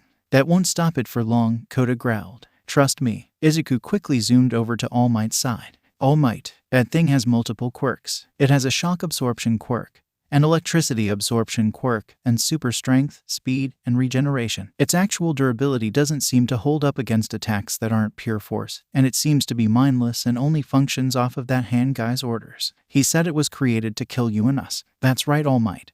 This Namu is the perfect thing created to kill you and those flying pests. It's the anti-symbol of peace," 𝗬𝗏 said off on the side, laughing dramatically. All right, that was a lot to take in. All Might felt a cold sweat go down his neck when he heard it had multiple quirks, but he could worry about that later. Right now he needed to focus on the battle. He heard crying and muttering, and looked up in the distance to see Eri still having a mental breakdown.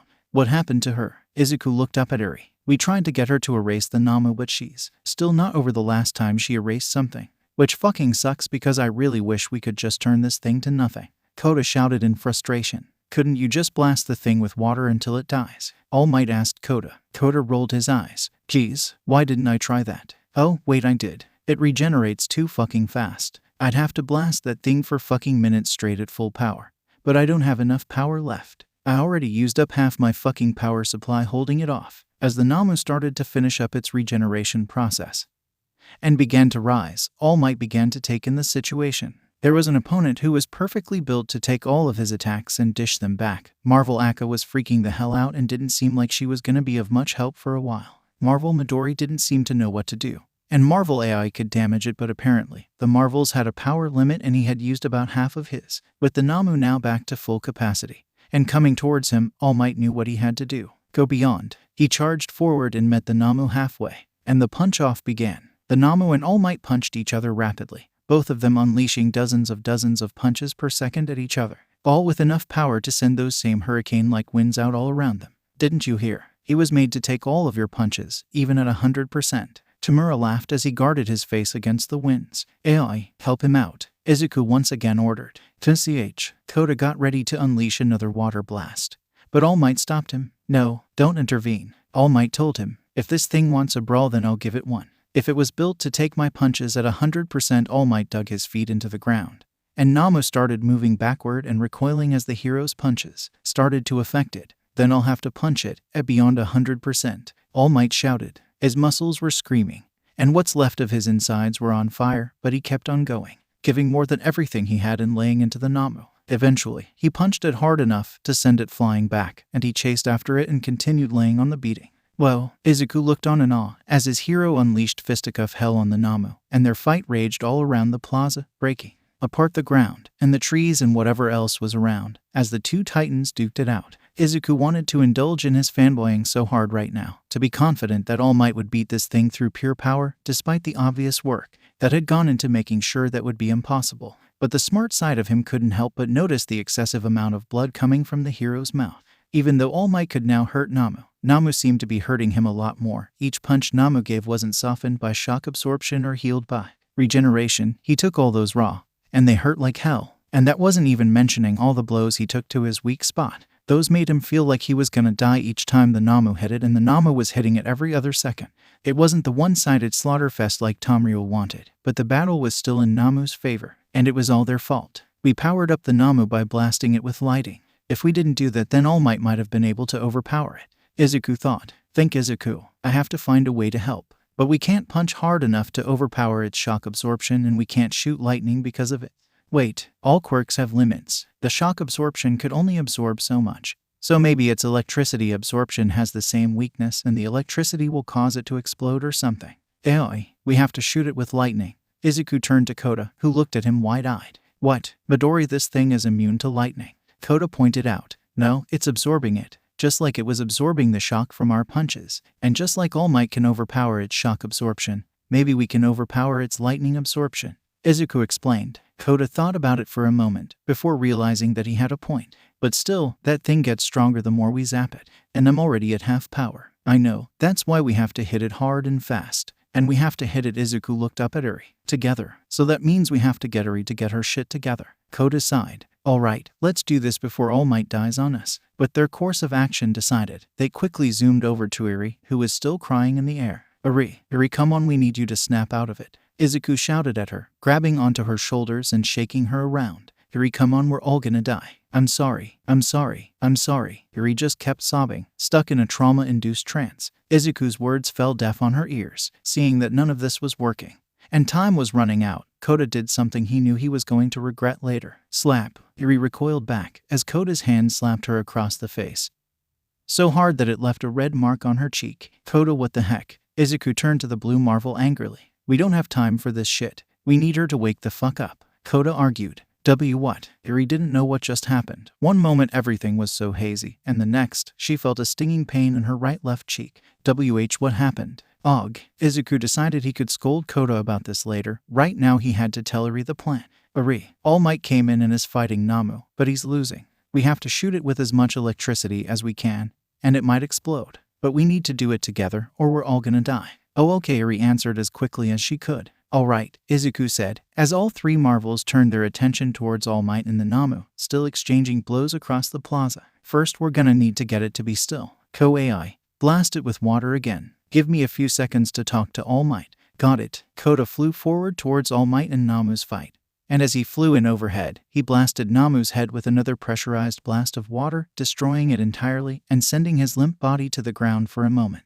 Izuku then quickly zipped next to All Might with Eri following in behind him. We're going to overload its electricity absorption power. If we do that, there is a chance that it might just explode. But to do that, we need you to make sure this thing stands still while we do it. It's gonna get stronger the more electricity we pump into it, but we have to do this. All Might looked at the quickly regenerating 𝗵𝗲. Really, the only way he could make sure this thing stayed down is if there wasn't anything left for it to grow back from.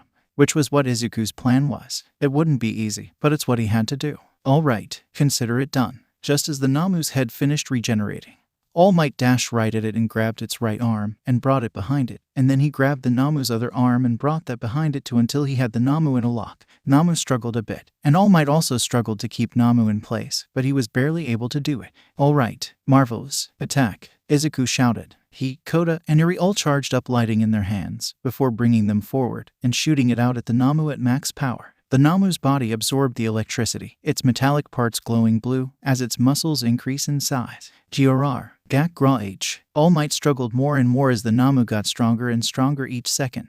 What are they doing? Tamura asked over on the side. Don't they know that only makes it stronger? They might be trying to overload 𝗵𝗲's quirk, like All Might did. Kurogiri realized. If that happened, then it's very likely that the 𝗵𝗲 would explode. Tamura's eyes widened as he realized that now he could actually lose. 𝗵𝗲, forget All Might. Focus on the marvels. Kill them now. The 𝗵𝗲 struggled more and more to free itself of All Might's grasp, and after a few more jerks, he managed to free his arms. No, All Might shouted. He charged forward and grabbed 𝗵𝗲 by the neck, but 𝗵𝗲 elbowed All Might in the ribs, breaking them and causing All Might to cough up a lot of blood. 𝗵𝗲 charged forward at the marvels who stood their ground, hoping the thing would just die already. It cocked its fist back as it neared Kota, ready to punch him down and out. Until only a few feet away from its target, its body was frozen completely.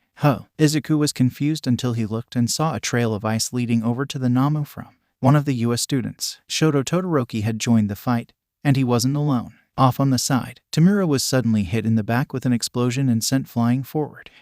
What? Kurogiri barely managed to dodge an attack from Kirishima, going right next to Tamura. Damn it, Kirishima cursed his late timing. Tamura stood up and saw that he and Kurogiri were now surrounded by the returning 1A students. Students, what are you doing here? All Might shouted out. The marvels went in and the problem was not solved after 10 minutes, so we figured something was wrong. Todoroki explained, and we came to help. Mina shouted. You have to leave, it's too dangerous here. All Might warned them. Leave? Are you kidding? We got these shitty villains trapped. Bakugo barked. Shigaraki, I believe it's time for us to leave, Kurogiri suggested. What? No, there's still a chance. 𝗵𝗲 can still beat them, Tamura shouted out, enraged at what his lackey was suggesting. We are already surrounded. Even if the 𝗵𝗲 wins, if they take us out, it will be with orders and practically useless, and the heroes will take all of us, Kurogiri pointed out, opening a warp gate inside himself. It's time to go. Oh no, you fucking don't, Bakugo shouted, charging forward using his explosions to increase his speed.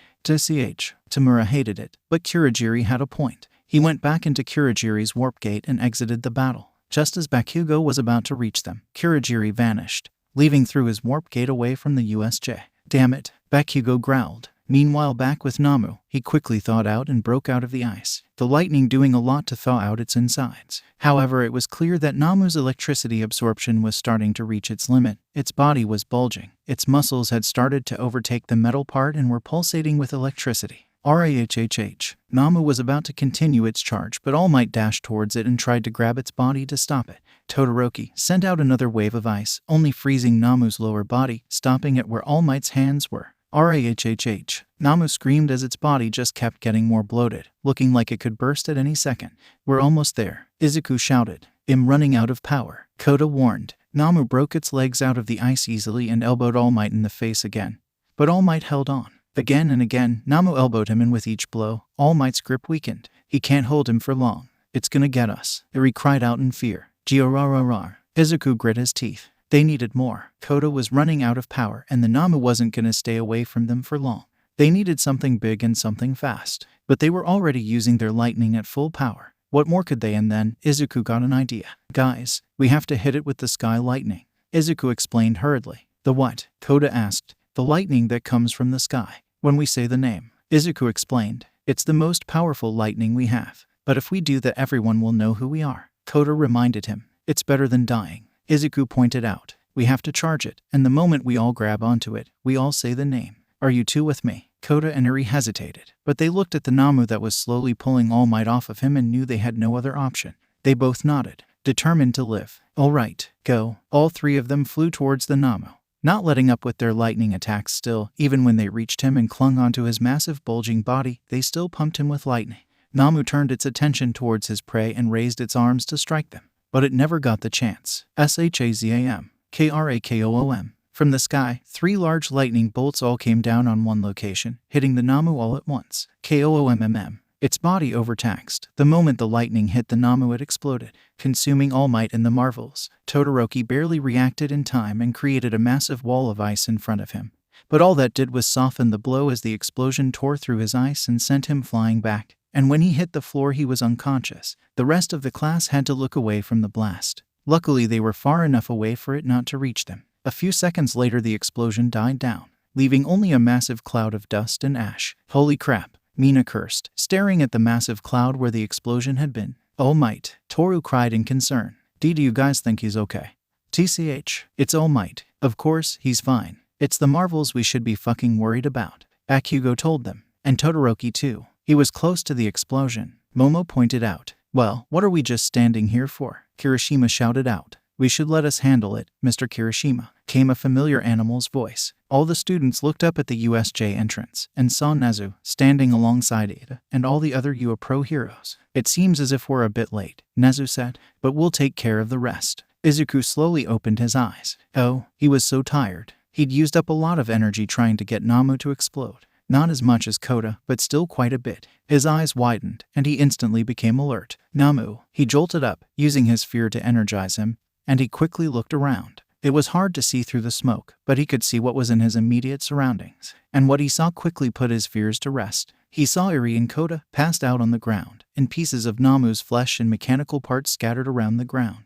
It was over. They were safe. Exhaustion washed over him, and his legs almost gave way. But he couldn't afford to pass out now. Kota had used up all his energy, so he was out. And Eri most likely passed out from both emotional and physical exhaustion, so he didn't anticipate her waking up anytime soon. It was all up to him to get them home. And fortunately, with all the smoke around them, no one saw them turn back into their kid forms. And thanks to that smoke, he could transform without anyone seeing. Hi, why are you here? Izuku's pupils shrank, and dread filled his heart. He turned around, and saw Momoyaorazu standing over him. Oh, come on. Izuku was tearing up. Why couldn't things be easy for them? Just once. Don't cry. Don't cry. Don't cry. Oh dear, I didn't mean to alarm you. Momo quickly tried to reassure Izuku, who she just saw as a scared child. She then bent down and scooped him up. Are you okay? Are you injured? This did not help, partially because now Izuku was trapped. If he called down his lightning, it would hit her too. Also, she was now holding Izuku against her body, in her very exposing hero costume, and Izuku did not appreciate that in the slightest. I'm fine now, please let me go,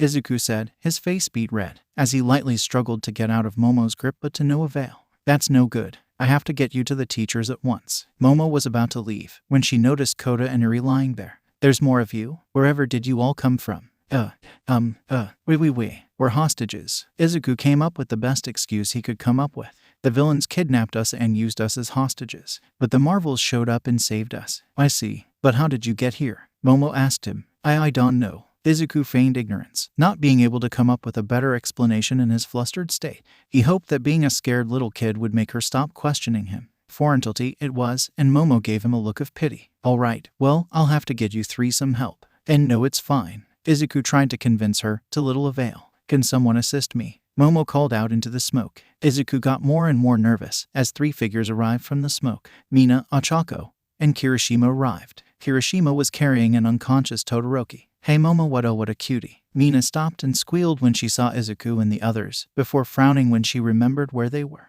Wait, why are kids here? Oh no, are they hurt? Ochako said, going up to inspect Izuku, getting much closer than he appreciated. And no, Izuku was quickly trying to figure out a way to escape, but he couldn't think of anything, partially because of his close proximity to a girl. Seeing Izuku's bright red face and the steam that was nearly coming off of him, Mina giggled and looked at Momo. Yeah Momo, you might want to let the kid go. You're gonna give him a weird taste for skin ships when he grows up. Momo looked down at Izuku's face, and where she was holding him, and her face quickly matched Izuku in redness. I see. See, can someone else take them, please? I got them. Ochako went over and touched Izuku's head, making him blush further with embarrassment before he realized something. He felt weird. Momo let him go. And much to his confusion, he didn't fall to the floor. Instead, he just floated like he was in space. Whoa. Izuku looked down at his dangling legs, floating in midair. It was slightly different from flying. Different in that he had no control of this, unlike his flight. He was just floating. You like it? It's my quirk. It lets me turn off the gravity of anything I touch with all 5 of my fingers, 𝐒𝐴CHAKO explained to him, before going on to touch both Eri and Kota, bring the 2 unconscious floating kids next to Izuku. This is amazing. That's so cool. You could be a great rescue hero. Seeing a cool quirk did manage to calm Izuku down a bit, before he remembered the situation he was in. Oh no, now we're really trapped. Now all 3 of them were stuck midair. He literally could not run away. 𝐒𝐴CHAKO grabbed them all in her arms, keeping them together. How could this get any worse? Huh. As if the universe was trying to say, yes it could. Eri started to wake up. Oh no, Izuku thought. Oh, another one is waking up, Kirishima said. Eri looked around groggily for a bit, before her brain woke up. She remembered the Namu and started looking around to see if it was dead, before quickly realizing that she was in her child form, and that she was in the arms of someone she didn't know. The student saw the girl starting to panic, as tears started glimmering in the corner of her eyes. Hey, it's okay. The villains are gone now. Mina tried to reassure her, but to no avail. As Sha before Eri could say the word, Izuku covered her mouth. Don't say it. Izuku shouted. Don't say the word. Eri gave him a confused and fearful look, and Izuku gave her a determined, reassuring look in return. We're okay. You have to trust me, Izuku told her. The determination in Izuku's voice, and the fact that it was Izuku saying it, calmed Eri down to a degree, and she gave him a look showing her trust in him. Izuku took his hand off of Eri's mouth, and turned to the very confused UA. Students, sorry about her. Eri gets scared very easily. And she was trying to say a no word, so I had to stop her. Sorry. The students gave them a weird look, before shrugging it off. They were kids after all. 90 Any sign of the Marvels? Nezu asked Snipe after the hero just got back from surveying the building. None. Sorry. Snipe apologized. Nezu sighed and shook his head. Well, they couldn't have gone through the exits, we had those covered. Did you see any signs of them flying through the roof? No, Snipe answered. But it's possible I missed something. Well, you should focus on rounding up the remaining villains, Nezu told the hero, who nodded and ran back into the building. Nezu's ever-present was nearly slipping. This was a disaster. Villains attacked his students with an all-might-worthy monster, and the Marvels broke in, and now nobody knew where they were. At least no one was hurt, except All Might. Fortunately, 𝗬𝗏𝗧 came in and kept anyone from seeing him in his skinny form. But he was still in pretty bad shape, all things considered. Principal Nezu. The animal principal heard one of his students shout from behind him. Now, whatever Nezu expected to see when he turned around, this was not it. Behind him was 𝐒𝐴CHAKO Uraraka, carrying 3 children who were very obviously smaller versions of the Marvels. Nezu thought that their true forms may have been smaller than their Marvel forms, but he never expected them to be actual children. This made things so much more complicated. His students didn't seem to realize who they had in their grasp. Most likely they didn't think too much about it because they were children. Perhaps they were just writing off their obvious resemblance to the Marvels as a coincidence, and Nezu might have been able to do the same, if it weren't for the fact that Kota Izumi, someone they suspected to be related to Marvel AI, was here, where the Marvels were, whom had seemingly disappeared. And he was right next to a boy that looked like Marvel Midori and a girl that looked like Marvel Akka. As the children approached him, Nezu thought about the best way to proceed. Children, where on earth did you find them? They were in the smoke. The place where All Might and the Marvels fought that monster, Momo explained. They said the League kidnapped them to use them as hostages. Nezu looked at Marvel Midori and Marvel Akka, who were giving him a desperate look that said please buy it. If he wasn't sure they were the Marvels before, he would be now. I see. Well, it's a good thing we found them then. Nezu would play along. It was all part of his plan. Do you two think you can take the third one and make it home by yourselves? The 2 conscious Marvels.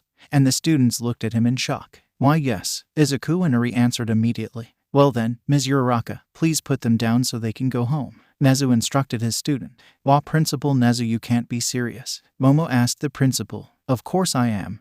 They appear to be uninjured, and they said they can make it home. Nezu told her. Ms. Uraraka, if you would. But 𝐒𝐴CHAKO stopped when she saw the look Nezu was giving her, telling her that this was not a request. With some trepidation, 𝐒𝐴CHAKO set the children down on the ground and undid the effects of her quirk. Almost immediately, Izuku grabbed the unconscious Kota's arms. Thank you for everything, but we should get home now. Our parents will be worried. Eri grabbed his legs. Eri quickly did as instructed, and the 2 ran off, carrying Kota with them. Once they were out of earshot, Nezu turned to his students. Being me Ms. Hagakure, with haste. 90 After getting a good distance away from you, the kids ducked into an alleyway and placed Kota on the ground, before stopping to catch their breath. Izuku stopped when suddenly Eri latched onto him and started crying into his shoulder. I'm sorry, I'm sorry, I'm sorry, the horned girl sobbed. I'm sorry, Iri kept sobbing, muttering she was sobbing, and Izuku put his arms around her and started patting her on the back. It's okay. Izuku reassured her. We're okay. It's all over now. After a few minutes, Izuku managed to calm her down.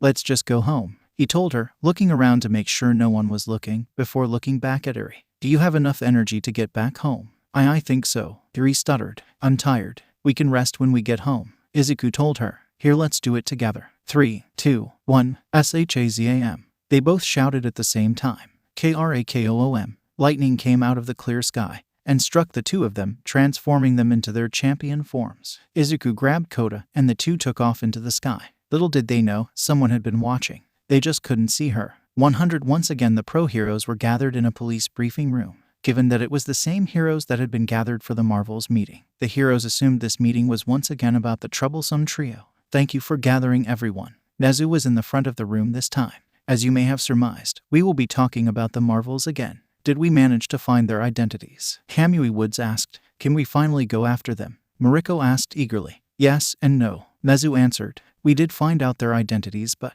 it's complicated. Of course it is, Aizawa said, while in a full body cast. Nezu pulled out a remote and pressed the power button, displaying the image of Izuku, Iri, and Kota in their child forms on a screen behind him. These are the Marvel's true forms. What? Shouted pretty much every hero there. Wait a minute, are you telling me that the Marvels are children? Ryukyu shouted in shock and outrage. All this time we've been fighting kids. 𝗧𝗵𝗶 was in disbelief, with a look of shock and horror on his face. Are you saying we've been getting our asses handed to us by toddlers? Mariko shouted, now seeming even more pissed than before. Everyone, please quiet down, Crust told everyone, and after a few minutes, the room became quiet. Principal Nezu, please explain. How could the Marvels, some of the most powerful vigilantes in history, be children who don't even appear to be over 10? Well, as you are all likely well aware, there was an attack on Ua 2 days ago. Nezu started to explain. Me and my staff will be handling the issue of the League of Villains, but another group that showed up was the Marvels. However, as we were cleaning up, one of my students came to me, holding these 3 children together.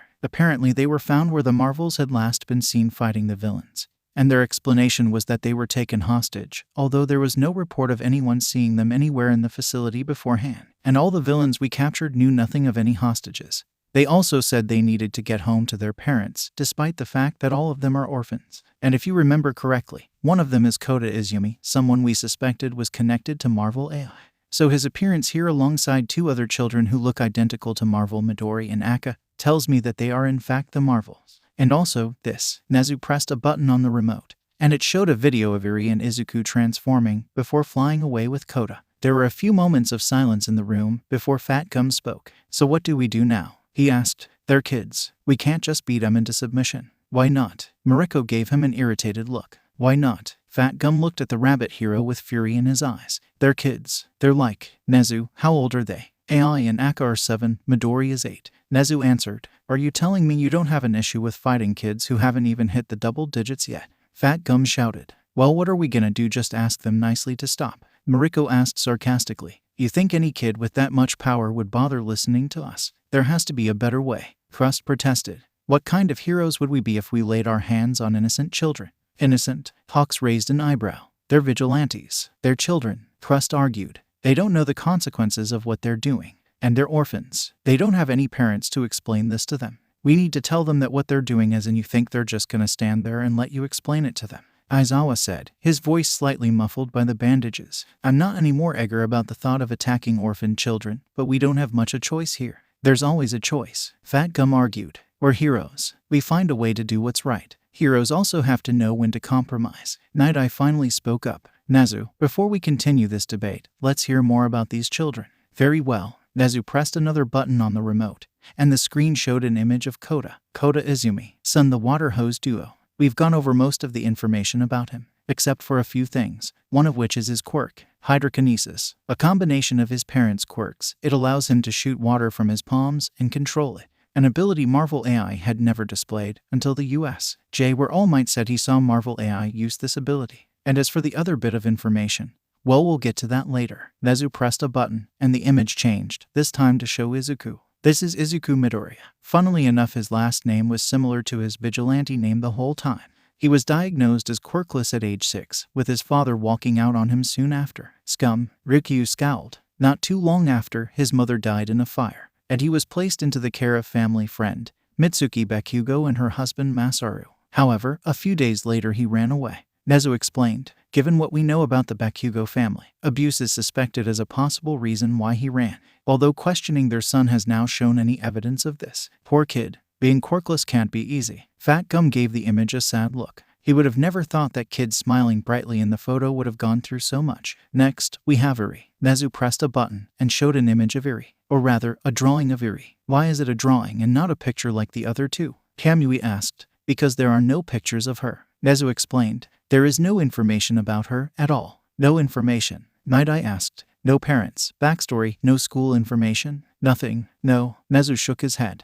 The only reason we know her name is 𝐸𝐸 is because according to one of my students, Midoriya called her that. And that's assuming he used her real name. She has no records, no birth certificate, and there have been no missing children reports fitting her description. And there has been only one report of her being seen before. Watch. 𝗧𝗏 pressed another button.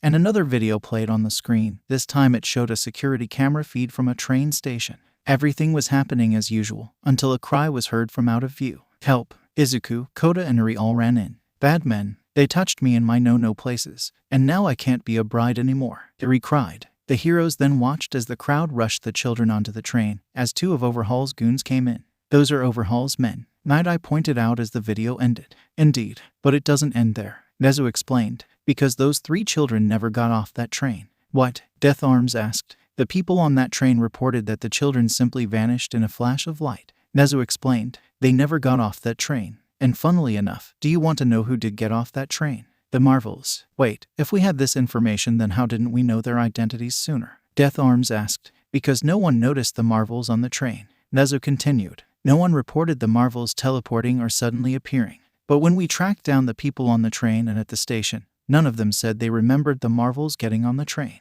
Somehow the Marvels reappeared on the train, without anyone noticing. That doesn't sound possible, Best Jeanist commented. Well, whatever happened, the next time these kids were at a police station, they entered and were seen by some officers, but they left being carried, unconscious, by those same officers, who claimed that they were bringing them home. 𝗧𝗏 explained, but seeing as how they were definitely never brought back, and the children were being chased by 𝗏𝗏's men for whatever reason, it's safe to say that those officers knocked them unconscious and brought them to 𝗏𝗏. 𝗍𝗍 scowled. That must have been why no one ever saw the Marvels enter 𝗏𝗏's base, and why they were there to begin with, as well as all those reports of lightning bolts coming out of the sky. 𝗍𝗏 added, from what we've seen, they need to be hit by lightning that they summoned to transform in and out of their Marvel forms. But none of this explains how they got their powers in the first place. Ryukyu pointed out, I have a theory. 𝗧𝗏 said, but first a question. Why were they running from 𝗏𝗏 and his henchmen?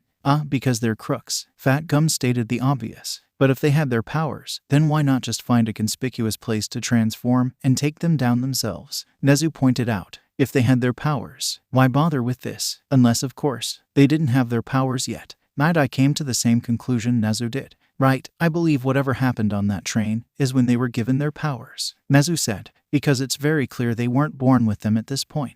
But as to who or what gave them their powers, I have no ideas. That was a lie. He had a prediction that All For One was behind this, but it's not like he could tell anyone else that. Well then our mission is clear, isn't it? 𝗍𝗏 said, we need to take them out, and fast. Fat Gum opened his mouth to retort, but 𝗍𝗏 beat him to it. I understand that they're children, but that only makes them more dangerous. 𝗍𝗏 countered, children are impulsive and prone to act on emotion. Marvel AI has shown this numerous times. What if one day Marvel AI has enough of a particular news station and decides to pay them a visit? How much destruction do you think a child with the power of All Might throwing a tantrum would cause? After that there was a pause, as the more tentative heroes had to concede to the fact that the flame hero had a point. Children that young should not be trusted with power that great. It's amazing that they haven't killed anyone yet. 𝗍𝗏 continued, but we can't just wait until they either make a mistake or just grow tired of being slandered in the media. We need to take them down before someone gets hurt. Not to mention, there is someone capable of giving power like this to people, and the Marvels are our only lead.